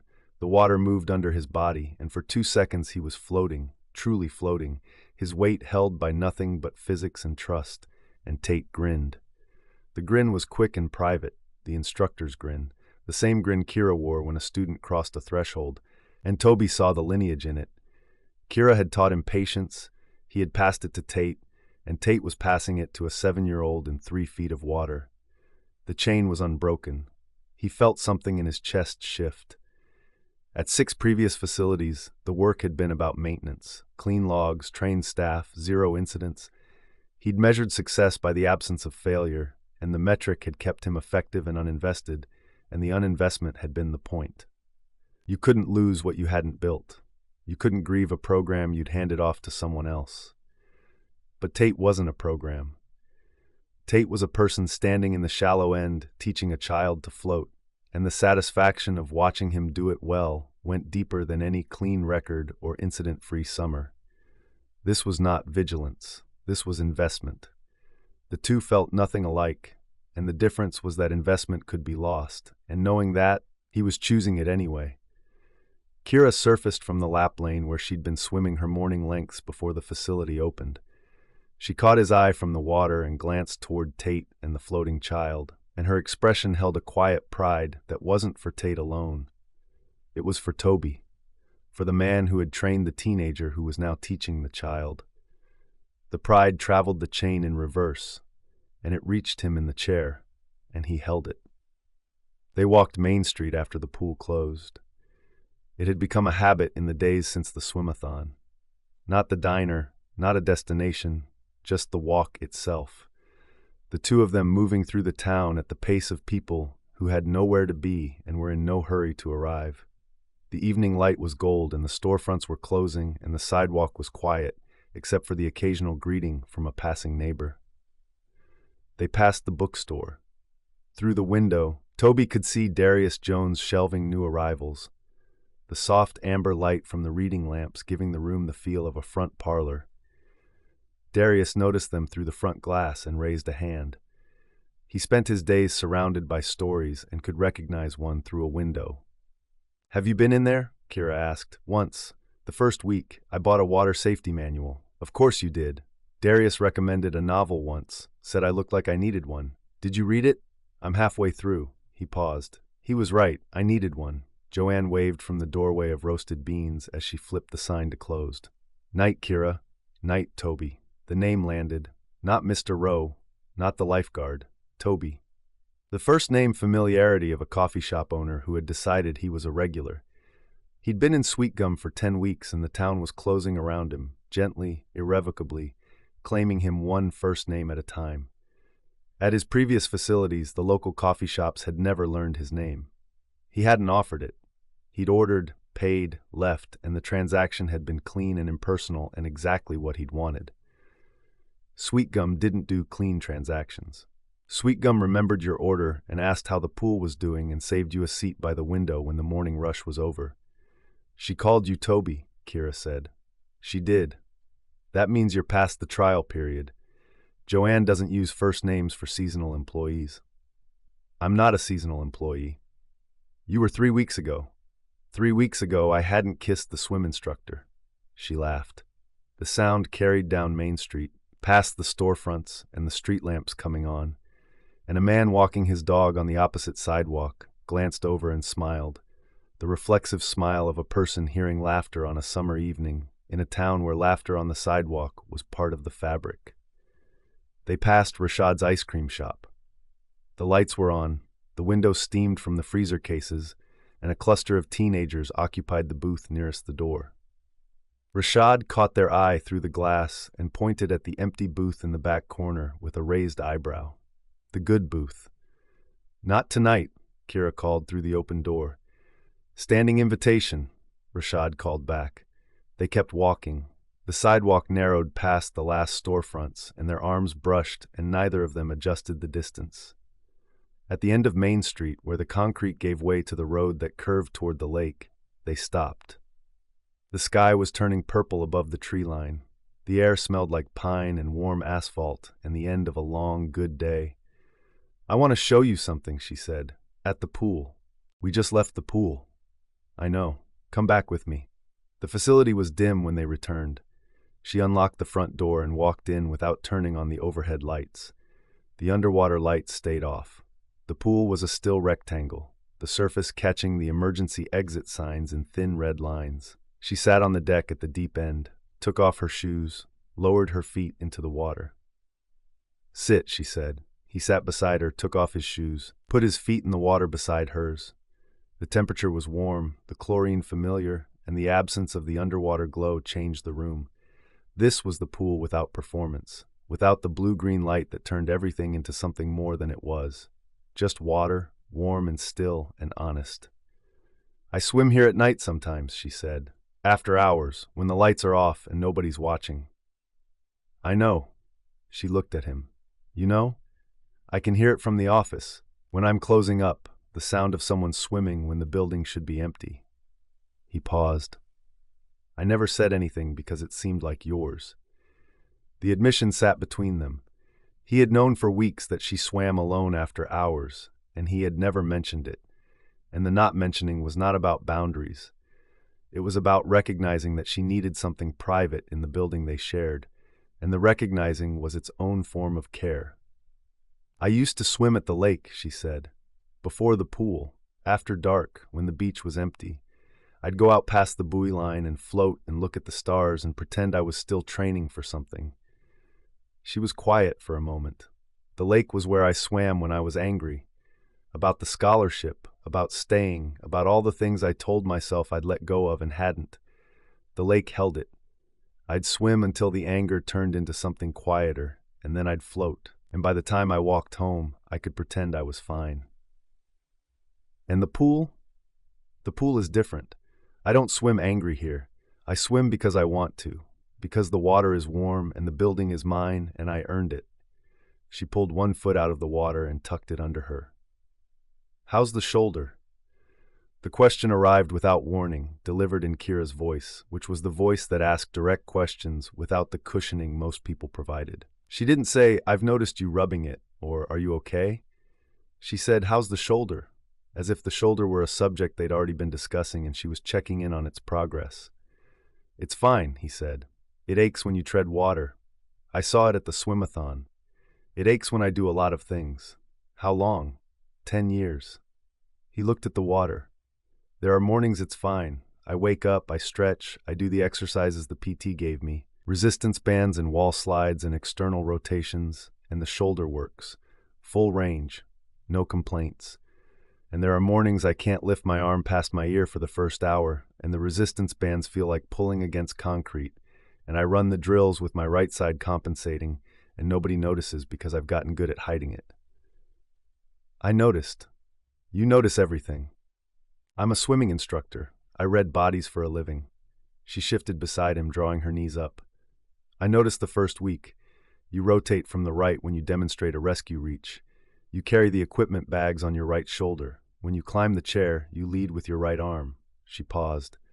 "I kept it to myself. It wasn't mine to ask about. And now it is. Now I'm asking. When did it happen?" he told her.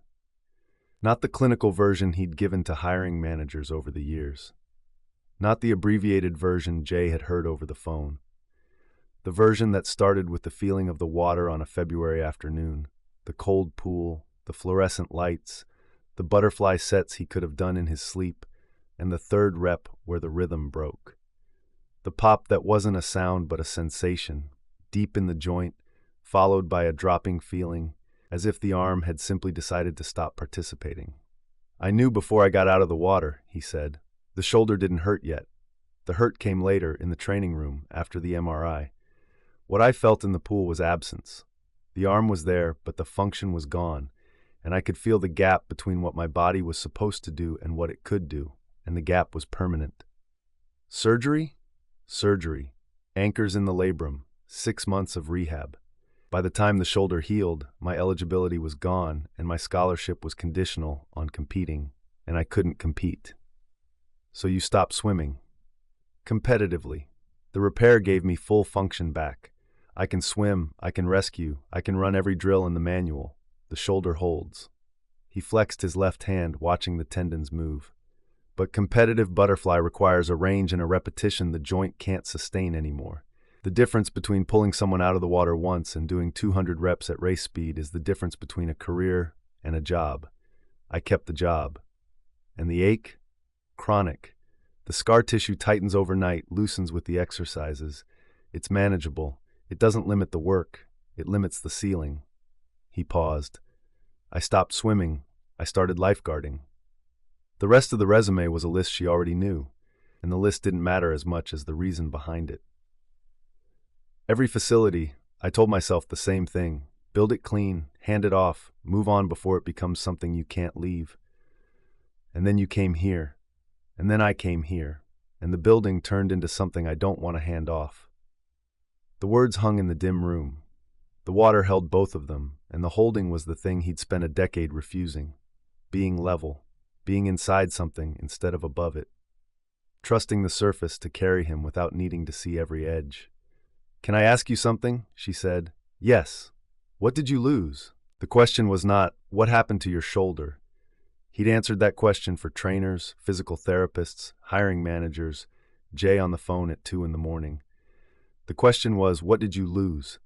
And nobody had ever asked it that way. And the difference between the two questions was the distance between a medical history and a life. He sat with it. The pool was quiet around them. The water moved against the tile, slow and even. And the slowness was the opposite of everything his body had been trained to do in water, and the opposite felt right. "The version of myself that believed I could commit to something permanent without it breaking," he said. The sentence came out whole, without revision, as if it had been sitting in the quiet waiting for the right question. She didn't respond immediately. She didn't gasp or offer comfort. She sat beside him and let the answer exist in the air between them. And the letting exist was the most generous response anyone had ever given him, because it meant the answer was allowed to be what it was without being fixed or explained or diminished. "I lost that too," she said, "for different reasons, but the same shape. Your scholarship, my father, my mother's health, even though she recovered." She was quiet for a moment. Her feet moved in the water, slow arcs that caught the red light from the exit sign. "Every time something permanent turned out not to be, I learned the same lesson. Don't count on things that can leave. Build, but build light. Build things you can let go of. That's why you stayed. That's why I stayed. And that's why I taught lake lessons instead of getting certified. And that's why I spent 4 years pushing for a pool instead of applying to programs. I kept building things that couldn't leave because they were rooted here, in this town, in this ground." She looked at him. "And then you showed up with your binders and your laminated folder, and you were the opposite of everything I'd built. You were seasonal, temporary, a contract. And now I'm sitting in a pool with no lights on next to someone who just told me the most honest thing anyone said to me in 10 years, and I'm terrified, and I'm not moving." She paused. "My best friend told me I have a pattern. Something good arrives and I start looking for the crack. I inspect it until I find the flaw, and then I use the flaw as proof that I never should have wanted it." "Did you find a crack?" "Several. You've been at 6 facilities. You've never stayed longer than 2 seasons. You keep your truck packed light.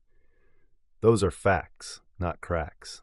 I know, that's what scares me. The facts are real and the cracks aren't, and I don't have evidence for the thing I'm afraid of, and I'm afraid of it anyway." She turned to face him. "Lenora says the cracks are always there. Everything has them. The question is whether I stop building. Are you going to stop?" "No." She said it without hesitation, and the lack of hesitation surprised them both. "No, I'm not going to stop." He looked at her. In the dim red light from the exit signs, her profile was calm and open and unburdened, and he understood that she had just told him the most important thing she could tell him. "I know what it costs.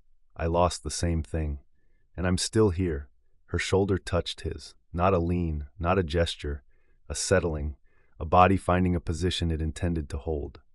The contact was warm through the fabric of his shirt, and the warmth was steady, and the steadiness was the answer to every question he'd been carrying since February of his junior year.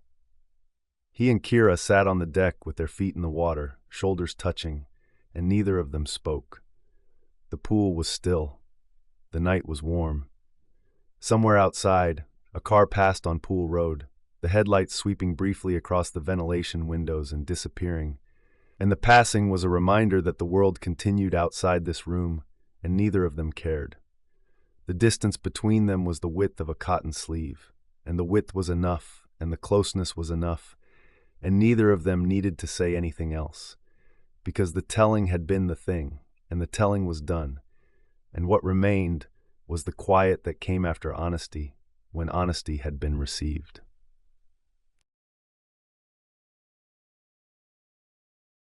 Chapter 15. The afternoon lessons ran long. She was in the water with her 3 o'clock group, 6 kids working on freestyle breathing, and the session had stretched past its usual 45 minutes because 2 of the children were finally getting the timing right. Heads turning on the exhale, mouths clearing the surface, the coordination clicking into place after weeks of swallowed water and frustrated faces. She couldn't stop them when it was clicking. She'd never been able to stop a lesson when it was clicking. Tobias was on the deck, not in the chair. He'd come down to help with a kickboard adjustment 10 minutes ago and hadn't gone back up because one of the children had asked him to demonstrate the arm entry, and he'd knelt at the pool's edge and reached his right arm into the water and shown the angle. And now he was kneeling 3 feet from where Kira stood, chest deep, coaching the same child through the motion. "Like this?" the child asked, slicing his hand into the surface. "Flatter," Tobias said. "Fingers together. Let the water open for you instead of punching through it." The child tried again. Better. Tobias reached into the water to adjust the angle of the child's wrist, and his forearm brushed Kira's arm underwater. The contact unexpected and warm, skin against skin in the chlorinated warmth, and neither of them moved away. The touch lasted 3 seconds. The child corrected his wrist. Tobias pulled his arm back. 3 seconds. And the 3 seconds sat in her body for the rest of the afternoon, humming in the place where his skin had touched hers, and the humming did not fade.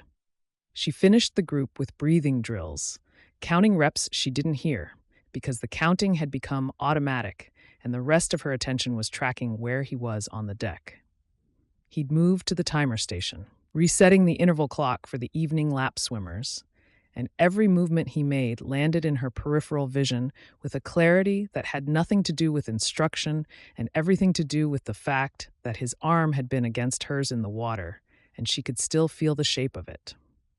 From the bleachers, Mrs. Zhang applauded each cool-down lap as if it were an Olympic final, which the kids had stopped finding embarrassing sometime in July.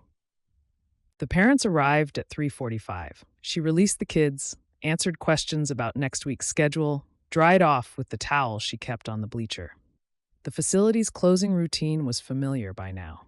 Chemical check, equipment stow, sign-in sheet filed. They moved through it in the coordinated silence of 2 people who knew the building's rhythms so completely that the work required no discussion. She stood at the equipment wall, sorting kickboards by size, and felt him behind her before she heard him, the displacement of air that came from someone standing close enough to reach, but choosing not to.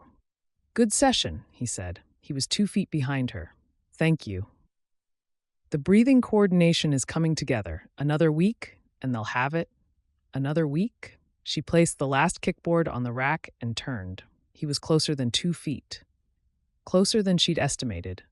And the miscalculation put her face level with his collarbone, and she could smell chlorine and sunscreen and the laundry detergent on his staff polo, and the combination of ordinary scents landed in her chest with a weight that was not ordinary at all.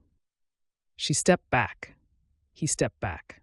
The equipment wall was between them and the empty pool, and the pool was closing in 15 minutes, and the last families were gathering towels on the bleachers.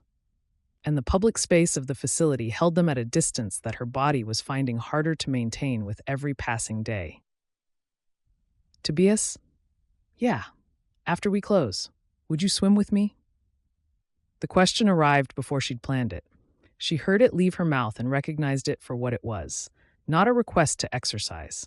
A request to be in the water together, without the deck between them, without the chair, without the distance that kept him above and her below. To be level. His expression shifted. The surface held, but underneath it she could see the calculation, the risk assessment, the part of him that weighed every entry against the possibility of loss. Swimming was the thing he'd given up, the thing the shoulder had taken. She was asking him to do it again, with her, in the building they shared, and the asking was not casual. "Yes," he said. The facility emptied. Tate left at 6, stopping at the desk to update the training log he'd started keeping on his own.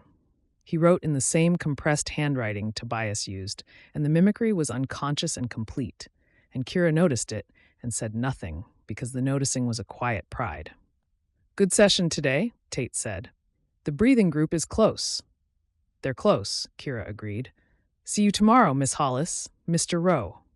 He nodded at both of them, a nod that gave the place the same respect going out as coming in, and pushed through the glass door. The last family collected their bags from the bleachers. Kira locked the front desk. Tobias locked the office. The overhead lights went off, section by section, until only the underwater lights remained, turning the pool into a glowing rectangle in the dim room. She stood in the staff bathroom and looked at her reflection in the small mirror above the sink. The lesson suit hung on the hook behind the door. Her training suit was in her bag, the one she wore for her after-hours laps, the one nobody saw. She'd been swimming alone in this pool for weeks. Tonight she was inviting someone into that space, and the space would change because of it. And the changing meant she was choosing to give up something private in exchange for something shared. And the exchange was worth it. She changed into the training suit, came out, walked through the dim facility toward the pool. The difference from the lesson suit was minor. Same cut, different color, no facility logo. But the difference was enormous, because the training suit was hers and the lesson suit was the job, and what she was about to do was not the job. He was at the shallow end. He'd changed too. Swim trunks, no shirt. She saw his shoulder for the first time without the polo covering it, and the scars were there. 3 small marks along the front and side of the joint, healed and faded but visible. The topography of a shoulder that had been opened from the inside and rebuilt. The scars were small. They sat in the contour of the deltoid like punctuation marks in a sentence the shoulder had written 10 years ago. And the visibility of them, the fact that he was standing in front of her with the evidence of his breaking unhidden, was an act of trust she received without speaking. She walked to the shallow end, stood at the top step. The water lapped at the tile, lit blue-green from below, and the pool that had held thousands of people all summer was empty now, except for the 2 of them and the invitation she'd made and he'd accepted.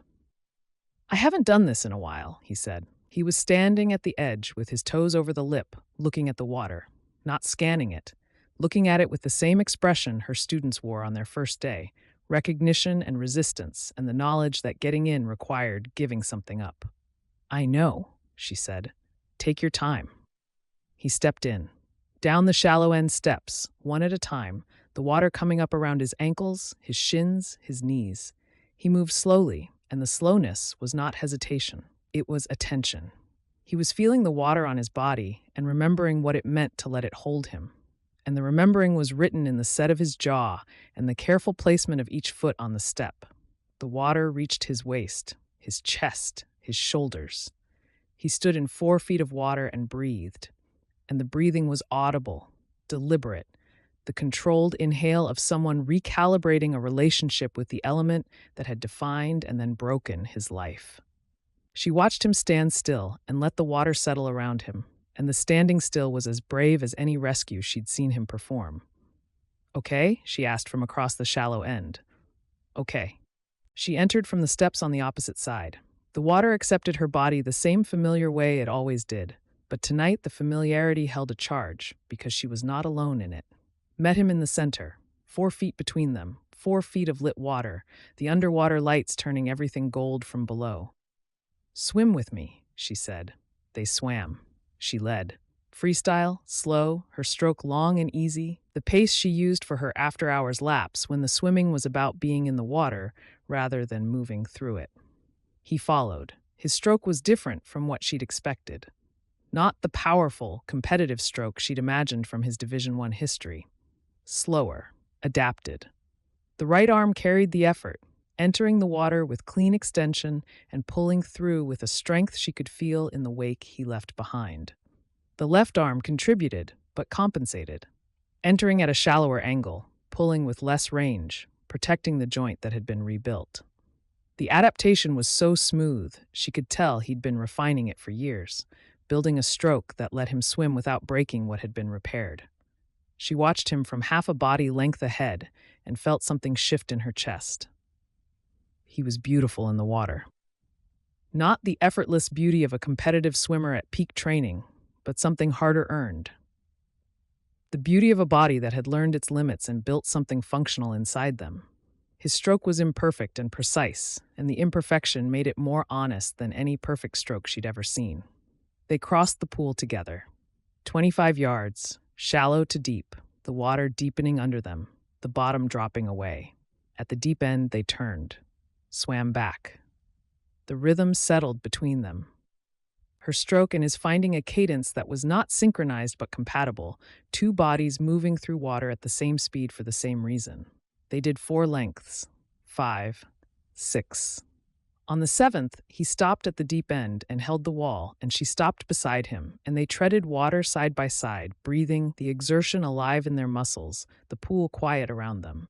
"How's the shoulder?" she asked. "It held. You adapted your stroke. Years ago, the left arm does about 60% of what it used to. The right compensates. I could see it. The adaptation is clean. You've been working on it. I swim in hotel pools sometimes, when I'm between facilities. Never more than a few laps. Never with anyone watching. I'm watching. I know." He looked at her. The water moved between them, small currents from their treading, and the currents touched her body and his, and the touching was indirect and constant and alive. That's why I said yes. The honesty went through her. She held the wall and looked at him in the underwater light, his face close enough that she could see the water on his jaw and the line of his scar below the surface. The expression he wore had no distance in it, no calculation, no protective layer. The word that came to her was not unguarded or open, but something she didn't have a word for. The face of someone who had stopped performing himself and was simply present. She wanted him. The wanting had been building since the first planning session, since the laugh in the parking lot, since the kiss on the deck. But the wanting in the water was different.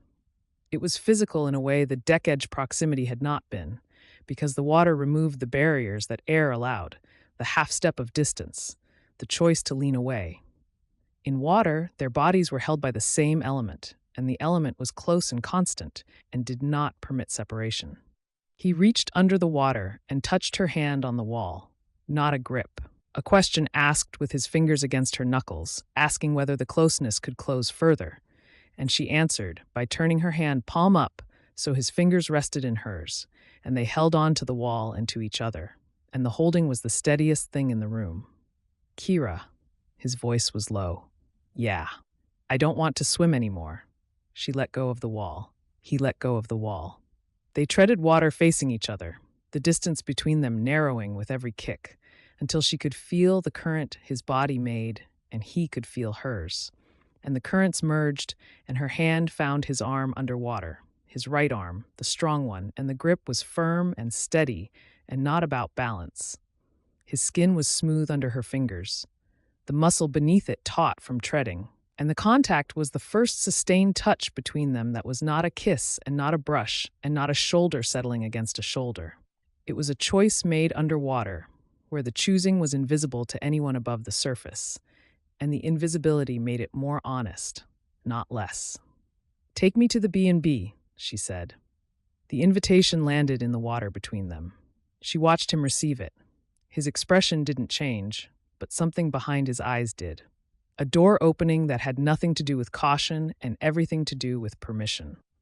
"Are you sure?" "I'm sure."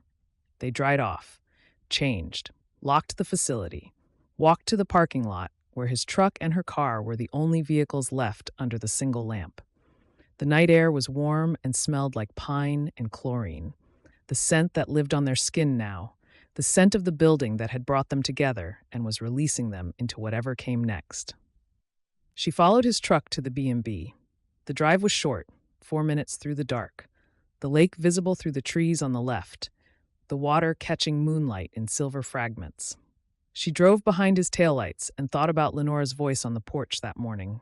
Be scared and hold on anyway." She was scared. The scared was part of it. The scared did not make her slow down or turn around or pull into her own driveway. The scared made the driving deliberate, and the deliberateness was the bravest thing she'd done since the first time she told a child the water would hold them. The B&B was lit from the porch, the soft yellow glow of a house that had been welcoming people for decades. The willow pond was visible beyond the gravel parking area, the trees dark against the sky, the water still. He parked. She parked beside him. They walked to the porch together, unhurried, each step a choice, and the choosing held the same quality as the second kiss. Not adrenaline, not argument, a decision made in full awareness of what it meant. The porch swing moved gently in the evening breeze, empty, the chains creaking. The sound was domestic and familiar, a B&B sound, the kind of sound that belonged to a house where people came to rest and find perspective. And she was here, and the rest she needed was beside her. And the perspective was that she deserved this, and the deserving did not require proof. At the porch door, he turned to her. The porch light was on his face, and his hair was still damp from the pool. And his expression held nothing she needed to interpret or decode, just him. The man she'd spent the summer learning to read, standing in front of her with nothing left to read because every page was visible. "Good night, Rochelle," he called through the screen door, and somewhere inside the house, Rochelle's voice came back, warm and unsurprised. "Good night, babies." He held the door open. She walked through. The B&B smelled like wood polish and lavender, and the lake, and the hallway was quiet, and the stairs led up, and she climbed them beside him, and his hand found hers on the banister, and the grip was warm and sure, and she did not let go. Chapter 16. The room was at the end of the hallway. He'd been staying in it for 10 weeks. The Lakeview room, the one Benjamin kept for guests who needed perspective. He'd hung his bag on the hook behind the door. He'd set his shoes by the window. He'd slept in the bed and stared at the ceiling and done his shoulder exercises on the floor beside the dresser every morning, and the space had been something he occupied without inhabiting, as he'd occupied rooms at 6 previous facilities, temporarily, efficiently, with nothing on the walls. Tonight the space looked different, not because anything in it had changed, because he was bringing someone into it, and the bringing in was an act of revelation, because the spare walls and the orderly closet and the resistance bands coiled on the dresser told a story he hadn't told in words. This is how I live. This is how little I put down. This is what it looks like to keep a life light enough to carry out the door. He unlocked the door, pushed it open, held it for her. She walked in. He watched her take in the space, the bed against the far wall, the window with the view, the dresser, the closet door half open, the shirts hung in a row.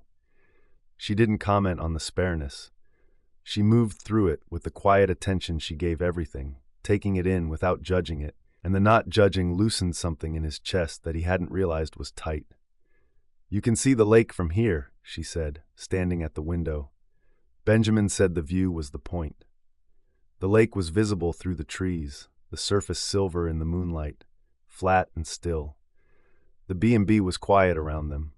Rochelle's voice had been the last sound in the house, and the silence that followed was not the pool's silence, mechanical and chlorinated. This was wood and fabric and the water breathing through the open screen, and it held a privacy the pool had never offered.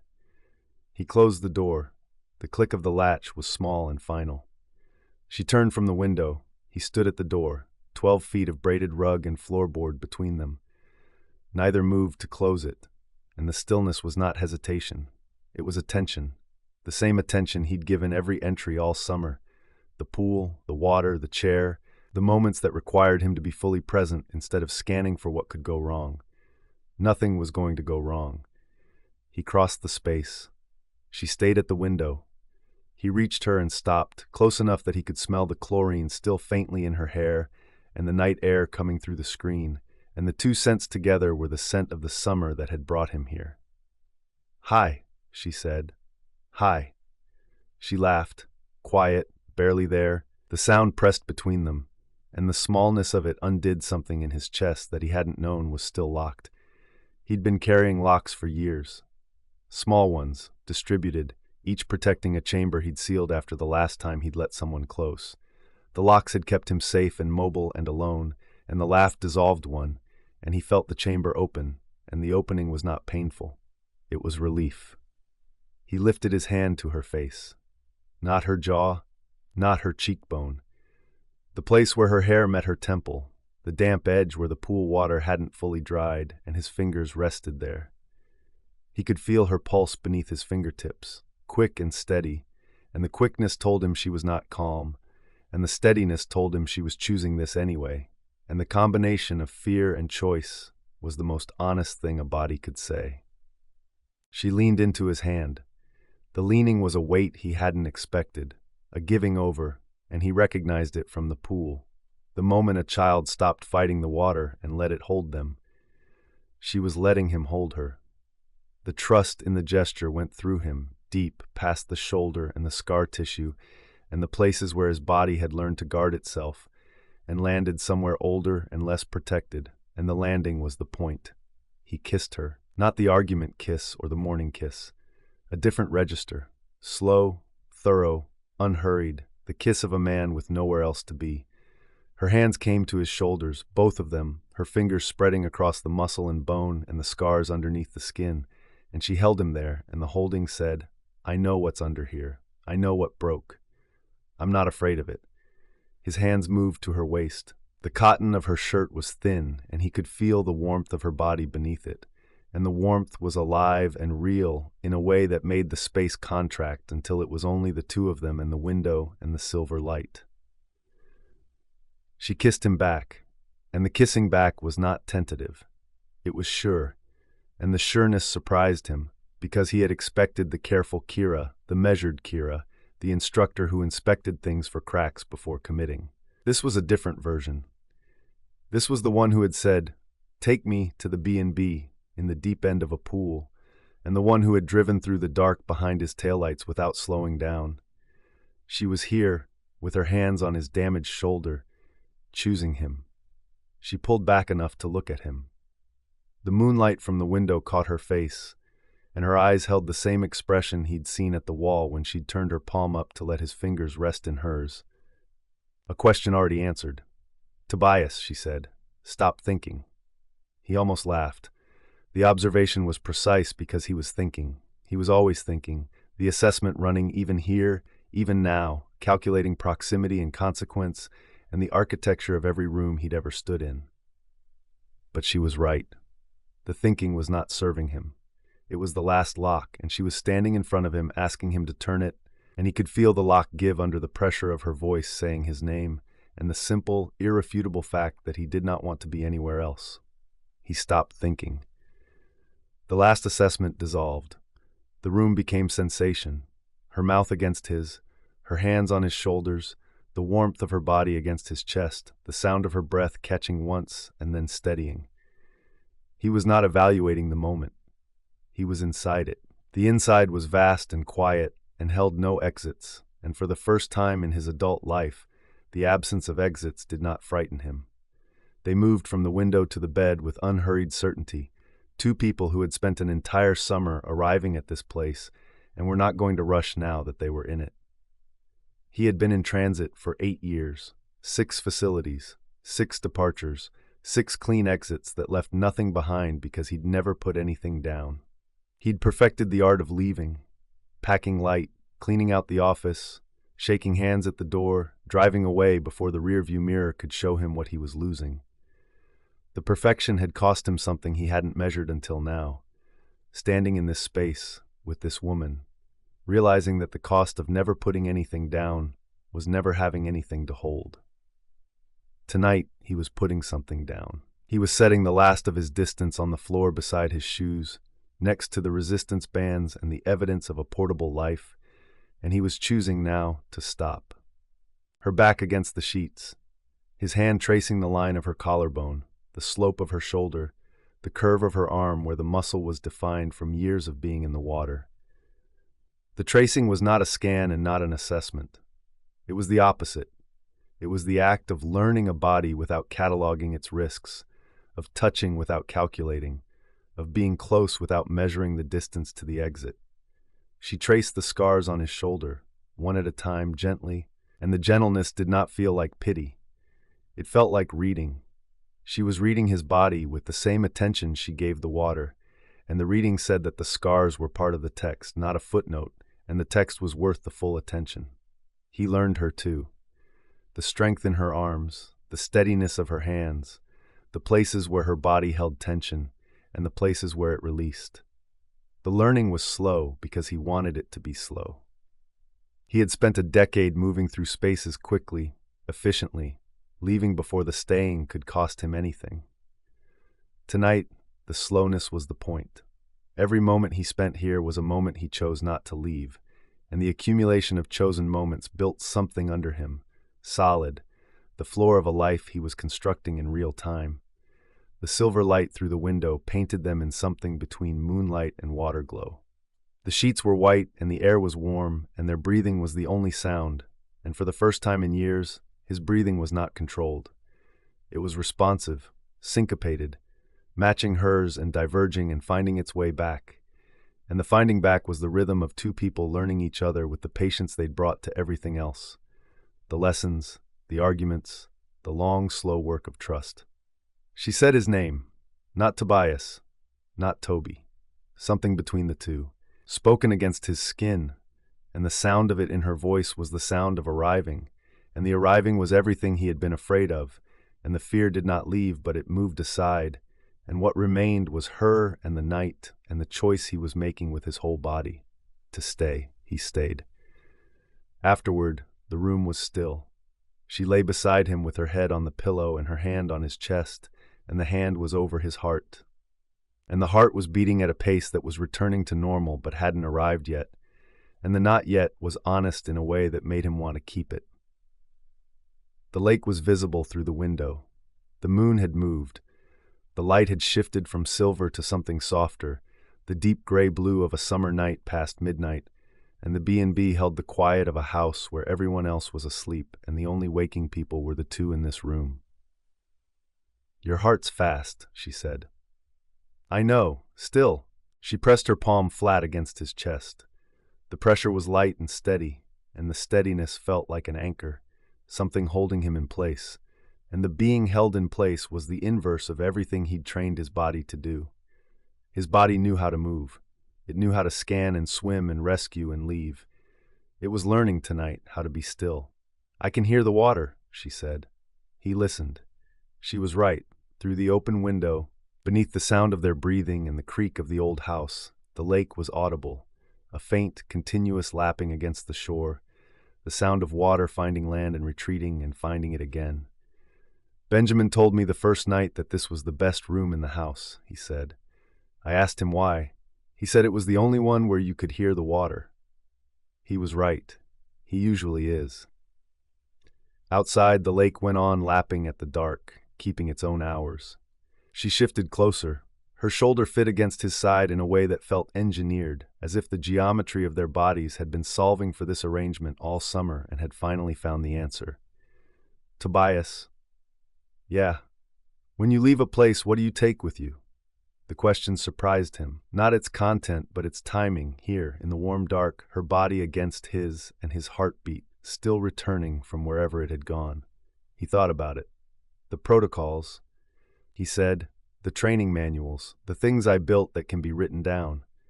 And the things that can't, I leave those." She was quiet for a moment. Her finger traced a slow line along his collarbone. "Don't leave those this time," she said. The sentence was simple and carried everything. He turned his head on the pillow to look at her, and her eyes were steady and unafraid, and the request was not about protocols or manuals or anything that could be written down. She was asking him to take her with him if he went, and in the asking, she was also telling him she knew he wasn't going. "I won't," he said. "Good." They lay in the quiet. The house creaked around them, the old bones of a building that had been holding people for longer than either of them had been alive. Through the window, the trees shifted in a breeze he couldn't feel, and the shadows moved across the ceiling in slow, unreadable patterns. She was quiet for a long moment. Then, softly, "Thank you for swimming with me tonight." The gratitude caught him. Not because it was unexpected, but because it reached past everything that had happened since the pool, past the drive and the porch and the stairs and this bed, and landed on the thing that had mattered most.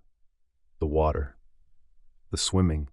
The act of entering the element that had once broken him, with her beside him, and discovering that the element held. "Thank you for asking," he said. She shifted, settling deeper against his side, and he could feel the change in the weight of her body against his, the muscles releasing, the vigilance going quiet. "Are you okay?" she asked, the words softer now, half dissolved. "Yeah." He pressed his mouth against her hair. The chlorine was faint, underneath it the warm human scent of her. "I'm good. I'm really good." The word good sat between them, simple and enormous, and he let it sit. He didn't qualify it or contextualize it or evaluate it for risk. He let it be what it was. A word spoken in a bed where the water was audible and the night was soft and neither of them was going anywhere. Her breathing deepened, settled, the rhythm of someone crossing from waking into sleep. He listened to the shift and felt the trust in it, because falling asleep beside someone was its own kind of surrender, a release of alertness, and she was releasing it without hesitation. She trusted him enough to sleep. The thought landed with a tenderness that took him by surprise, because he had received trust in professional forms for years. The trust of employers and colleagues and parents who left their children in his care, and none of it had felt like this. This was personal trust, the kind you couldn't put in a protocol binder. He lay beside her and listened to her breathing and the house settling and the faint lapping through the window. The sounds were the sounds of a life that was not portable, and the not portable was not a threat. It was a home. The word arrived without effort, without qualification, and he let it stand. He looked at her in the dim light. Her face was calm. Her hand was still against his chest. Her hair had dried against the pillow, and the smell of the pool and the summer and the work they'd done together clung to it. Tomorrow they would go back to the facility. They would run the chemical check, open the gates, teach the lessons, guard the water. The work would continue. But the work would be different now, because the people doing it would be different. And the difference was this night and this bed, and the woman sleeping beside him, who had asked him to swim and then asked him to stay, and he had said yes to both. He was staying. The decision had already been made. It had happened everywhere, all summer, one small choice at a time. And tonight was simply the moment he stopped pretending he hadn't already chosen. He closed his eyes slowly. The old B&B held them. Kira breathed beside him, steady and real, and he slept. Chapter 17. Mrs. Zhang, the noodles are going to fall in the pool. They have never fallen, not once. There's a first time for everything. There is not. Mrs. Zhang adjusted her cooler and resettled in her folding chair at the pool's edge. Her track record was unblemished, and her calm authority on the subject was total. The sesame noodles stayed where they were. The open swim hour was at its loudest. 3:30 on a Wednesday afternoon in early August, the facility holding more bodies than it had held since the swimathon. Kids churned the shallow end into foam. Parents lined the bleachers, phones out, conversations overlapping. Rochelle's water aerobics group occupied Lane 1, having migrated from their dedicated Tuesday-Thursday slot into a Wednesday encore that nobody had approved and nobody was going to challenge. Gerald sat at the edge of Lane 4 with his stopwatch and a legal pad, timing his own rest intervals between sets because Gerald did not do anything without data.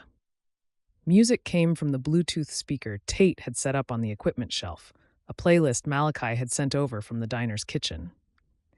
Amy's influence was audible in the jazz underneath the pop, the kind of curation that happened when a chef controlled the aux cord. The sound mixed with the splashing and the voices and the occasional whistle blast from Tate on the deck, who had earned the authority to issue courtesy reminders about running and was using it with the judicious restraint of a guard who understood that the whistle was a tool, not a personality. Rashad Brown had stopped by with a cooler of ice cream sandwiches, which he was distributing to anyone under 12 from a folding table near the entrance. Dorothy was at the pledge table, which she'd converted into a community sign-up station for fall swimming lessons. The banana bread replaced by a clipboard and a pen, and the same organized warmth she'd brought to every event since the pool opened. She caught Kira's eye across the deck and waved, and the wave carried the easy pride of a mother watching her daughter stand in the center of the life she'd built. Kira was in the water. She was at the shallow end, coaching a parent through a comfort hold with a toddler. The parent was nervous. The toddler was not. The toddler was slapping the water with both hands and laughing, and the laughter was the sound the pool was supposed to make during the open swim hour, and the sound was exactly what Kira had spent 4 years and 100 town meetings fighting to protect. She looked up. Tobias was in the chair. He'd been in the chair all afternoon. His scan ran its circuit. The focused sweep she knew by heart. Shallow end to transition zone, to deep end, to deck, to shallow end. 30 seconds per rotation. She knew the timing because she'd counted it all summer, and the counting had started as annoyance and become admiration, and was now something closer to comfort. He was watching. He was always watching. And the watching kept the water safe while she kept it joyful, and the division was theirs, and the division worked. She turned back to the parent, adjusted the hold, showed the arm position that would support the toddler's chest while allowing independent kicking. The parent tried it. The toddler kicked, water sprayed the parent's face, and the parent laughed, and the laugh was the second best sound in the pool. She heard the whistle, not Tate's courtesy whistle. Not the short, clipped blast that meant slow down or stop running. A different sound. 3 sharp bursts. The emergency signal, and the sound cut through the music and the splashing and the voices and landed in Kira's body before her brain had time to process what it meant. She turned. Tobias was not in the chair. The chair was empty. He was in the water. He was at the transition zone between the shallow and deep ends. The place where the floor dropped from 4 feet to 8 in a 10-foot span, and he had a child under the arms, and he was lifting the child out of the water, and the child was not making noise. The silence was wrong. Children in trouble thrashed and screamed. Children who had gone past trouble went quiet. The quiet was the thing every training manual warned about, the thing Kira had taught in every safety briefing she'd ever given. The thing she should have seen because she was in the water. She was right there. She was the instructor who had spent 12 years reading the surface of the water for exactly this, and she had not seen it. Tobias had.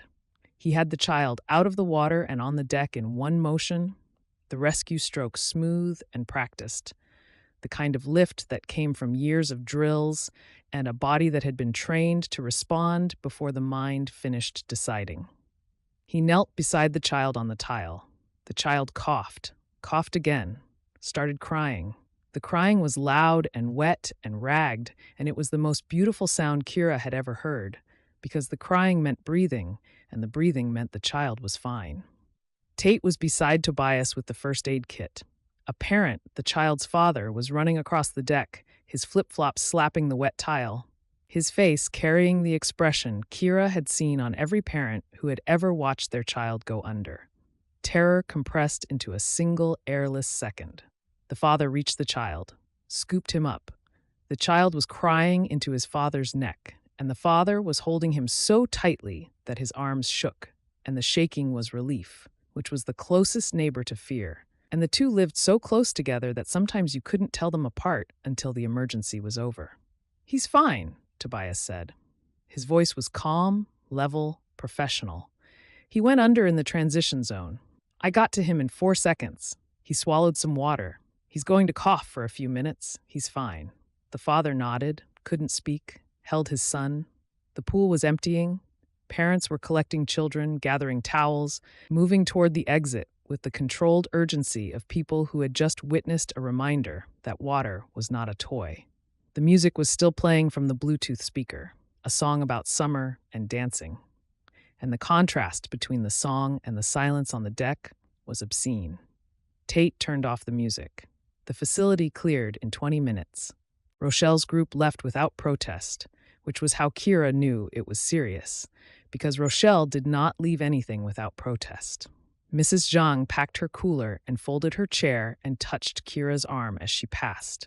A single press of fingers that said everything Mrs. Zhang was not going to say out loud. Gerald took his legal pad and his stopwatch and walked out without looking back. Because Gerald understood that data was not appropriate for every moment, and this was one of them. The father carried his son to the parking lot.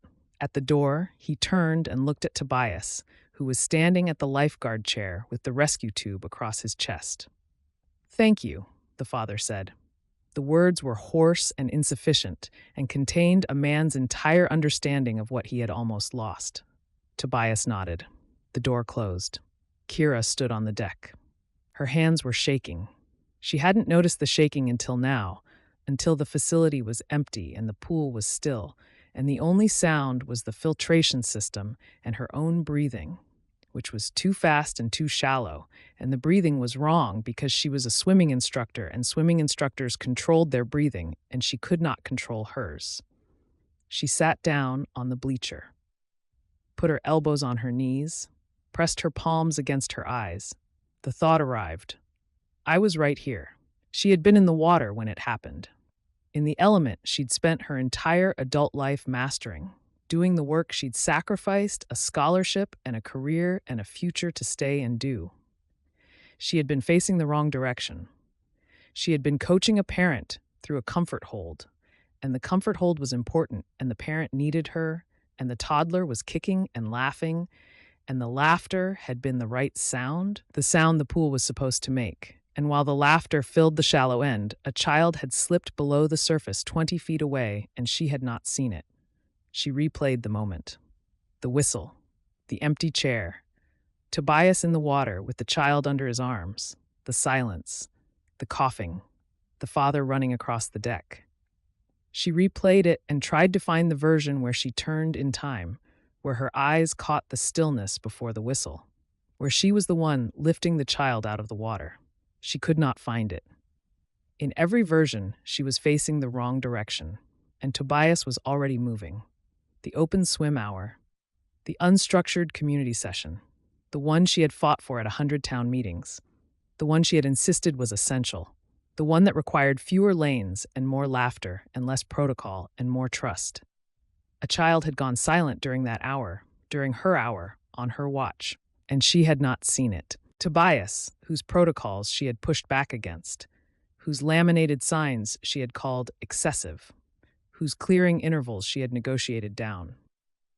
Tobias, sitting in the chair she had spent 2 weeks resenting, running the scan she had dismissed, watching the water with the focused, relentless attention she had spent the opening days of the summer calling rigid, had seen the stillness and had been in the water before her body finished turning around. His system had caught what her philosophy had missed.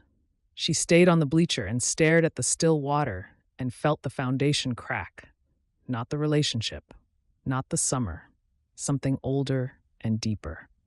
The belief that had carried her for 11 years, through the scholarship and the staying and the lake lessons and the advocacy, the belief that she had given up her future because she was needed here, because she could do this, because the sacrifice had purchased a competence that justified the cost. What if the competence was not enough? What if she had stayed and given up the swimming and built this life around caring for other people's children in the water, and she was not good enough to keep them safe? The thought was a fissure. She could feel it running through the bedrock, the crack widening with every replay of the moment she should have turned. 11 years of building, and the building had a crack, and Lenora's voice was in her head saying, everything has cracks, but Lenora had been talking about love and self-sabotage, not about a child who went silent in 4 feet of water while Kira stood nearby, teaching someone else's baby to kick. Kira! She looked up. Tobias was standing in front of her. He'd set the rescue tube down. His shirt was wet. His hair was wet. His expression was controlled and calm, and holding something underneath the calm that she couldn't read, something she'd never seen before, something that looked like the mirror of what she was feeling. Not relief, not professional satisfaction. Fear. The fear of someone who had done the right thing at the right time and was already counting the fraction of a second between the child's silence and his response, and wondering if the fraction had been too long. The child is fine, he said. I know. The rescue was clean, no aspiration, no loss of consciousness. He went under for less than 5 seconds. I know. Kira. He knelt in front of the bleacher. His face was level with hers. You couldn't have seen it from where you were. You were facing the other direction. I should have been watching the drop-off. You were teaching. You were in the shallow end with a parent and a toddler.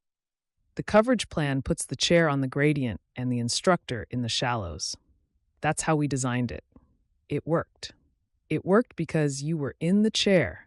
That's what the chair is for. She looked at him. His eyes were steady, and his voice was measured, and his hands, resting on his knees in front of the bleacher, were still. Completely still. The stillness was Tobias at his most controlled, and the control was real, and it was also a shell, and underneath the shell was the same shaking she was feeling, and he was holding it together because one of them had to, and he had decided it was going to be him. "The boy is fine," he said again. "Stop saying he's fine." The sharpness in her voice surprised them both. She watched him absorb it, watched the flinch travel through his jaw and settle into stillness again, and the guilt for snapping at the person who had just saved a child's life landed on top of the guilt she was already carrying, and the combined weight was almost more than the bleacher could hold. "I'm sorry," she said. "I didn't mean that. I know. I'm not angry at you. I'm angry at myself. You have no reason to be." "I have every reason." She pressed her palms against her thighs to stop the shaking. "I was in the water, Tobias. I was in the water, 20 feet from a child who was drowning, and I didn't see it. I'm the person who's supposed to see it. I'm the person who gave up everything to be the person who sees it, and I was looking at the wrong end of the pool." He didn't answer immediately. The pool was quiet. The filtration hummed. The afternoon light came through the ventilation windows at a low, tired angle, and the facility felt empty in a way it hadn't felt since the first week, when the pool was new and the community hadn't arrived yet. "Coverage is shared," he said. "No single person covers every angle. That's why there are two of us. That's why Tate is on the deck. That's why the plan exists. I know how coverage works. Then you know you didn't fail. The system held. The system held because of you, not because of me." He was quiet for a long moment. Then he stood, reached for the rescue tube, and slung it over his shoulder. "Go home," he said gently. "I'll close up. I'll file the incident report. You don't need to be here for that. I should help. You should go home." His voice was careful and kind, and she could hear the effort underneath, the sound of someone holding his own reaction at arm's length, because if he let it close, he would fall apart too, and the facility needed one of them standing. "Dorothy will want to see you." She didn't argue. She stood, collected her bag, walked to the glass door. At the exit, she turned back. He was standing at the bleacher where she'd been sitting, his hand on the aluminum rail, and his expression had shifted. The professional calm was gone. What replaced it was raw and tired, and carrying the weight of a rescue that had been clean and fast and successful, and was going to cost them both anyway, because the rescue had proved that the system worked, and the system required the chair, and the chair required distance, and the distance was the thing they'd spent the last 3 weeks dissolving, and the dissolving might be the problem. And if the dissolving was the problem, then everything they'd built since the swimathon was the problem. And Kira could see that thought forming behind his eyes, even before he knew it was there. She pushed through the door and walked to her car and sat behind the wheel and did not start the engine for a long time. The parking lot was empty.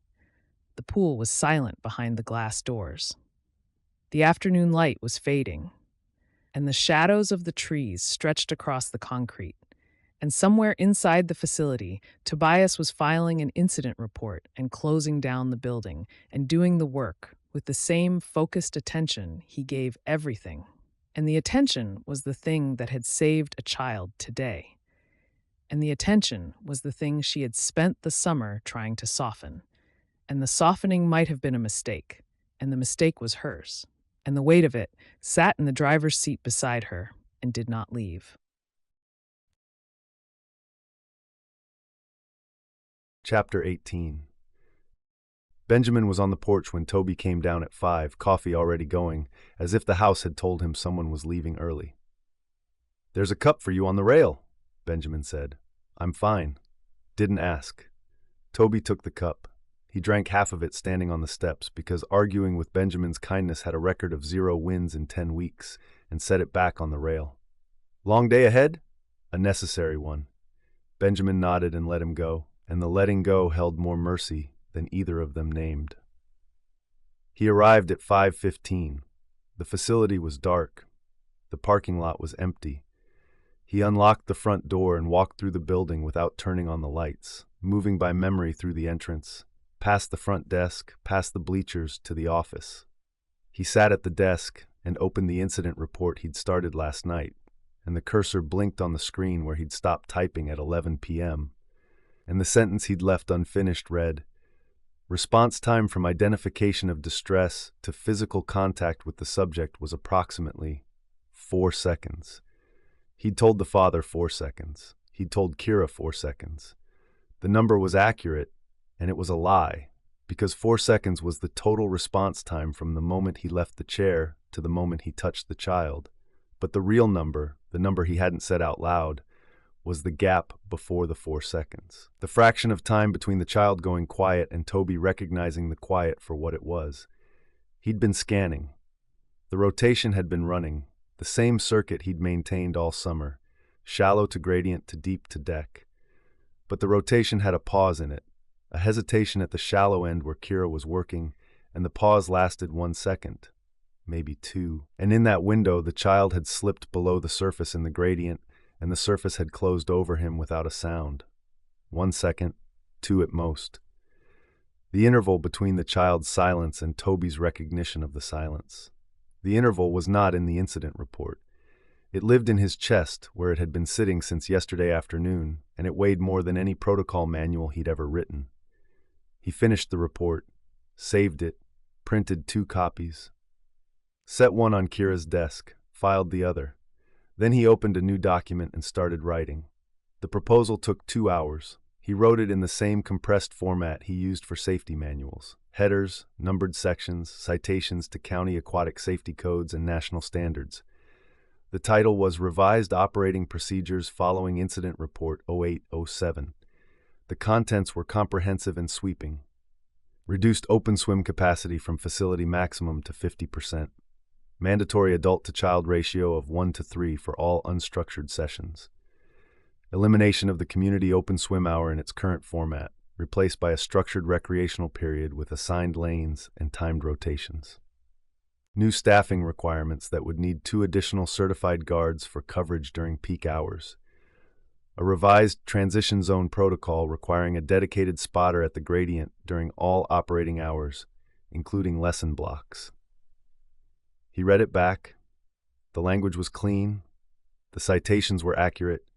The recommendations were grounded in industry standards and the incident report's findings, and every one of them could be defended in a board review. The document was thorough, and it would effectively dismantle every piece of communal programming Kira had built into the pool since opening day.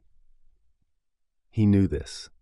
He could see it on the page, could see the open swim hour shrinking into a lane assignment system, could see every piece of informal community life that had grown around the pool since opening day, replaced by rotations and the controlled quiet of a facility run on prevention instead of trust. He saved the document. He did not print it or send it.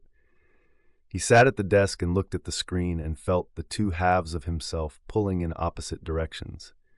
The half that had been in the water with a silent child under his arms, and the half that had been on the B&B porch listening to Rochelle say, "Good night, babies," while Kira climbed the stairs beside him.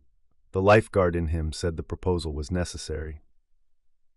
The child had gone under during an unstructured hour with more bodies than sightlines. The gradient had been unsupervised for 1 second because the chair's rotation included a pause that should not have existed. The pause was personal, not procedural. The proposal eliminated the conditions that allowed it: fewer people, more structure, another body in the coverage plan. The logic was clean. The rest of him could see what the logic would destroy. Rochelle's unauthorized Wednesday aerobics, Gerald's self-timed rest intervals, Mrs. Zhang's folding chair at the pool's edge, Tate's playlist, Dorothy's sign-up station, the toddler slapping the water and laughing. The community that had spent 3 months learning to treat this pool as theirs would arrive on a Monday to find lane assignments and capacity limits and a system that turned gathering into attendance. And the gathering was what Kira had spent 4 years building, and he was about to dismantle it because a child went quiet for less than 5 seconds while he was looking at her instead of the water. He closed the laptop. Tate arrived at 6:30. He was early. His usual time was 7, but he came through the door 30 minutes ahead of schedule with his bag over his shoulder and the careful posture of a bad night carried into morning. "Morning, Mr. Rowe." "Morning." Toby was at the chemical station running the first test of the day. The pH was 7.4. The chlorine was 2.0 parts per million. The numbers were within range. Everything was within range. The pool was safe. The facility was safe. The numbers confirmed it, and the confirmation did not help. Tate set his bag on the deck and started the morning opening routine. Lane ropes out, kickboards racked, sign-in sheet on the front desk. He moved through the tasks with the quiet competence he'd built all summer, the muscle memory of a guard who knew the building and respected it. "Tate." "Yes, sir." "The transition zone. What's your protocol for monitoring the gradient during open swim?" Tate paused. He'd been reaching for a kickboard on the upper rack, and his hand stopped mid-reach, and the stopping said he'd recognized a test. "Visual sweep every 15 seconds from the deck position," Tate said. "Priority scan on the gradient. If the chair is occupied, the deck guard focuses on the shallow end and the perimeter." "And yesterday?" The question landed on the deck between them. Tate lowered his hand. His expression was careful, the expression of a 16-year-old who had trained hard and performed well and could feel the ground shifting under a conversation he hadn't expected. "Yesterday I was on the deck," Tate said. "I was running the courtesy rotation. Music, perimeter, running checks." He paused. "I didn't see it either." "That's not what I'm asking." "What are you asking?" Toby stopped. He heard himself and recognized what he was doing. Pushing downward, transferring the weight of his own failure onto the youngest person in the building, a teenager who had brought the first aid kit to the deck in under 10 seconds, and had turned off the music when the silence became wrong, and had performed every task in his training without hesitation. Tate had not failed. Tate had done exactly what he'd been trained to do. The question Toby was asking was not about Tate's protocol. It was about his own, and the protocol had a gap in it, and the gap was 1 second of looking at Kira instead of the water, and the looking was the thing he could not say and could not stop thinking about. "Nothing," Toby said. "You did everything right yesterday. I'm reviewing procedures. That's all." Tate didn't respond immediately. He stood at the kickboard rack with his hand on the foam, and Toby could see him processing, could see the careful machinery of a 16-year-old mind weighing whether the retraction was genuine or whether the test had revealed a failure he hadn't been told about. "Mr. Rowe," Tate said. "The boy yesterday, he's okay?" "He's fine. His father called the facility last night. No follow-up needed." "Good." Tate nodded. Then quieter. "I keep thinking about it. The sound of the whistle. How fast you moved. I've been replaying it and trying to figure out where I should have been standing to see it sooner." The confession landed. Toby looked at the teenager and recognized the spiral, because the spiral was his, the same loop he'd been running since yesterday. The replay, the adjustment, the search for the fractional second where a different position or a faster reaction would have changed the outcome. Tate was doing what Toby had trained him to do. Tate was reviewing the incident for lessons, and the lesson Tate was drawing was the same lesson Toby was drawing, and the lesson was wrong, and Toby knew it was wrong because the system had worked and nobody had failed, and he could not stop himself from running the same wrong lesson through his own head on repeat. "You were exactly where you were supposed to be," Toby said. "The coverage plan held. Every person in that building did their job. Did you?" The question was not confrontational. It was sincere, the honest curiosity of a young guard asking his mentor whether the mentor was holding himself to the same standard he preached. Toby felt the answer form and dissolve in his throat. "Yes," he said. "The plan worked." Tate studied him for a moment, then went back to the kickboards. His movements loosened slightly. Toby watched him and felt the distance between what he'd just said and what he believed. And the distance was the same shape as the 1 second hesitation, and it was growing. Kira arrived at 6:45. She came through the glass door with her bag over her shoulder and a coffee in each hand. The same 2-cup arrival she'd started after the swimathon, his on the right, hers on the left. She set his coffee on the front desk beside the incident report copy. "Morning," she said. "Morning." She looked at him. He could see the assessment in her eyes, the careful read she was running on his posture, his voice, the distance between him and the desk. She was checking. He would have been checking too. "How are you?" she asked. "Fine. Reports on your desk." The deflection was immediate and audible. He heard it and she heard it, and the hearing was simultaneous, and neither of them named it. She picked up the report, read the header, set it down. "Did you sleep?" "Some. Tobias." "I slept." The sentence was clipped and final, and the finality was not directed at her. It was directed at the conversation itself, at the opening it represented, at the possibility that talking about how he felt would require him to say what he'd been carrying since yesterday. That the gap existed, that the gap was his fault, that the gap happened because his scan had a 1-second hesitation in it, and the hesitation was at the shallow end, and the shallow end was where she worked, and the looking was not professional. She reached across the desk and touched his hand. Her fingers rested on his knuckles, light, familiar, the same touch she'd used a dozen times in the last 3 weeks. Casual contact, the right to each other's skin long since earned. He didn't pull away. He didn't hold on. His hand stayed on the desk, under hers, inert, and the inertness was the cruelest thing he'd done to her since the summer began, because the hand that had held hers on the banister 3 nights ago was refusing to close, and the refusal was not about anger. It was about arithmetic. The math said he had been looking at her when he should have been looking at the water, and the looking had cost 1 second. And 1 second was the difference between a rescue and a drowning. And the drowning had not happened, but the 1 second had, and the 1 second was the proof that letting someone in was the same as letting the guard down, and letting the guard down was the thing his entire career had been built to prevent. She withdrew her hand. The withdrawal was quiet, without accusation, and the absence of accusation made it worse. "I'll be in the shallow end if you need me," she said. She walked to the deck. He watched her go. The space between them, which had been the width of a cotton sleeve at the B&B, was 15 feet of concrete and fluorescent light, and the distance was not growing. He was building it. The day passed in protocol. He stayed in the chair. He ran the scan.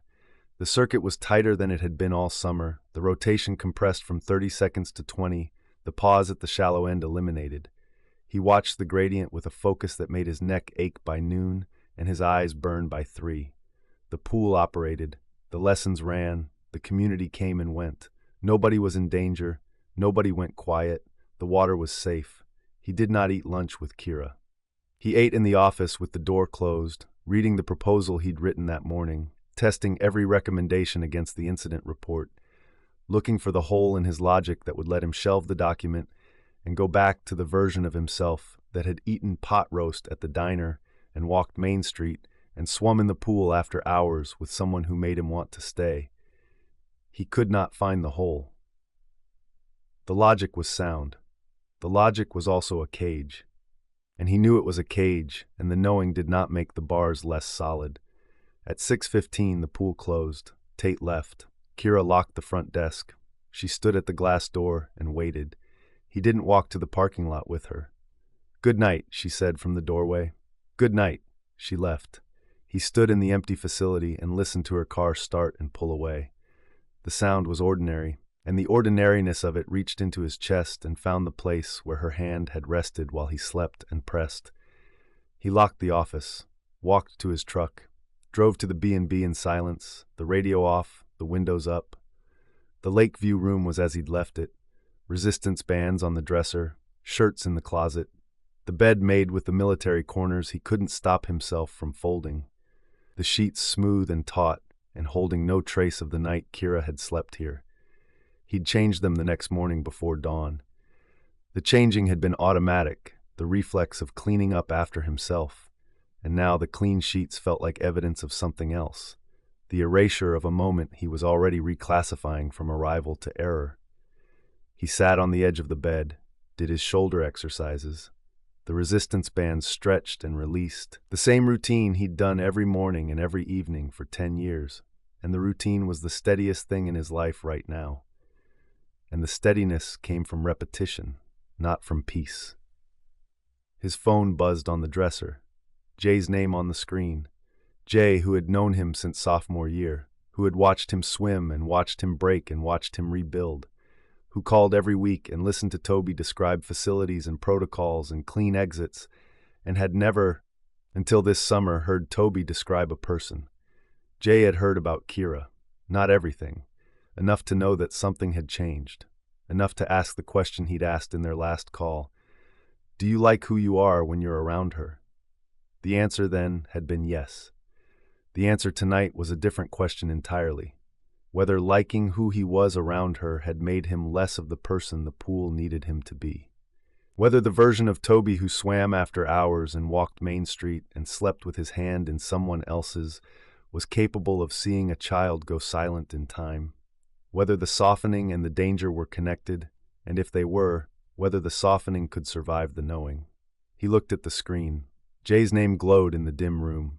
He set the phone on the dresser, face down. The buzzing stopped. The room was quiet. The lake was audible through the window. The same lapping he'd listened to 3 nights ago, with Kira's head on the pillow and her hand on his chest, and the belief that staying was possible. The lapping continued. He did not believe it anymore.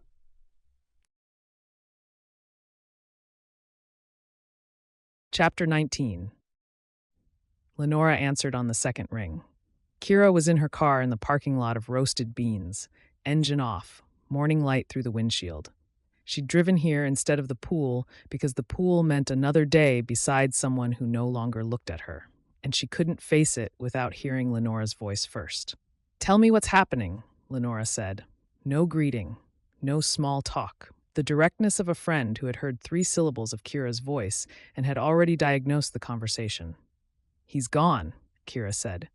"Gone how?" "He's still there. He shows up. He sits in the chair. He does the job. He's just not there for me anymore." "How long?"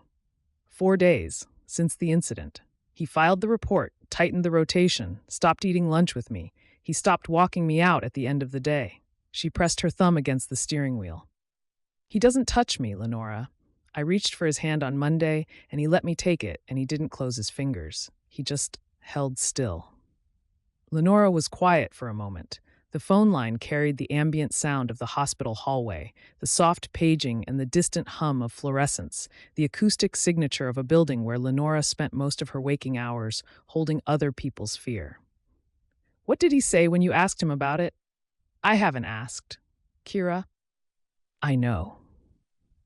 You've been carrying this for 4 days without asking him what's happening." "I know what's happening. He looked at me instead of the water, and a child went under, and now he's decided the looking was the problem." She could hear the sentence as she said it, could hear how clearly the architecture of his withdrawal mapped onto his wound, the wound she knew because he'd told her about it on the deck with his feet in the water. The version of myself that believed I could commit to something permanent without it breaking. The version was broken again, and she was the thing it had broken against. "Have you considered that you might be wrong about what he's thinking?" "I'm not wrong. I can see it. Every time his scan passes the shallow end, it doesn't hesitate. It used to hold for a breath. Not long. Just enough that I could feel it. Now it sweeps through without stopping. He trained himself out of looking at me. Or he trained himself into looking at the water." "That's the same thing." "It's not," Lenora said gently. "One is about you. The other is about the job. They might feel identical from where you're standing, but they're not the same sentence." Kira pressed her forehead against the steering wheel. The vinyl was warm from the sun, and the pressure felt grounding, felt real, felt like something solid in a week that had been nothing but fog. "Lenora, I'm scared. I know you are. Not of what he'll say, of what I'll do after he says it. I'll let him go. You know I will. I'll hear whatever he tells me, and I'll fold it into the story I've been telling myself since I was 17, the one where I don't get to keep things, and I'll walk away. And the walking will feel like the right choice, because the walking always feels like the right choice, and it won't be. It will be the same thing I always do, and I'll do it anyway." Lenora was quiet for a long moment. "Then don't," she said. "Don't fold it into the story. Listen to what he actually says, not what your wound hears." "I don't know how to do that."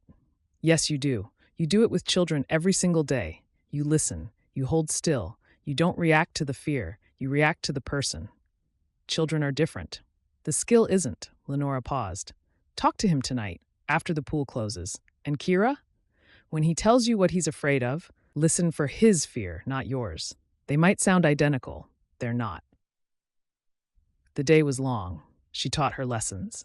She coached the breathing group, who had the timing now and were working on endurance, their small bodies cutting the surface with increasing confidence while she counted strokes from the pool's edge.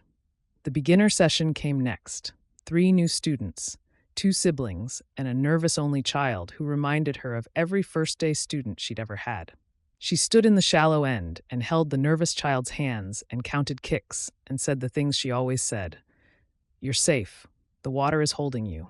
I'm right here. The words came out steady. Her hands were steady. The teaching was intact. Whatever the incident had done to her belief in herself, it had not touched the work itself, and the intactness should have been a comfort and was not, because the competence was doing what it always did. Functioning in the absence of everything else. She had been teaching children to swim since she was 16. She could do it heartbroken, terrified even. She could do it on 4 hours of sleep after 4 days of silence from the person she'd let herself love. The competence was the machine that ran when everything else stopped, and the machine was reliable, and the reliability was cold comfort. At the front desk between sessions, she saw the proposal. It was on his laptop, visible through the office doorway, the screen angled toward the door. She didn't read it. She didn't need to. She could see the compressed formatting she recognized from every safety manual he'd written. The headers and numbered sections and the existence of the document told her everything. He'd been writing while she'd been grieving. He'd been converting the incident into protocol while she'd been sitting on her porch, trying to understand why the person she'd trusted most had turned back into a stranger. Tobias was in the chair. The scan ran its compressed circuit. 20 seconds. The gradient was covered. The deep end was covered. The deck was covered. Everything the pool needed from him, he was providing. Everything she needed from him, he was withholding. And the withholding was quiet and thorough and absolute. At 6:15, the pool closed. Tate left. The facility emptied. She locked the front desk. He locked the office. They stood in the building they had run together all summer, the building they had kissed in and argued in and swum in and planned in, and the building was the same building and they were not the same people, and the difference was the 4 days of silence between them. Tobias. He was at the chemical station, running the final test of the day. He didn't look up. We need to talk. The chemical readings are in range. I'll file the evening log. That's not what I mean, and you know it. He set the test kit down, straightened, turned to face her. His expression was composed, the surface she'd spent the summer learning to read, and the surface was the same surface, but the reading was different now, because underneath the composure was something she'd never seen there before. Guilt. Not the guilt of a mistake, the guilt of someone who believed his happiness had endangered a child. What happened? She said. Tell me what happened. You know what happened. I know the rescue. I know the report. I know the child is fine and the system worked. I don't know why you've been treating me like a stranger for 4 days. I haven't been treating you like a stranger. You haven't touched me. You haven't looked at me. You eat lunch in the office with the door closed. You don't walk me to my car. You put the incident report on my desk like a memo, and you haven't said a personal word to me since Wednesday. She took a breath. Tell me what happened. He was quiet. The filtration hummed. The pool was still. The evening light came through the ventilation windows and turned the water gold, and the gold was beautiful, and neither of them was looking at it. The scan has a pause in it, he said. What? My rotation. The circuit I run from the chair. It has a pause at the shallow end. It's been there all summer. He was looking at the floor, the chemical station, anywhere but her face. The pause is where you work. The pause is because you're there, and when you're there, my eyes hold for a second before they move on. 1 second, maybe 2. And on Wednesday, during that second, the child went under in the gradient, and the surface closed, and I didn't see it until the second was over. The sentence settled on the deck between them. She heard it, She processed every word, and the processing was not analytical. It was physical. The information entering her body through her chest and traveling to the place where the scholarship lived and the staying lived and the wound lived. The deep, load-bearing chamber where she kept every piece of evidence that wanting things for herself was dangerous. "You were looking at me," she said. "Yes." "When the child went under." "Yes." "And you think that's why you didn't see it sooner." "I don't think it. I know it. The pause exists because of you. The pause created the gap. The gap is why I reached the child at 4 seconds instead of 3. She stood very still. The pool was gold. The building was empty. The man standing 6 feet away was telling her that his attention on her, his desire for her, his love for her, had slowed his response to a drowning child by 1 second. And the 1 second was the math. And the math was irrefutable.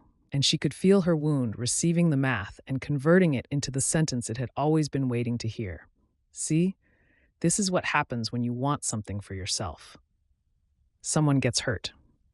"So I'm the problem," she said. "That's not what I said." "That's exactly what you said. You said the hesitation is because of me. You said the gap exists because of me. You said you reached the child at 4 seconds instead of 3 because of me." Her voice was even, and her hands were at her sides, and the steadiness surprised her because the interior was collapsing. "You're telling me that wanting me made you worse at your job. I'm telling you I was afraid. I'm afraid that the thing I want most is the thing that makes me dangerous. And the thing you want most is me. Yes, and the danger is that wanting me took your eyes off the water. For 1 second. 1 second was enough. 1 second could have been enough. It wasn't. The child is fine. But you don't believe it would be fine next time." He didn't answer. The silence was the answer, and the answer was the confirmation of every fear she'd carried since the morning after the swimathon, since the first time she'd felt him pull back, since the hand on the desk that refused to close. "I'm not blaming you," he said. "I need you to hear that. I am not blaming you for what happened." "Then what are you doing?" "I'm telling you what I'm afraid of. I'm telling you because you asked, and because you deserve the truth, and because I have been carrying this for 4 days and it's breaking me. It's breaking both of us, Tobias. The difference is, you're breaking us on purpose." The sentence arrived, and she heard it land, and the landing was not what she'd intended. She had meant to say, "Your withdrawal is hurting me." What she'd said was, "You're breaking us." And the us hung in the air between them, enormous and fragile, and she could see him receiving it, could see the word reach the place in his chest where the staying lived, and she watched the staying flinch. She nodded. The nod was small, contained, the nod of someone receiving information she had expected and prepared for, and was not prepared for at all. "Okay," she said. "Kira, I understand. The pool needs your full attention. The chair needs your full attention, and your full attention and me can't exist in the same building." She picked up her bag from the front desk. "I've been here before, Tobias. I've been the thing someone gives up so they can do the thing they're supposed to do. I gave up the thing I wanted so I could do the thing I was supposed to do. We're the same. We just can't see it from inside. That's not what this is. It's exactly what this is. You're choosing the chair over me. I chose staying over the scholarship. We both called it duty, and we both know it's fear, and we're both too deep inside it to tell the difference. I'm not choosing the chair over you. I'm trying to figure out how to have both. By not touching me for 4 days, by eating alone, by closing the office door during lunch and writing proposals that would take apart everything I built." She saw his expression shift at the word proposals, saw the flinch, and understood that he hadn't known she'd seen the document. "I saw the header through the paper, Tobias. I didn't read it. I didn't have to." He looked at the floor. The guilt was visible now, surface level, no longer held behind the composure. He looked tired. He looked like someone who had been carrying something heavy in both arms for 4 days and had just been told the carrying was visible. "I didn't send it," he said. "I know you didn't, but you wrote it. You sat in that office and turned the worst day of our summer into a document that would undo everything I spent 4 years building. And you did it because being close to me made you 1 second slower, and 1 second was enough for you to decide that the closeness was the enemy. She walked to the door. He didn't follow. She pushed through the glass and walked to her car, and the parking lot was empty except for his truck and her car. And the distance between the two vehicles was the same distance it had always been, and the distance meant nothing, and the distance meant everything. She got in the car, started the engine, pulled onto Pool Road. She did not call Lenora. She drove home in silence, the windows down, the warm August air filling the car, and Lenora's words sat beside her like a passenger she hadn't invited. Listen for his fear, not yours. They might sound identical. They're not. She had tried. She had stood on the deck and listened to him say he was afraid. And she had heard the fear, and the fear had sounded exactly like hers. And she had not been able to separate his from her own. And the inability to separate them was the thing that made the conversation impossible. He was afraid the wanting made him dangerous. She was afraid the wanting proved she didn't deserve what she had. The two fears looked different from the outside and felt identical from the inside. And the inside was where they both lived, and the inside was where the rupture had happened. The house was dark when she arrived. Dorothy had left the porch light on. The sunflowers were silhouettes against the sky, the same sunflowers that had been turning toward the light all summer. The same sunflowers Dorothy grew every year, steady and cyclical and rooted in soil that didn't ask anything of the flowers except that they keep facing the sun. She parked in the driveway and sat and looked at the house she had lived in her whole life. The house she had chosen over the scholarship and the swimming and the future. The house was solid and real, and it had never left her, and it had never asked her to leave. And tonight, the solidity felt like a fortress and a prison simultaneously, and she could not tell which one was the truth. And the inability to tell was the oldest feeling she knew. She went inside. The kitchen was clean. A plate covered in foil sat on the counter with a note in Dorothy's handwriting. Pot roast in the fridge. Eat something. Love, Mom. She sat at the table. She did not eat. She put her head in her hands and breathed. And the breathing was steady because the competence was still running, and the competence would always run, and the running was the loneliest thing about her, and she missed him. And the missing was already enormous, and the enormity of it was the proof that Lenora had been right all along. She had wanted something for herself. And the wanting had not been the mistake. The mistake was believing she didn't deserve to keep it.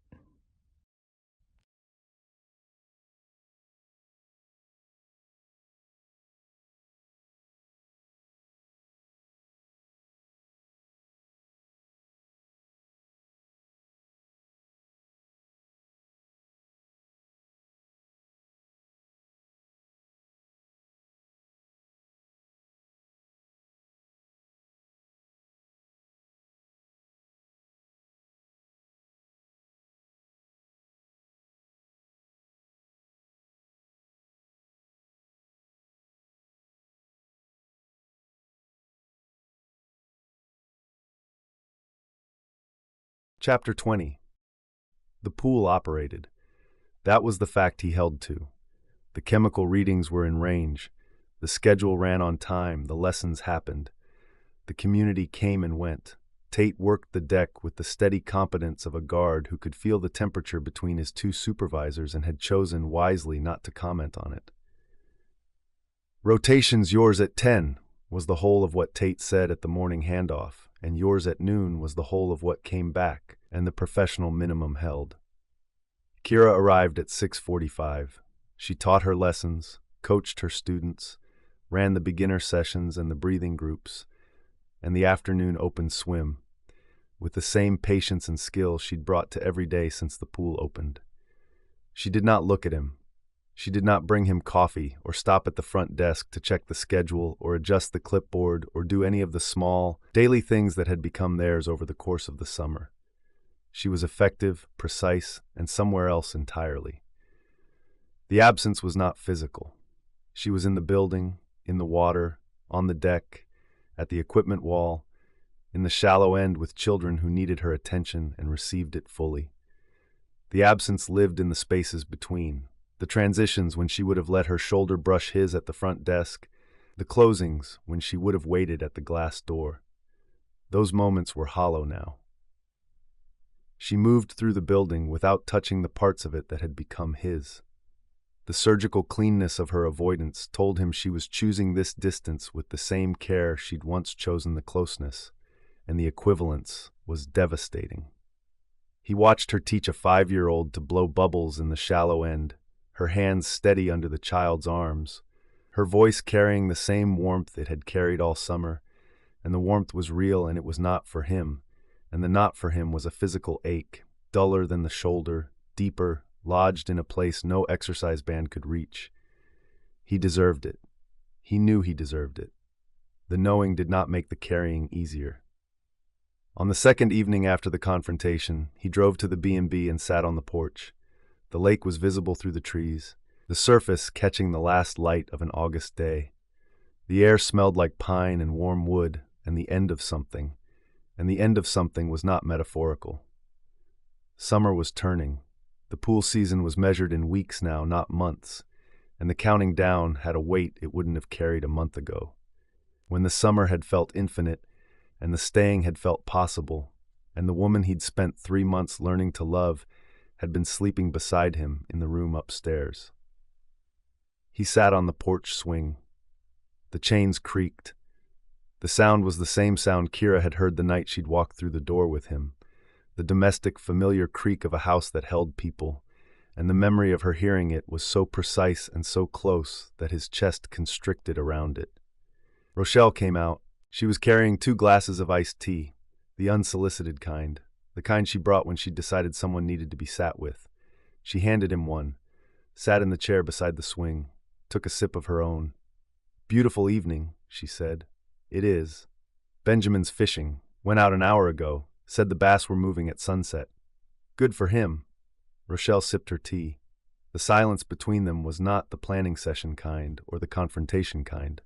It was the silence of someone who had been running a bed and breakfast for 30 years and had learned that the most useful thing you could do for a guest in pain was sit beside them and not rush toward the point. She did not rush. She drank her tea, looked at the lake, let the swing creak and the crickets build their evening chorus, and the light fade from gold to amber to the deep blue-gray of a summer night arriving. "Kira hasn't been by," she said. "No. She used to stop in, before." Rochelle turned her glass in her hands.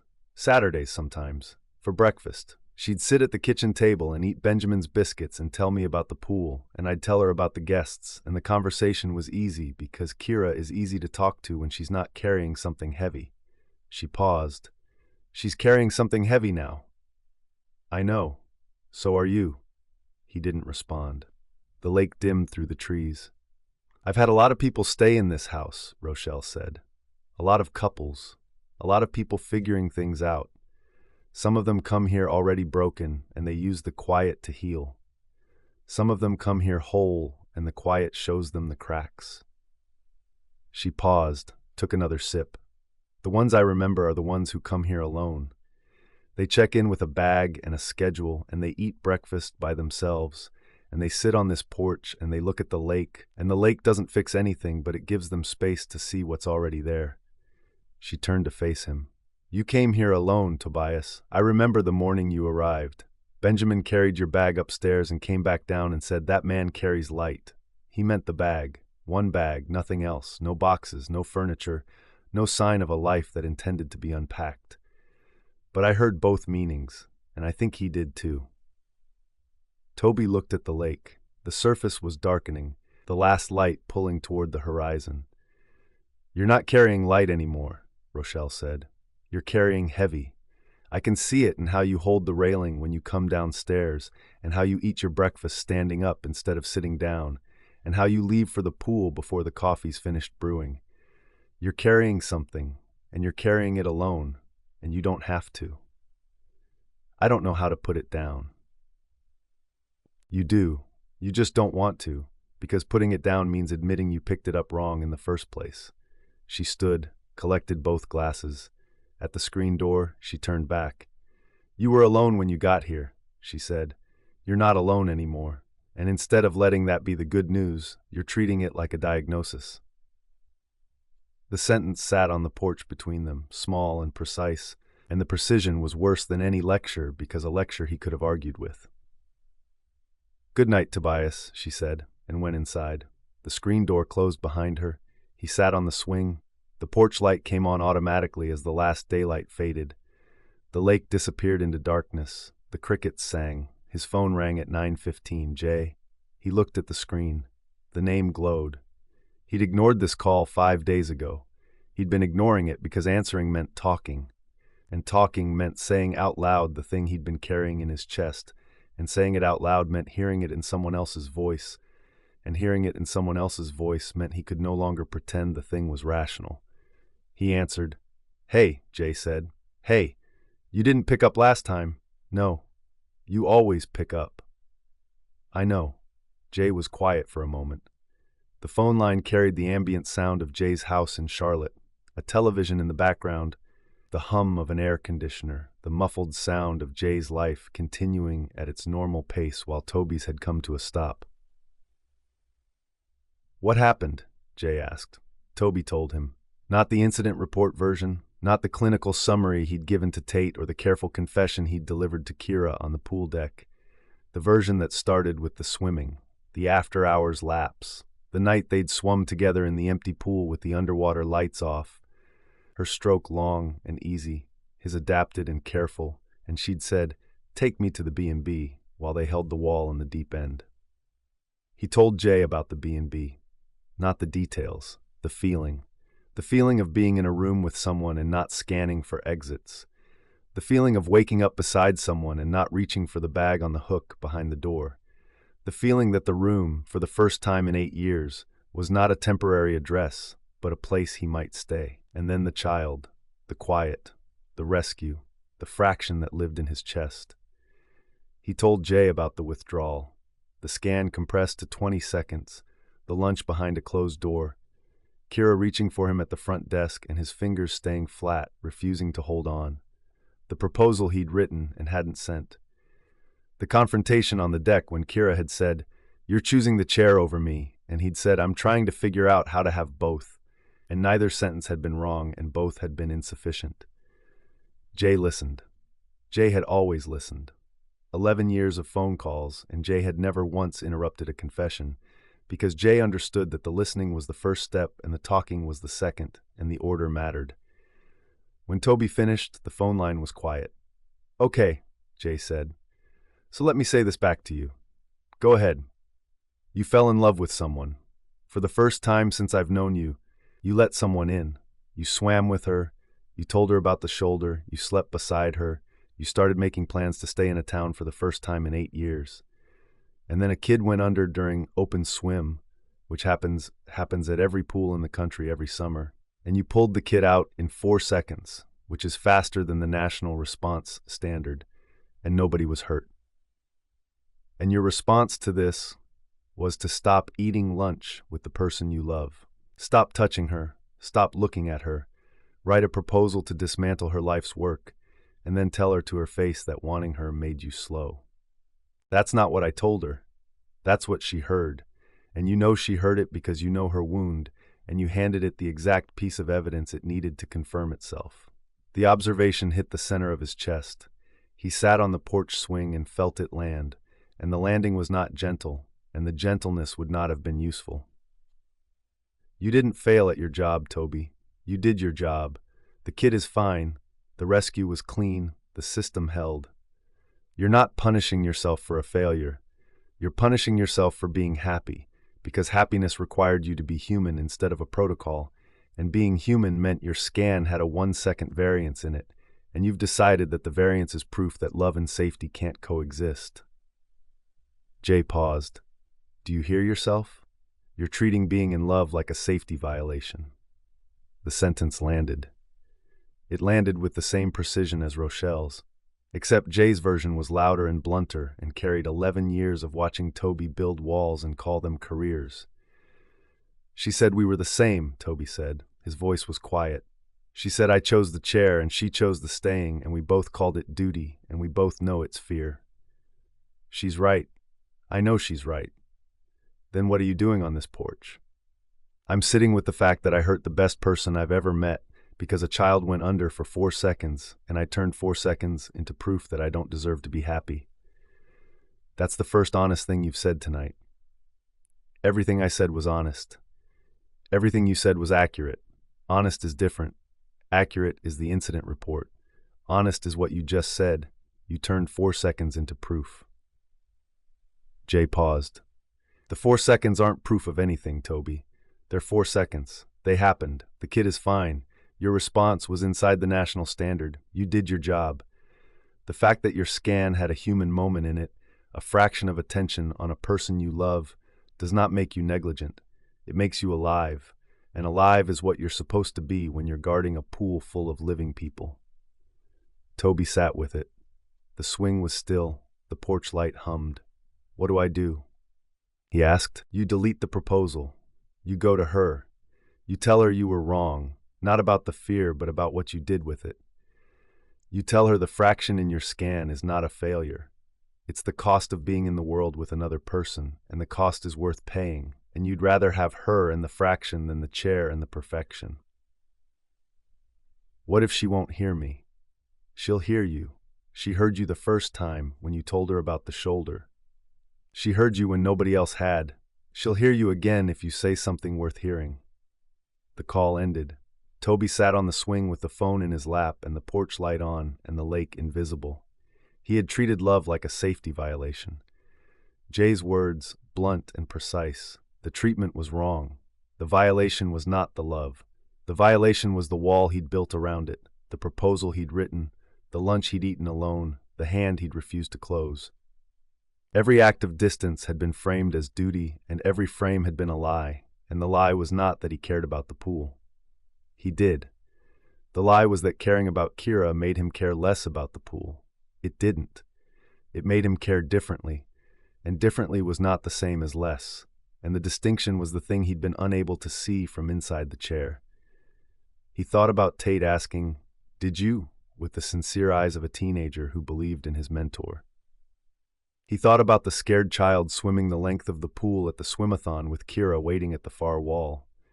He thought about the night they'd swum together, his adapted stroke and hers finding a rhythm that was not synchronized but compatible, and the compatibility had not made him slower. It had made him present. And presence, not perfection, was what the water required. He stood up from the swing, went inside, climbed the stairs to the Lakeview room, sat on the bed, did not do his shoulder exercises, sat in the quiet, and let the realization settle into his body, joint by joint, the same slow process of recalibration he'd watched children go through all summer when they finally stopped fighting the water and let it hold them. He was going to go to her. Not tonight.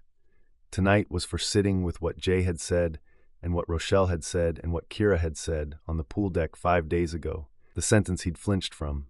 You're breaking us on purpose. He was. He had been. The purpose was fear, not duty, and the fear had a name, and the name was the same name it had always been. If I let my guard down, someone gets hurt. The name was a lie. He had let his guard down this summer, and the person who got hurt was Kira, and the hurting was not because he'd looked at her instead of the water. The hurting was because he'd stopped looking at her afterward. Tomorrow. He would go to her tomorrow. He would say the thing Jay told him to say, the thing Rochelle had shown him without saying, the thing Kira had been waiting to hear since the morning after the incident. The fraction is not a failure. The fraction is the cost of being alive with you, and I am willing to pay it. The lake lapped at the shore through the open window. He listened. The sound was the same sound it had always been. The meaning was different now. He lay back on the bed. The ceiling was the same ceiling he'd stared at for 10 weeks, the plaster and the shadows and the faint water stain near the corner that Benjamin kept meaning to fix. He did not sleep, but he rested, and the resting was not negligence. It was not retreat. It was the first breath after a long dive, the lungs expanding, the body remembering that air existed and the air was good. The resting was the beginning. Chapter 21. Tate found her at the equipment wall. "Those can't get any straighter," he said. She didn't look up. She squared another board on the stack. It was Thursday afternoon, the last lesson finished, the facility winding down. She was sorting kickboards.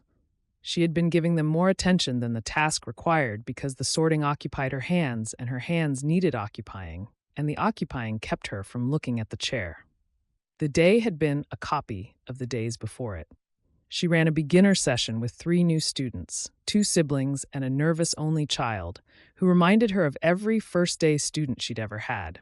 And she'd held the child's hands in the shallows and said the words and meant them and felt nothing behind the meaning except the hollow sound of a voice doing its job. At lunch, she'd eaten at the front desk. He'd eaten in the office. The door between them was open, which was worse than closed, because the openness showed her his back at the desk, his head bent over the laptop, the stillness of someone choosing not to turn around. She'd looked at the open door and thought, he left it open on purpose. He can't close it all the way. The thought should have been a comfort. It was not. It was the difference between a locked gate and an unlatched one, and the unlatching meant the gate could swing either direction, and neither of them was pushing. Tobias was in the chair. His scan ran its tight circuit. He did not come down between lessons or stand at the shallow end during her sessions. He did not adjust a child's wrist or demonstrate an arm entry or do any of the things that had put him within arm's reach of her for the first 2 months of the summer. The chair held him above the water and above her, and the elevation was the same elevation it had always been. And the distance it created was no longer professional. It was personal. The personal distance was worse because it came from someone who knew what closeness felt like and was choosing height instead. Miss Hollis, she turned. Tate stood at the edge of the deck with his towel over his shoulder and his bag in his hand, ready to leave. He looked older than he had in June. The t-shirt he'd forgotten to take off on his first day had been replaced by a staff polo worn with the unself-conscious ease of having earned it. His posture had changed too, straightened and settled, the posture of a young guard who understood the work and intended to keep doing it. "I wanted to ask you something," he said. "Go ahead." "Is Mr. Rowe okay?" The question was simple and direct, and carried the unguarded concern of a 16-year-old who had spent the summer being trained by someone he respected and could tell that the someone was not himself. "He's fine," she said. The word was automatic, the same word Tobias had used for the rescued child, the same word everyone used when the truth was more complicated than a conversation could hold. Tate studied her for a moment.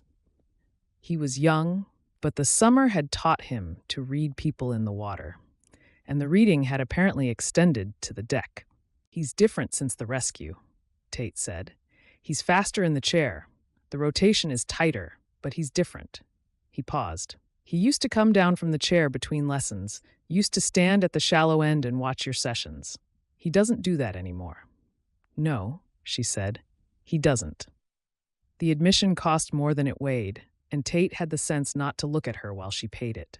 "My grandmother says when people get scared, they do the thing that made them feel safe before the scary thing happened, even if the safe thing is the wrong thing." He shifted his bag on his shoulder. "Mr. Rowe is back to doing the thing that made him feel safe. I don't think it's making him feel safe." She looked at him. The observation was not sophisticated, and it was not wrapped in metaphor. It was the observation of a teenager who had watched his mentor retreat into a pattern and had recognized the retreat for what it was because his grandmother had taught him what fear looked like, and fear looked like going backward. "Your grandmother sounds like my friend Lenora," Kira said. "Is your friend Lenora usually right?" Annoyingly. "Thank you, Tate," she said. "Yes, ma'am." He nodded and walked toward the exit. At the door, he stopped. "Miss Hollis, for what it's worth, I think the pool is better when you're both in it. Not just one of you in the water and one in the chair. Both." He pushed through the glass door. His grandmother's car was waiting in the lot. The door closed behind him, and the observation hung in the air with the simplicity of something a 16-year-old could see, and 2 adults had spent a week being too wounded to notice. She drove home at 6:30. The route was automatic. Pool Road to Main Street. Main Street past the storefronts, the right turn toward the Lake Road. She drove without music, the windows down, the evening air carrying the first hint of something cooler underneath the August heat, the faintest signal that summer would not last forever. Tate's words sat in the car with her. The pool is better when you're both in it. The observation was so simple, it was almost embarrassing. Because a 16-year-old had seen in one sentence what she and Tobias had spent a week being too hurt to recognize. The pool worked because they were in it together. Not one above and one below. Not one in the chair and one in the water. Both. The friction and the compromise and the arguing and the trust had built something neither of them could have built alone. And the something was better than either of their separate visions, and the separating was undoing it. His grandmother's words, relayed through a teenager. When people get scared, they do the thing that made them feel safe before the scary thing happened. Tobias had gone back to the chair. She had gone back to the walking away. Both were retreats disguised as decisions, and both were wrong. And a 16-year-old could see it, and neither of them could. And the inability was not because they were stupid. It was because the fear was louder than the seeing.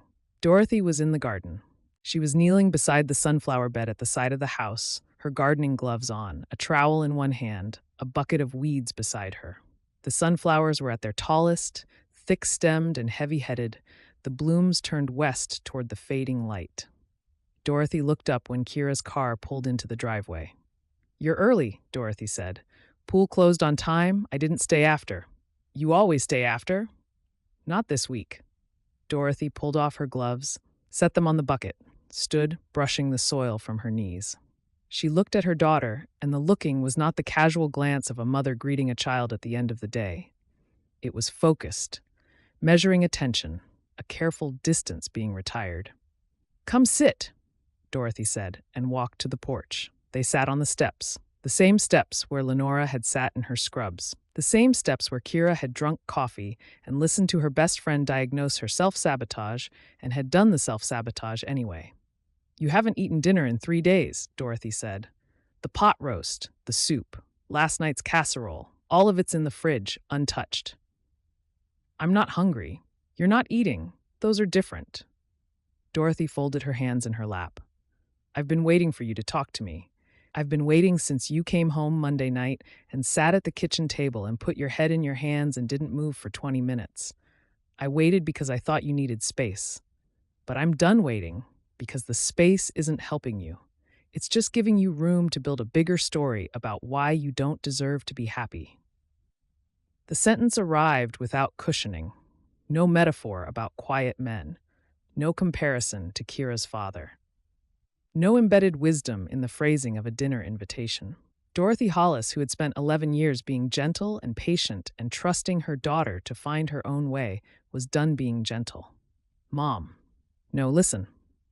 Dorothy's voice was firm and kind, the combination Kira recognized from the worst days of the illness, the days when Dorothy had been too sick to sugarcoat and too stubborn to stop talking. "I know what happened at the pool. Rochelle called me. She didn't tell me everything, but she told me enough. A child went under and Tobias pulled him out, and the child is fine, and you and Tobias are not fine. And I know you, Kira. I know what you're doing with this." "What am I doing with it?" "You're adding it to the list. The list of evidence that says you don't get to want things.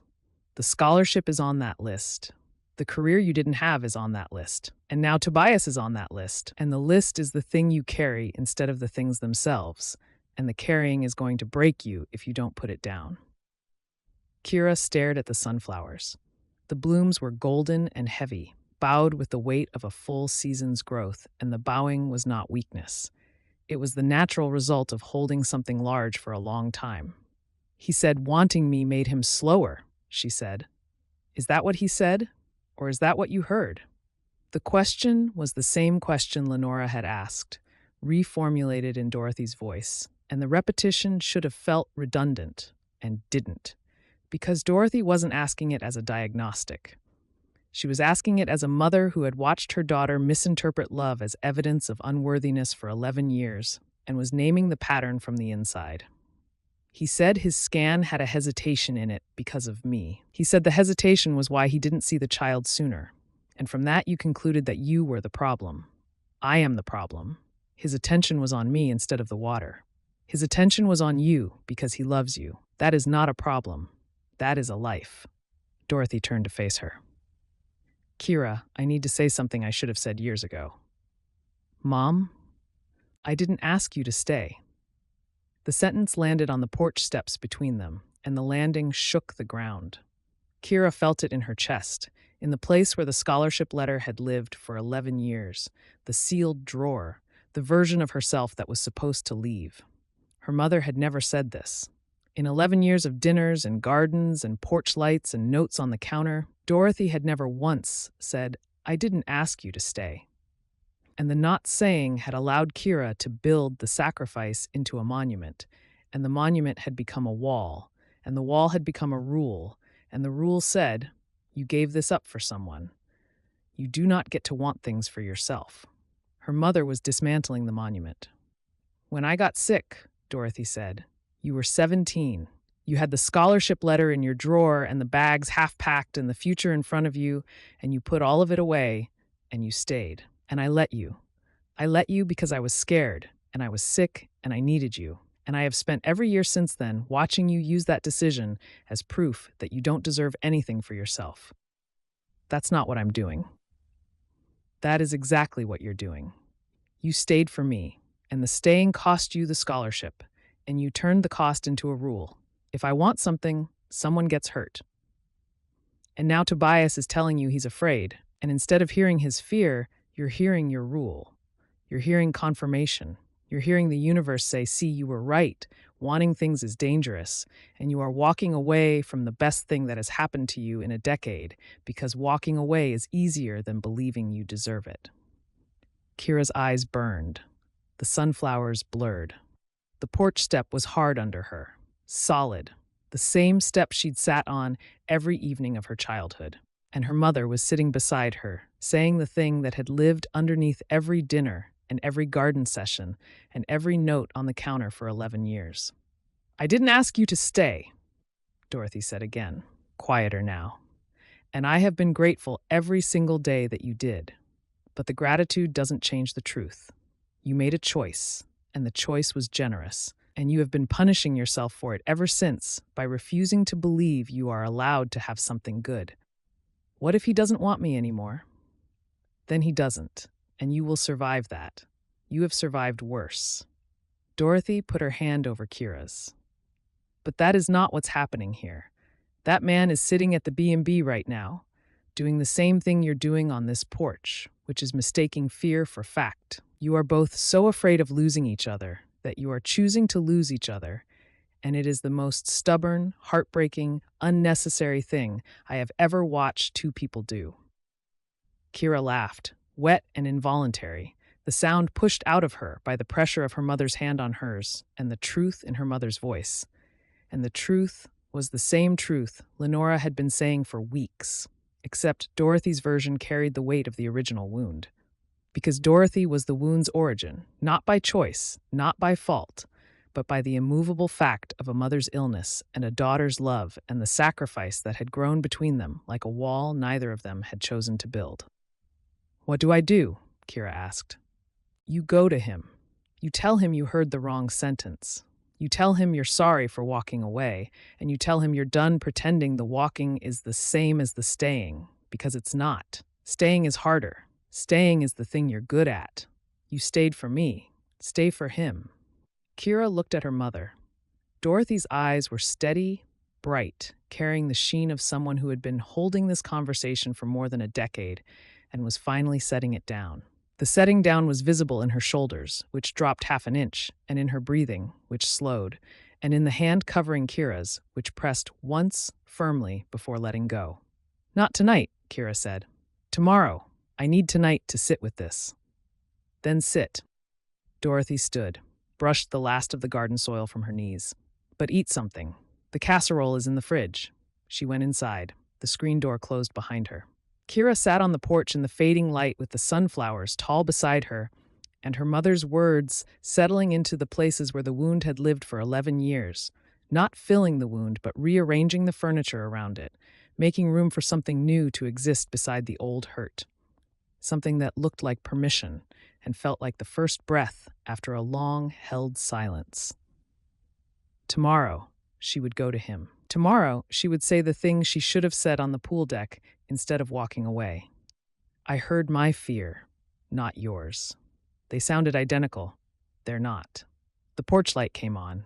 Inside, Dorothy moved through the kitchen, the sounds small and domestic, the clink of a plate, the hum of the microwave, the ordinary rhythm of a mother who had just said the hardest thing she'd ever said and was now warming casserole because that was also the job. And the job did not stop because the conversation was over. Kira sat on the steps. The evening deepened. Somewhere across town, at a bed and breakfast on the lake, Tobias was sitting with his own rearranging, and the two of them were pointed in the same direction for the first time since Wednesday, and the direction was toward each other, and the toward was enough for tonight. Tomorrow.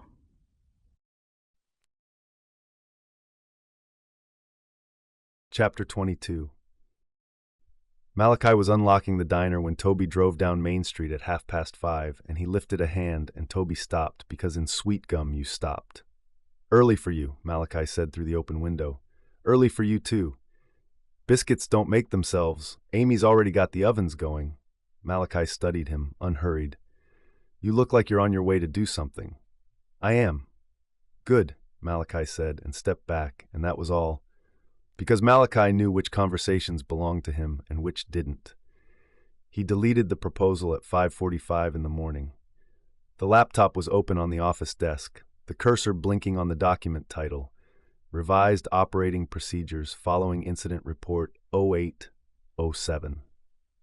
He'd been sitting with it for 10 minutes, reading through the headers and the numbered sections and the citations to county aquatic safety codes, and the reading felt different now than it had the morning he'd written it. 6 days ago, the document had felt like protection.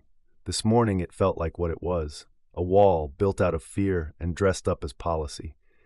He highlighted the entire document, held his breath, pressed delete. The screen went blank.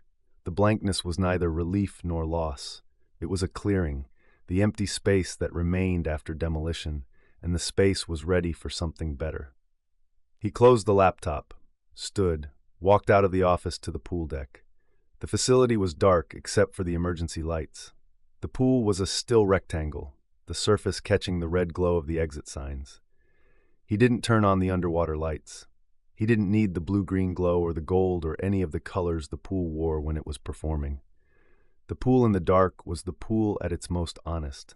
Water, tile, the faint smell of chlorine, the hum of the filtration system doing its patient, invisible work. He sat on the deck at the deep end, did not put his feet in, sat with his legs crossed and his hands on his knees and looked at the water and waited. He didn't know if she would come here. He'd planned to drive to her house. But when he'd woken at 5 in the lake view room with the plaster ceiling and the water stain and the sound of the shore through the window, his body had taken him to the pool instead. The pool was where they'd met and where they'd argued and where they'd kissed and where they'd swum together and where the child had gone quiet and where the confrontation had ended with her walking away. If the repairing was going to happen, it should happen in the place that needed it. The pool in the dark was a different place from the pool during the day. Without the underwater lights, without the voices and the splashing and the whistle, the building was just a building. Concrete walls, tile deck, the faint chemical smell of treated water. The decorations Kira had added over the summer were visible in the emergency light. The posted schedules, the illustrated safety guidelines, the community bulletin board with swim-a-thon photos pinned to the cork. His contributions were visible, too. The chemical log on the office door, the emergency plan laminated and posted at each exit, the AED on Gerald's hand-built stand. Their work layered on top of each other throughout the space, two visions overlapping until the overlap became the building itself, and the building was better for the overlap. He sat with that. The building was better for the overlap. The pool was better because they were both in it. Tate had told Kira that. A 16-year-old had seen it. And Toby had spent a week pretending it wasn't true, because pretending was easier than admitting that his best work required another person, and requiring another person required vulnerability, and vulnerability was the thing he'd been running from since February of his junior year. He waited. Her car pulled into the lot at 6:30. He heard the engine, the tires on the gravel, the door opening and closing. He heard her footsteps cross the concrete to the entrance. The front door opened. Her sneakers squeaked on the tile. She stopped. "Tobias? Back here." She walked through the facility in the dark. He listened to her steps, the sound he'd been cataloging all summer without admitting he was cataloging it, the pace and the weight and the rhythm of her moving through a building she'd spent 4 years fighting to build. She reached the deck, stopped at the edge. She was carrying 2 coffees. The sight of the cups in her hands landed in his chest with a force he wasn't prepared for, because the 2-cup arrival was the gesture she'd stopped making a week ago. The small daily act that had meant, "I see you, I chose you, here is the proof," and the proof was back, and the returning of it, this morning, in the dark, before she knew he'd be here, meant she had decided something before she'd walked through the door. "You're here," she said. "I'm here. I was going to come find you, at the B&B. I was going to come find you too, at the house. We both came here instead. We both came here instead." The parallel hung between them, and neither of them smiled, but the not smiling held the ghost of the humor they'd shared all summer, the shared awareness that the building they'd argued over and built together and fallen in love inside was the only place this conversation could happen. She looked at the coffees in her hands, looked at him sitting at the far end of the deck.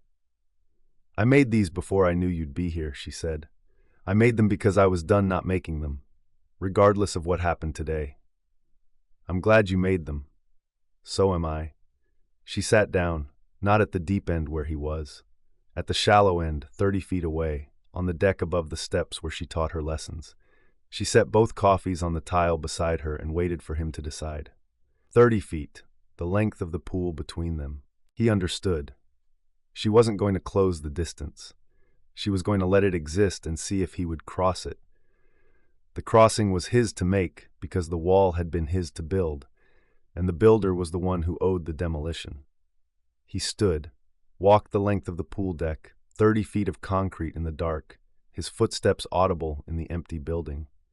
The walk was the longest 30 feet he'd covered all summer, longer than the 4-second rescue, longer than the distance from the chair to the water during the cannonball minute, because those crossings had been reactions and this one was a decision.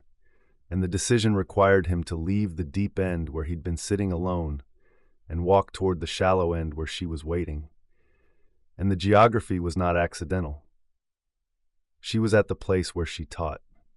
He was coming to her from the place where he guarded. The meeting point was between them, as it had always been. He reached the shallow end, sat beside her. The 30 feet became 2. She handed him a coffee. He took it. Their fingers overlapped on the cup briefly, and neither of them pulled away, and the not pulling away was the first honest exchange they'd had in 8 days. The coffee was warm, her fingers were cool from the morning air. The contrast was precise and human, and he held it for one breath longer than necessary, and the one breath was not a fraction. It was a choice. "I had a speech prepared," he said. "So did I. I rehearsed it in the truck on the way here. I rehearsed mine in the shower." He almost smiled. "Jay helped me write mine. Dorothy helped me write mine."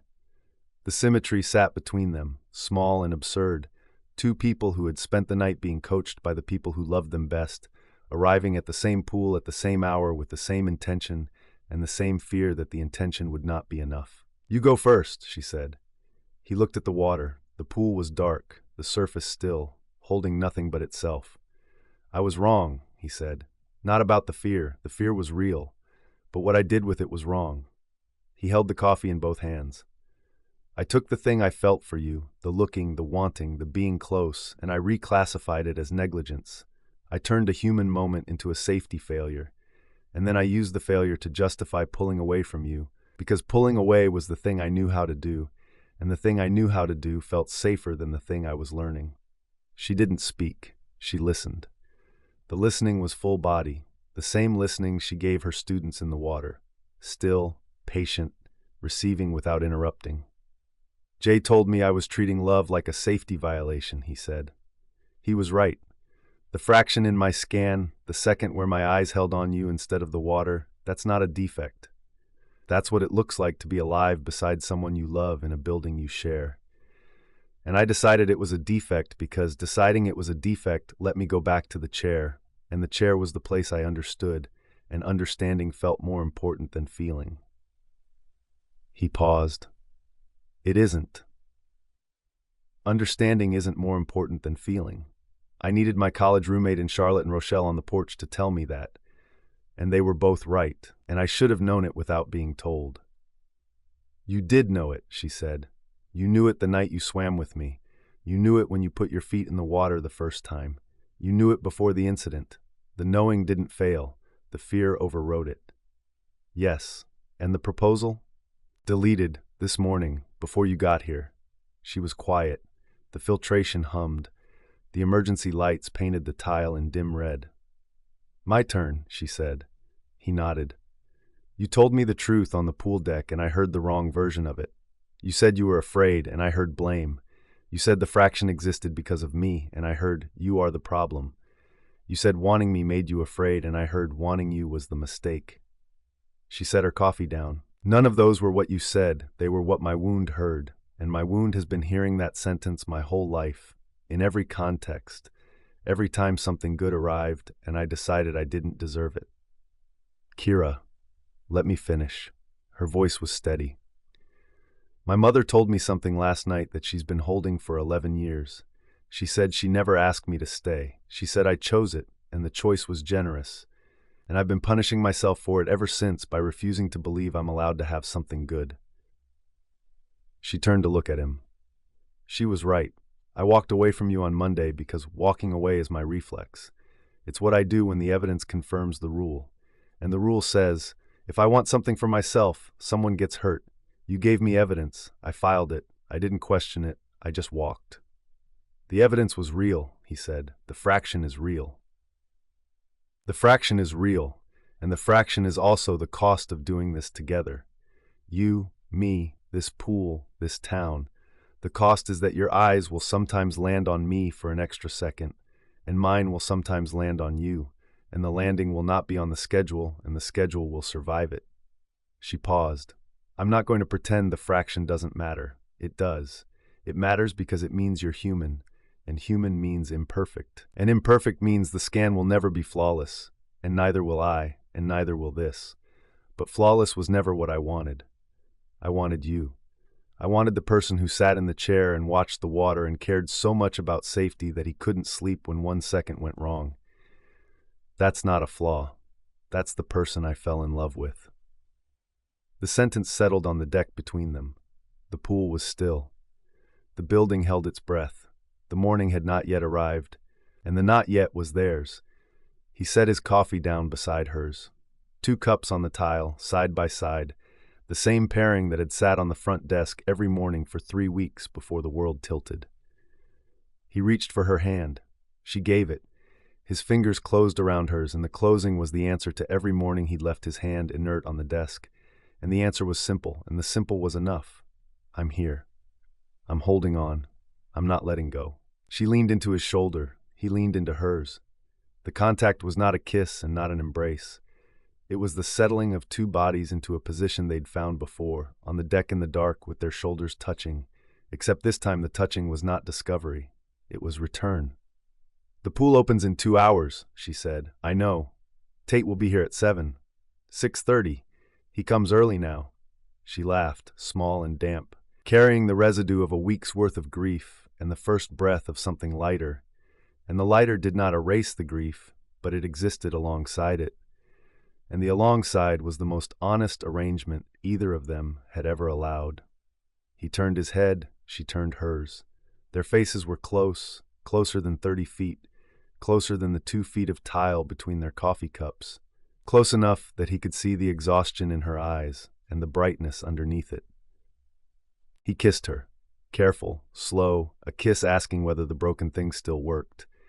She kissed him back, and the kissing back was the answer, tentative and sure at the same time, carrying the paradox of 2 people who were certain of each other and uncertain of everything else.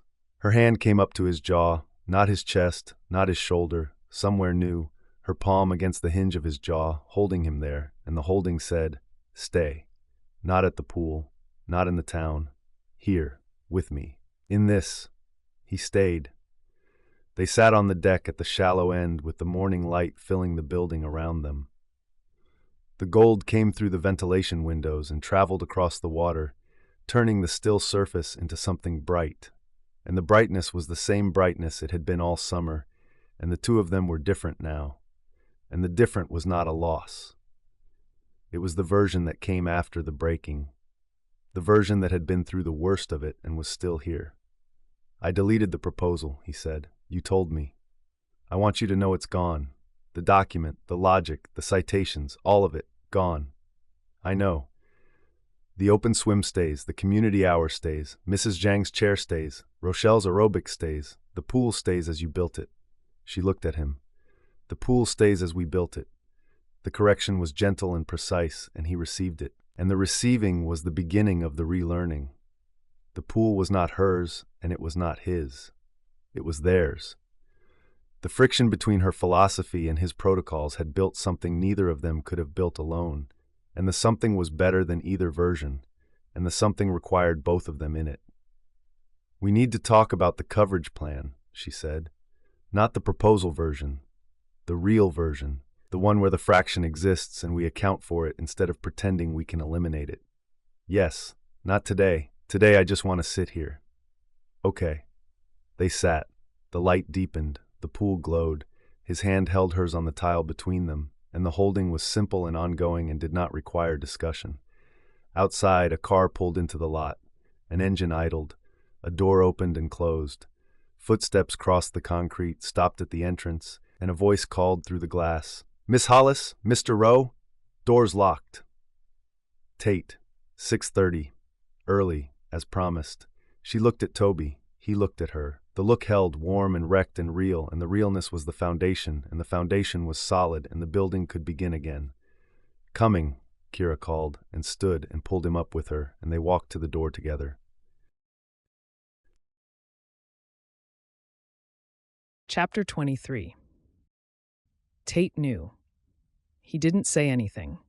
He walked through the door that Kira held open, and looked at Tobias standing behind her, and looked at the two coffees on the deck, and looked at the distance between them, which was no longer 30 feet. And his face did the thing a 16-year-old's face did when he was trying very hard not to react to something that made him happy. It went still for 1 second, then broke open into a grin he couldn't contain. And the grin lasted half a second before he wrestled it back to professional. "Morning," Tate said.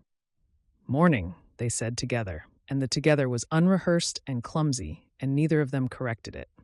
Tate nodded once, set his bag on the deck, started the opening routine without being asked. Lane ropes out, sign-in sheet to the front desk, kickboards racked. He moved through the tasks with the easy confidence he'd built all summer, and the confidence had a different quality this morning, lighter, as if the building itself had exhaled, and the exhale had reached everyone inside it.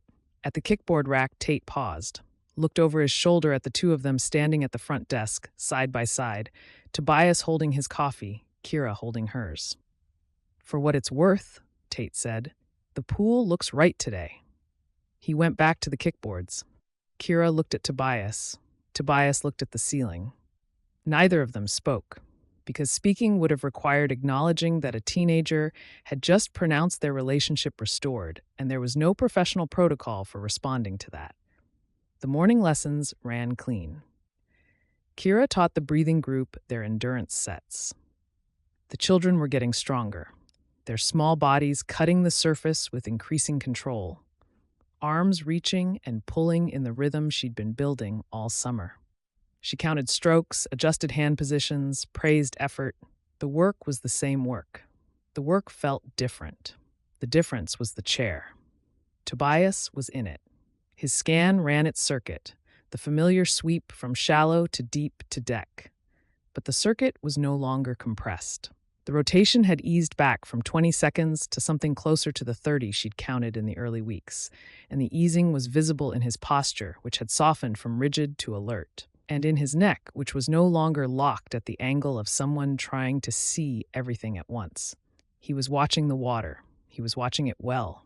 And when his scan passed the shallow end, it held for one breath before moving on. And the breath was not a failure and not a lapse. It was a man looking at someone he loved in a building they shared, and the looking was part of the rotation now, accounted for, built into the coverage instead of hidden from it. She saw the breath, let it land, went back to teaching. At 10, between sessions, Tobias came down from the chair. He walked to the shallow end, where the beginner group was gathering at the steps, and knelt beside a child who was adjusting her goggles with the frustrated focus of someone whose straps refused to cooperate. He reached over and pulled the strap to the correct length, showed her the finger-width test for fit, and returned to the chair without a word. The gesture was small. It was the first time in over a week he'd come down to the shallow end during a session. Kira saw it and did not comment on it, and the not commenting was grace, because the gesture didn't need acknowledging. It needed to happen. It had happened. The pattern was resuming. Between lessons, they sat at the front desk together for the first time in over a week. The clipboard was between them. The afternoon schedule marked in Tobias's handwriting, and the normalcy of the clipboard, the ordinariness of sitting beside someone and reviewing a schedule, carried a weight it hadn't carried before, because the ordinariness had been absent and its return felt like a gift. "We should talk about the coverage plan," she said. "We should. Not the proposal, the real conversation about what the incident showed us." He nodded. "The gradient needs a dedicated visual during open swim. Tate can take it from the deck if I'm in the chair. And the community hour stays. No capacity changes, no lane assignments." He paused. "But we add a second certified body to the deck during peak hours. Tate's ready. If his grandmother approves the additional hours, he can cover it." "I'll talk to her. And the rotation." He looked at the schedule. "The scan holds at 30 seconds. The coverage plan accounts for 2 people on the water, one in the chair, one on the deck or in the shallows. Redundancy instead of perfection." "Redundancy instead of perfection," she repeated. "I like that. I learned it from someone. You learned it from a failed rescue drill in June. I learned it from the woman who told me that safety was a kid who trusts you enough to let go of the wall." She didn't respond to that, because responding would have involved looking at him with an expression that was not appropriate for the front desk during business hours. There would be time later for the expressions that weren't professional. For now, the schedule was enough. "One more thing," she said. "The transition zone. We should mark it." "Mark it how?" "Lane rope across the gradient. Visible from the chair and from the deck. The kids will learn to recognize it. The parents will learn to watch it. And the coverage plan has a visual anchor instead of relying on memory." He was quiet for a moment. She could see him running the proposal through his operational mind, testing it against the sight lines and the flow patterns and the physics of a body moving through a gradient. "That's good," he said. "That's a solution I should have thought of." "You were thinking about protocols. I was thinking about the building. We were both right. We're usually both right. The problem is we're right about different things." He looked at her. The looking held, and the holding was warm and layered, and she let it land for one beat before picking up the clipboard. "Lunch at the diner?" she asked. "Yeah, Malachi will be relieved." "Malachi doesn't even know we were fighting." "Malachi knows everything. He just pretends he doesn't, because the pretending is funnier." Her laugh was small and private, and carried none of the weight of the last 8 days, and the absence of weight was not erasure. It was progress.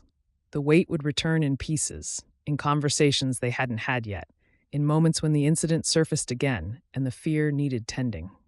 But the tending would happen together, and the together was the plan, and the plan was enough. Open swim was at 3:30. The facility filled as it had all summer. Kids first, then parents, then the regulars drifting in with their equipment and their habits and their claims on the space. Gerald arrived with his stopwatch and his legal pad and settled at lane 4 without ceremony. Mrs. Zhang arrived with her cooler and her folding chair and positioned herself at the pool's edge with the immovable authority of someone whose spot had never been contested and never would be. Rashad Brown stopped by with a box of popsicles, which he distributed to the under-12 crowd with the same generosity he'd shown at every open swim since July. Dorothy arrived at 4.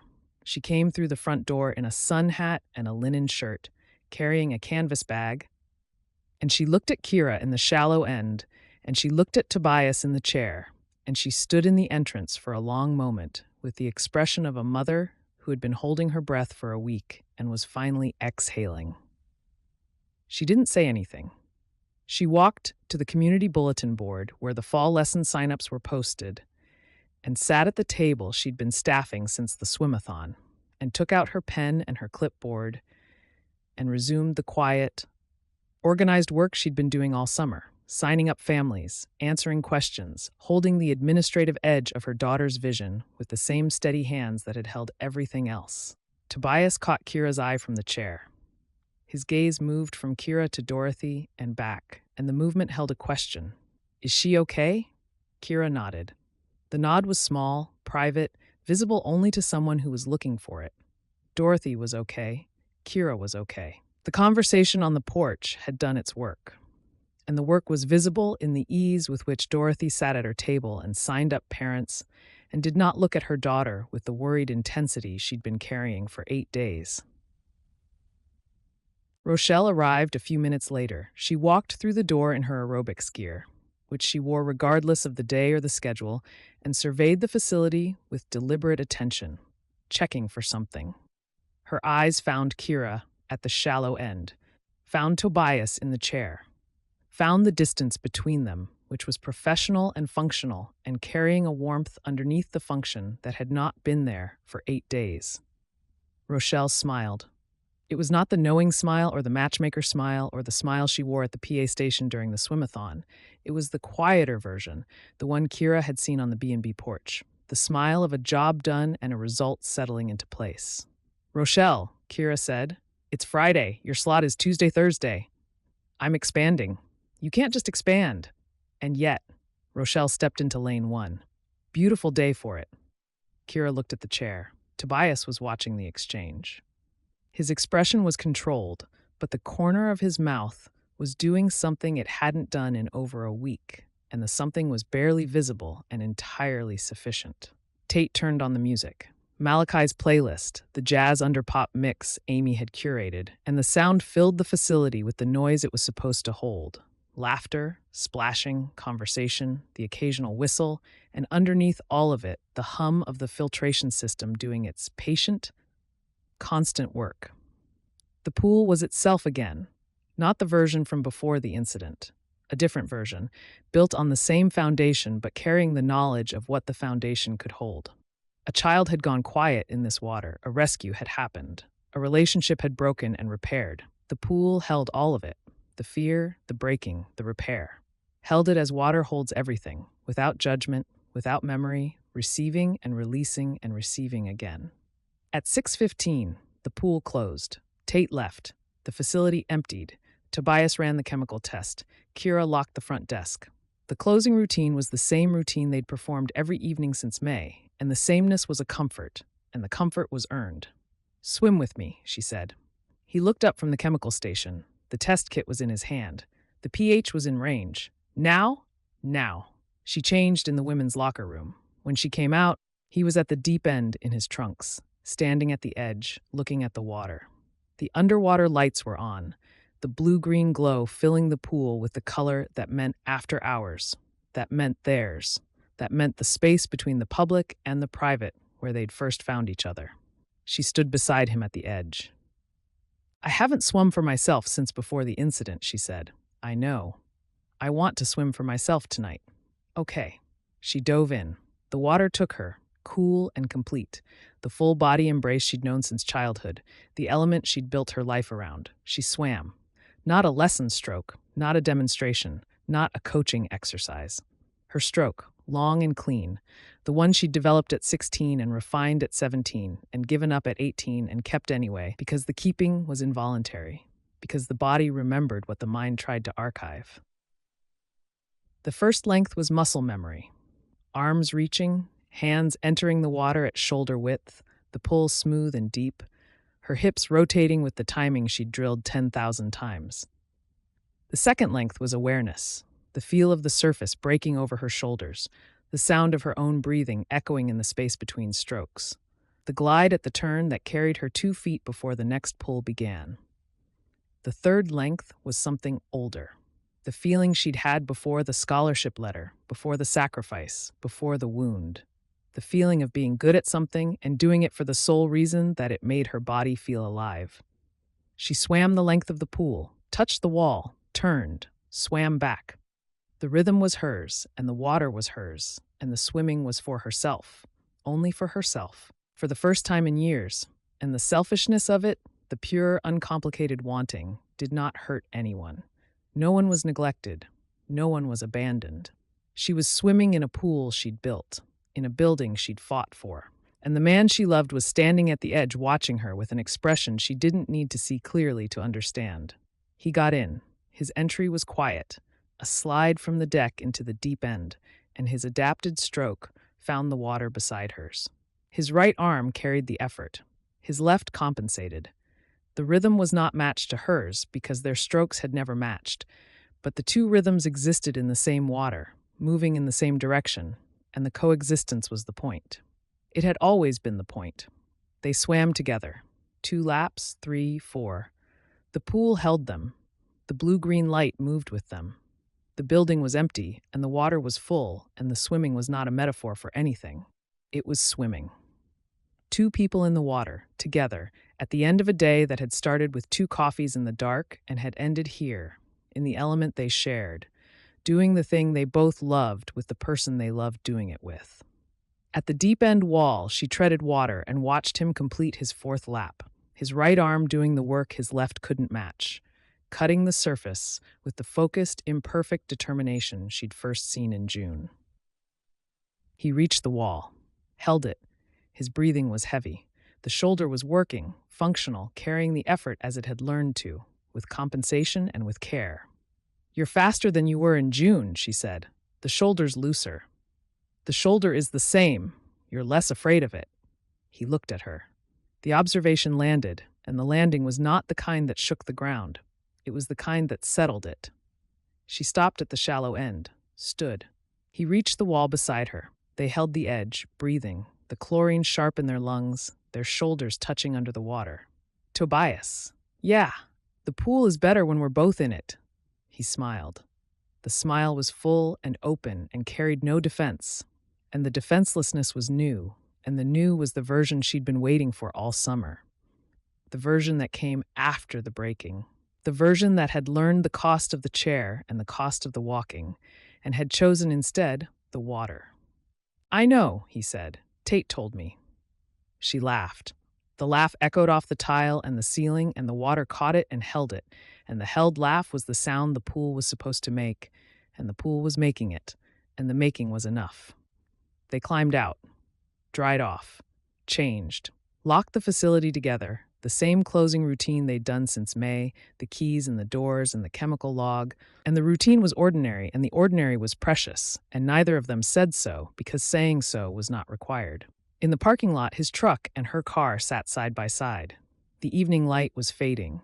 The air was warm and carried the first trace of late summer, the season tilting toward September, the weeks ahead shorter than the weeks behind. "Good night," she said. "Good night." He kissed her. Brief, warm, the kiss of a Friday evening in a parking lot, unwitnessed and unremarkable, and holding the entire summer inside it. She watched him walk to his truck. He turned at the driver's door and looked back, and the looking was not the scan and not the breath. It was the look of a man going home, coming back in the morning, and the morning was certain, and the certainty was the gift. She got in her car, started the engine, drove home. Dorothy's porch light was on. The sunflowers were tall in the last light. The house was solid and real, and it was not a fortress and it was not a prison. It was home, and the home had room for everything. The sacrifice and the swimming, the staying and the wanting, the mother inside and the man across town and the pool that held them all. She parked, went inside, and ate the casserole. Chapter 24. The scared child swam the length of the pool. It happened at 3:40 on a Saturday afternoon in late August, during open swim, with the facility at capacity and Malachi's playlist filling the air and Mrs. Zhang's noodles maintaining their unblemished safety record at the pool's edge. The child, whose name was Jalen, had been working toward this since June. 8 lessons, 8 weeks of kickboards and bubble blowing, and the patient, incremental work that Kira did better than anyone he'd ever watched. 8 weeks of the steps, the shallows, the gradual deepening, the trust building one held hand at a time. "Watch the boy," Mrs. Zhang said to the bleachers at large, setting down her chopsticks. "Today is his day, I can tell." And now Jalen was standing at the shallow end wall, goggles on, both hands gripping the tile, looking at the deep end 25 yards away, with the expression of someone about to do the bravest thing he'd done in his life. Kira was at the far wall. She'd positioned herself at the deep end, waist deep, her hands resting on the ledge behind her, waiting. There was no calling to the child, no coaching, no counting down or clapping or offered encouragement. She simply stood at the finish, steady, present, the destination visible and real, and the visibility was the technique. The child needed to see where he was going and trust that the person he was going toward would be there when he arrived. Toby was in the chair. His scan was running. The rotation held its 30-second circuit, the gradient covered, Tate on the deck, the coverage plan doing its quiet, distributed work. But at the shallow end wall, where Jalen's small fingers gripped the tile, his eyes held. Not for a second, for the full moment. Because some moments deserved the full attention, and the full attention was not a lapse. It was the job. Jalen pushed off. The stroke was imperfect. The arms windmilled more than pulled. The kick was wide and splashy and driving more courage than technique into the water. The breathing was every stroke instead of every 3. The face lifting too high. The rhythm ragged with effort. None of it mattered. What mattered was that Jalen was swimming, moving through the water under his own power, crossing the distance between the shallow end and the deep end with the determined, graceless bravery of a child who had spent the summer learning that the water would hold him if he let it. The facility went quiet, not silent. The splashing continued. The music played. Mrs. Zhang's cooler sat at the edge, but the quality of the sound changed, the conversations fading, the attention shifting, the collective focus of 50 people, narrowing to a single lane where a small body was covering ground. Gerald stopped timing his sets. Rashad set down a popsicle. Dorothy at the sign-up table stood. Tate on the deck held still. Rochelle, mid-stroke in lane 1, surfaced and watched. Jalen reached the deep end. His fingers touched the wall. Kira was there. She didn't cheer. She didn't clap. She put her hands over Jalen's on the wall, holding him against the tile, keeping him above the surface, and the hold was firm and gentle and contained everything the summer had been about. The patience, the trust, the belief that every child could reach the wall if someone was willing to wait. "You did that," she said. Her voice carried across the water. "All by yourself." Jalen's face broke into a grin so wide it pushed his goggles up his forehead. Kira grinned back. The grin was not professional and not contained, and not the grin of an instructor who had just completed a curriculum objective. It was the grin of someone who had spent her life teaching children to trust the water and had just watched the trust hold. From the bleachers, Jalen's father stood. He'd been watching from the second row all afternoon, quiet, attentive, his phone in his hand but not raised, as if recording the moment would diminish it. His hands were at his sides, his eyes bright, and he was nodding, the slow, continuous nod of a parent watching his child do something brave in the element that had once frightened them both. Rochelle started the clapping. 1 person, 2 steady claps, and the sound spread through the facility. Gerald's measured beat, Tate's open-palmed enthusiasm, the parents on the bleachers, Mrs. Zhang's single firm clap that carried more authority than anyone else's 10. The applause rolled across the water and reached Jalen at the deep-end wall, and Jalen looked up at the sound with the bewildered, delighted expression of a child who had not expected the world to notice what he'd done. Dorothy was crying. She stood at the sign-up table with her pen in her hand and her clipboard against her chest and tears running down her face. And the tears were not about Jalen. They were about her daughter, who was standing at the far wall holding a child's hands, doing the work she had sacrificed a scholarship to do. And the work was good, and the sacrifice had built something real, and the real thing was clapping. Toby looked at her from the chair. The grin on her face was the same grin he'd first seen in June, on opening day, when she'd stood in the shallow end and held a child's hands and said, "I'm right here." And the grin had done something to his chest then that he hadn't been able to name, and the something had a name now, and the name was simple, and the simple was enough. He walked her to her car at 6:30. The parking lot was warm. The evening light stretched long across the concrete, late August gold, the color of a season that knew it was ending and was spending its last currency without reservation. Her bag was over her shoulder, his keys were in his hand. The two vehicles sat side by side, his truck and her car, and the side by side had become ordinary, and the ordinary was the achievement. "Come to the B&B tonight," he said. She looked at him. The look was direct, unhesitant, carrying the easy confidence of an invitation received and an intention to accept. "What time?" "Whenever you're ready." 8. She got in her car.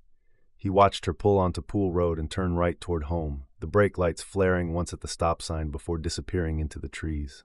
He stood in the parking lot with the late light on his face and the sound of the pool filters humming through the building behind him, and the certainty that she would be at the B&B at 8. And the certainty was not the kind that came from assessment. It was the kind that came from knowing someone, fully, the cracks and the strength, and the places where the two were indistinguishable. She arrived at 8. He heard her car on the gravel, heard the door, heard her footsteps on the porch, and Rochelle's voice from the kitchen, "The pie's on the counter if you want some." Not "good night, babies." Something easier. Something that assumed Kira's presence in this house without ceremony, because the ceremony had happened weeks ago, and what remained was the domestic reality of a woman walking through a door that had been open for her all summer. She climbed the stairs. He was in the hallway. She reached the landing and looked at him, and the looking contained none of the urgency of the first night, none of the adrenaline of the kiss on the deck or the drive through the dark or the gravity of a decision being made in real time. The looking was calm, warm, grounded in the knowledge that they had time and the time was not running out. "Hi," she said. "Hi." She walked to him. He opened the door to the Lakeview room. She went in. The room was the same room. The bed against the far wall, the window with the view, the dresser.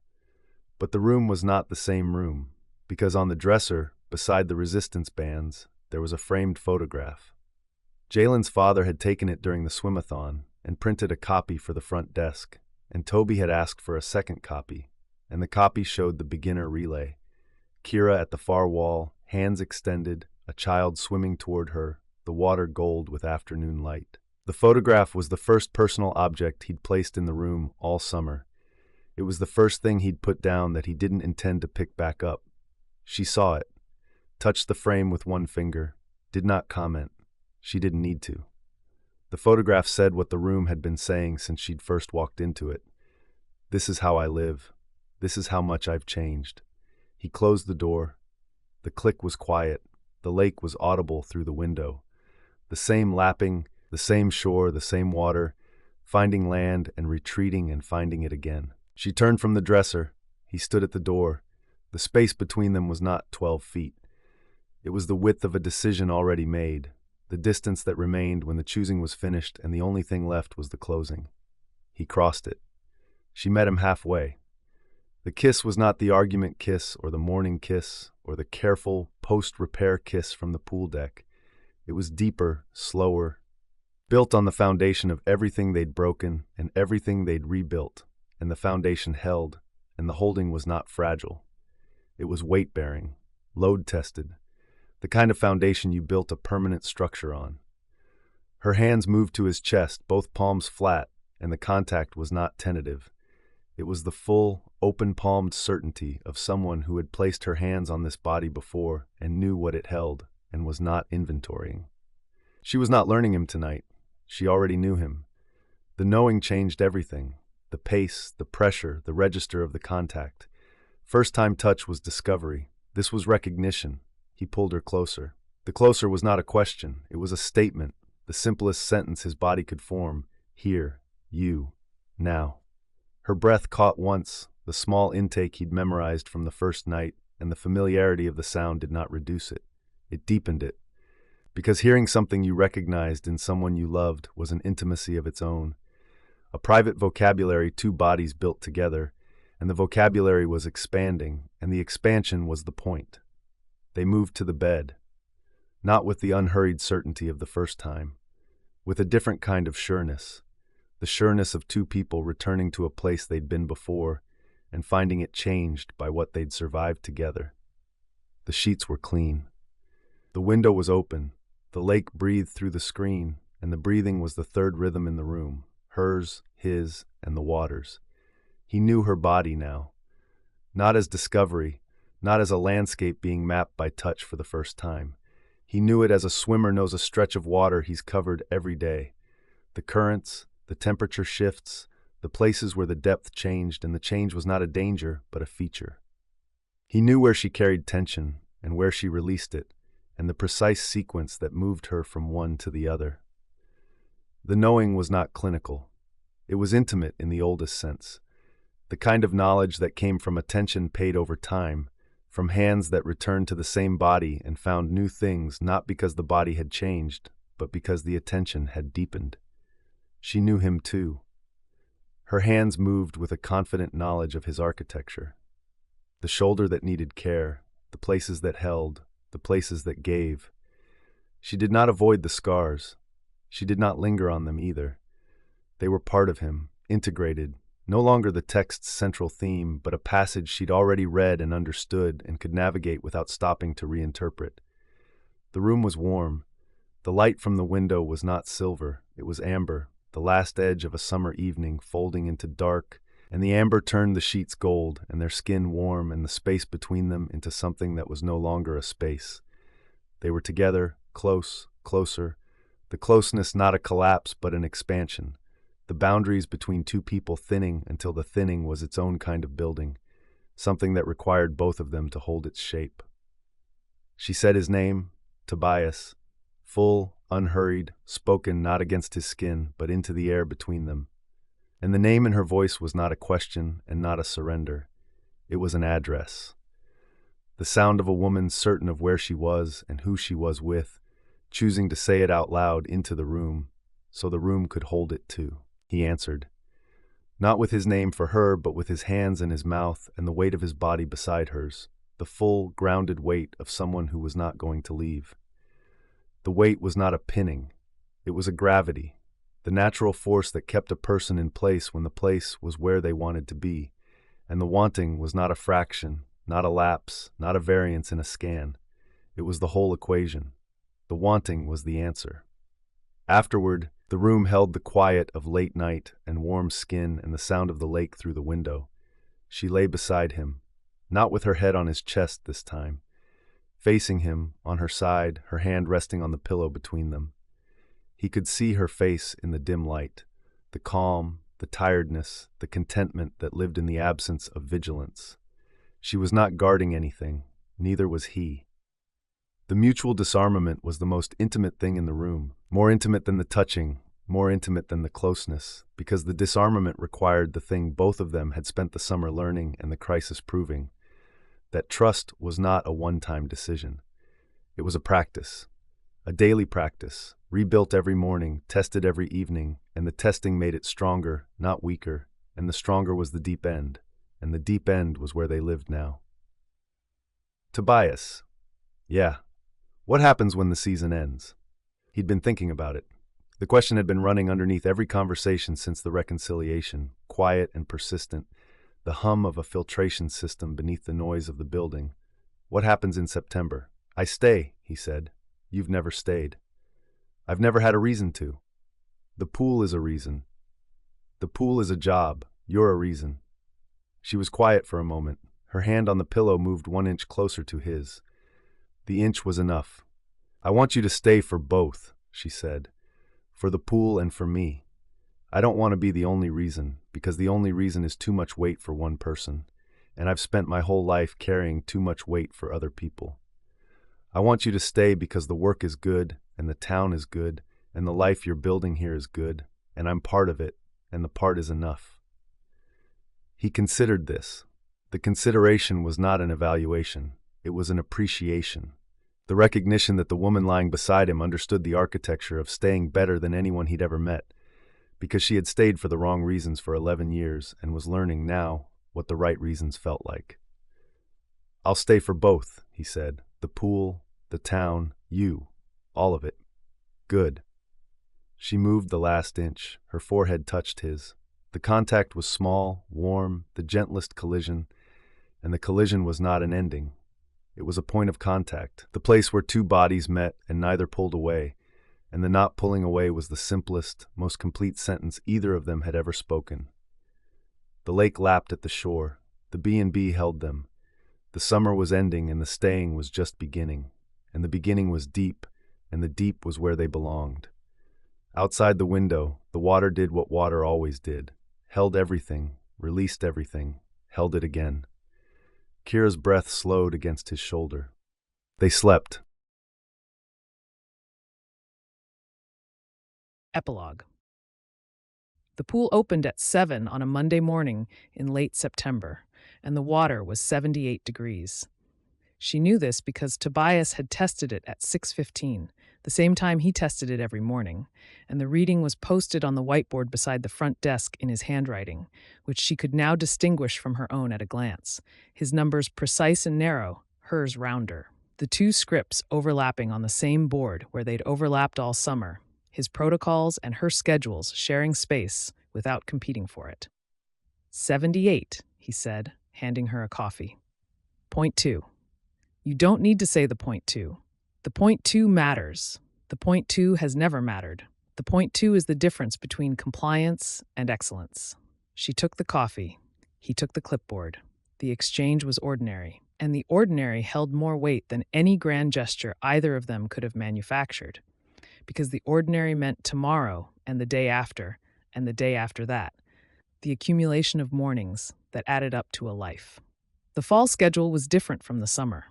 The pool ran mornings and evenings, closed midday, with lessons stacked in 2-hour blocks and open swim reserved for late afternoons. The community hours were preserved. Rochelle's aerobics ran Tuesday, Thursday, and the unauthorized Friday she had grandfathered into the calendar through sheer persistence. Gerald swam his laps at 7 a.m. with his stopwatch and his legal pad, the data uninterrupted by seasonal transition. Mrs. Zhang had relocated indoors for the fall, trading her poolside folding chair for a seat on the bleachers, the cooler replaced by a thermos, the sesame noodles exchanged for sesame soup. The noodles, she had explained, were a summer food. The soup was for autumn. The distinction she had made clear was not negotiable. Tate had started his senior year. He worked afternoons and weekends now, his schedule adjusted around classes and homework, and the college applications his grandmother had mentioned once in the parking lot, with the quiet pride of having watched a child grow into someone worth sending. His certification exam was in November. Tobias was drilling him on rescue scenarios every Saturday morning before the pool opened, and the drilling had evolved from instruction to collaboration, the teacher and the student occupying the same level, and the leveling was a graduation neither of them had named. The Sweetgum Community Pool was no longer seasonal. The Parks and Recreation Board had approved the transition in August, 2 weeks after the incident, at a meeting where Kira had presented the fall programming proposal, and Tobias had presented the revised safety plan, and Dorothy had presented the community petition with 73 signatures. The vote had been unanimous. The pool would operate year-round. The positions would be permanent. The budget would accommodate 2 full-time aquatic staff and a part-time junior guard. Tobias had signed the contract on a Wednesday morning at the front desk, with Kira's coffee sitting beside the paperwork and Tate's playlist coming from the Bluetooth speaker and Rochelle watching from lane 1 with an expression that could only be described as vindicated. He was no longer at the B&B. He'd found a place in early September, a rental on the Lake Road, 2 bedrooms, a porch that faced the water, a kitchen he was learning to use. Benjamin had helped him move, which had taken 40 minutes because the move consisted of one bag, one box of books he'd ordered since June, the resistance bands, and the framed photograph from the dresser. Rochelle had stood on the B&B porch and watched the truck pull away and had said to no one and everyone, "Told you." The rental was 10 minutes from the pool, 6 minutes from Kira's house. The distances were small and deliberate, the geography of 8 years of leaving reversed. A map, now, of short routes and frequent stops. At 10 a.m., the beginner group gathered at the shallow end steps. There were 5 of them this session. New faces, new goggles, new levels of nervous. One child gripped the railing with both hands and would not let go.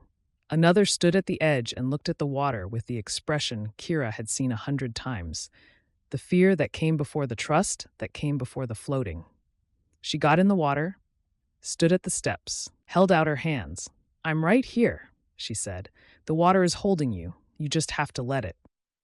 The child with the railing released one hand, then the other, stepped down into the shallows. The water reached the child's waist, and the child's face contracted with the shock of it, the cold and the newness and the enormity of being in an element that did not work by the same rules as the ground.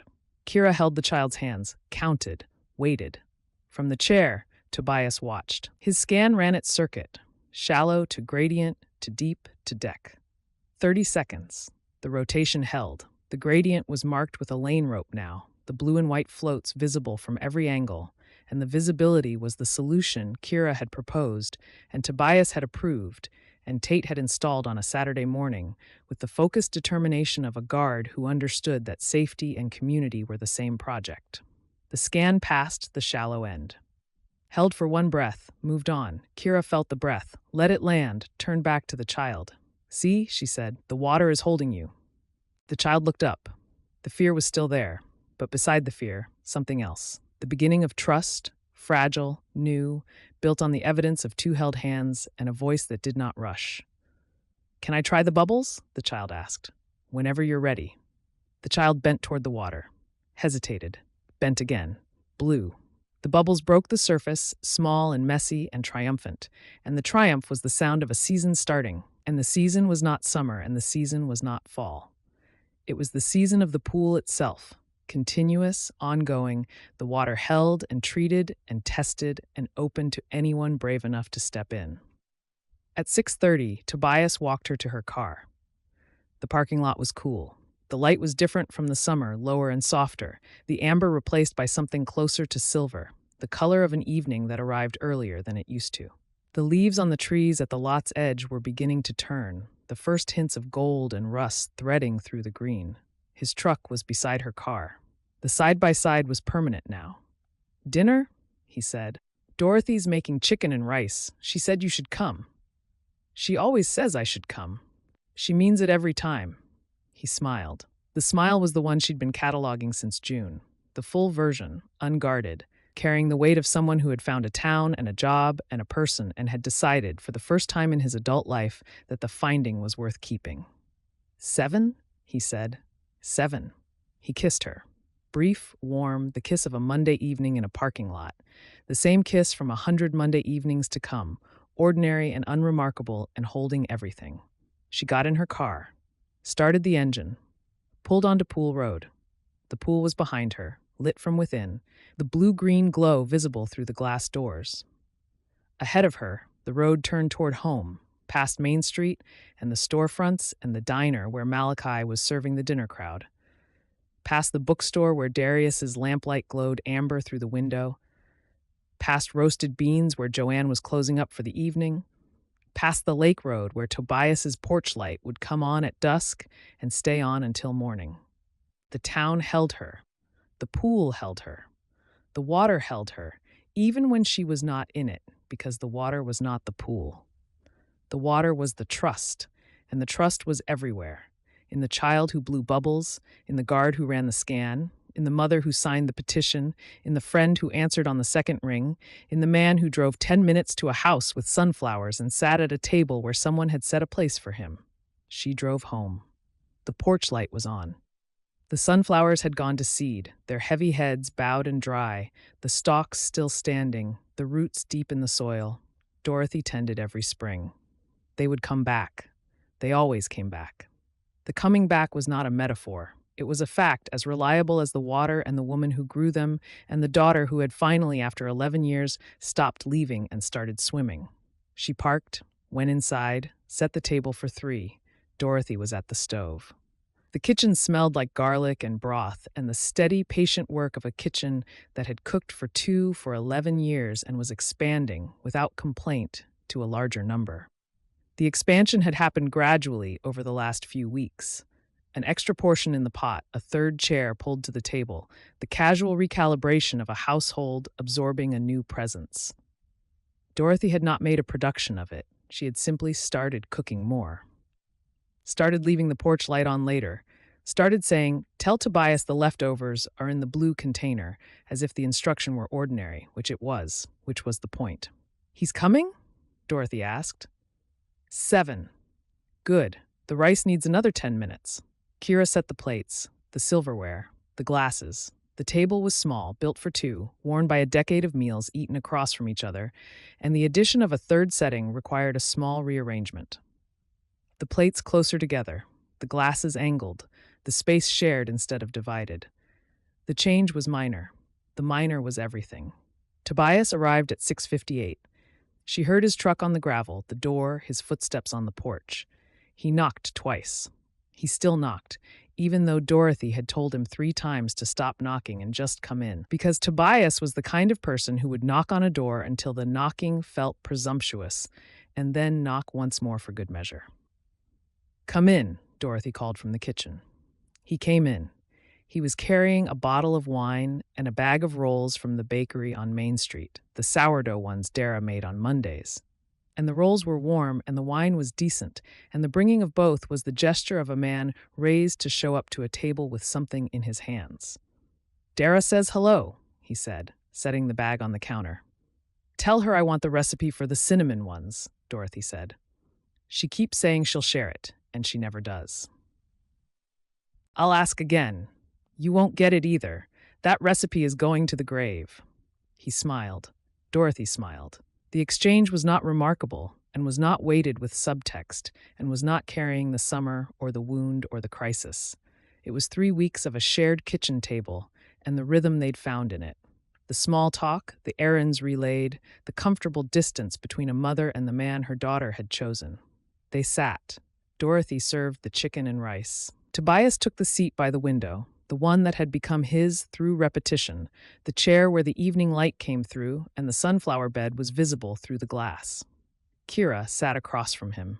Dorothy sat between them, at the head, the position she had occupied for 28 years, and showed no inclination to relinquish. They ate. The chicken was good. The rice was better. The conversation moved without effort through the territory of a Monday evening. The pool, the new students, Tate's college list, Rochelle's latest calendar negotiation, the leak in the bathroom faucet that Tobias had offered to fix, and Dorothy had declined because she preferred her plumber, and the preference was final. "The bathroom faucet has been leaking since April," Kira said. "Gerald offered to fix it in June," Dorothy said. "I declined him too. Gerald is an engineer. Gerald is a man with a wrench and an opinion. I have a plumber." Tobias ate his chicken and said nothing because he had learned, over 3 weeks of Monday dinners, that the faucet conversation was a boundary, and the boundary was Dorothy's, and the crossing of it was not available to anyone, including engineers with data. Kira watched him not speak. The not speaking was a fluency, the language of someone learning the rhythms of a house and its people. Learning which doors opened and which stayed closed, and which could be leaned against without pushing. He was learning Dorothy as he'd learned the pool, carefully, respectfully, with attention to the protocols and a willingness to be corrected. Dorothy watched him too. Her expression, when she looked at the man sitting in the chair by the window eating her chicken and rice, was not the diagnostic expression or the worried expression or the expression of a mother evaluating a suitor. It was simpler than any of those.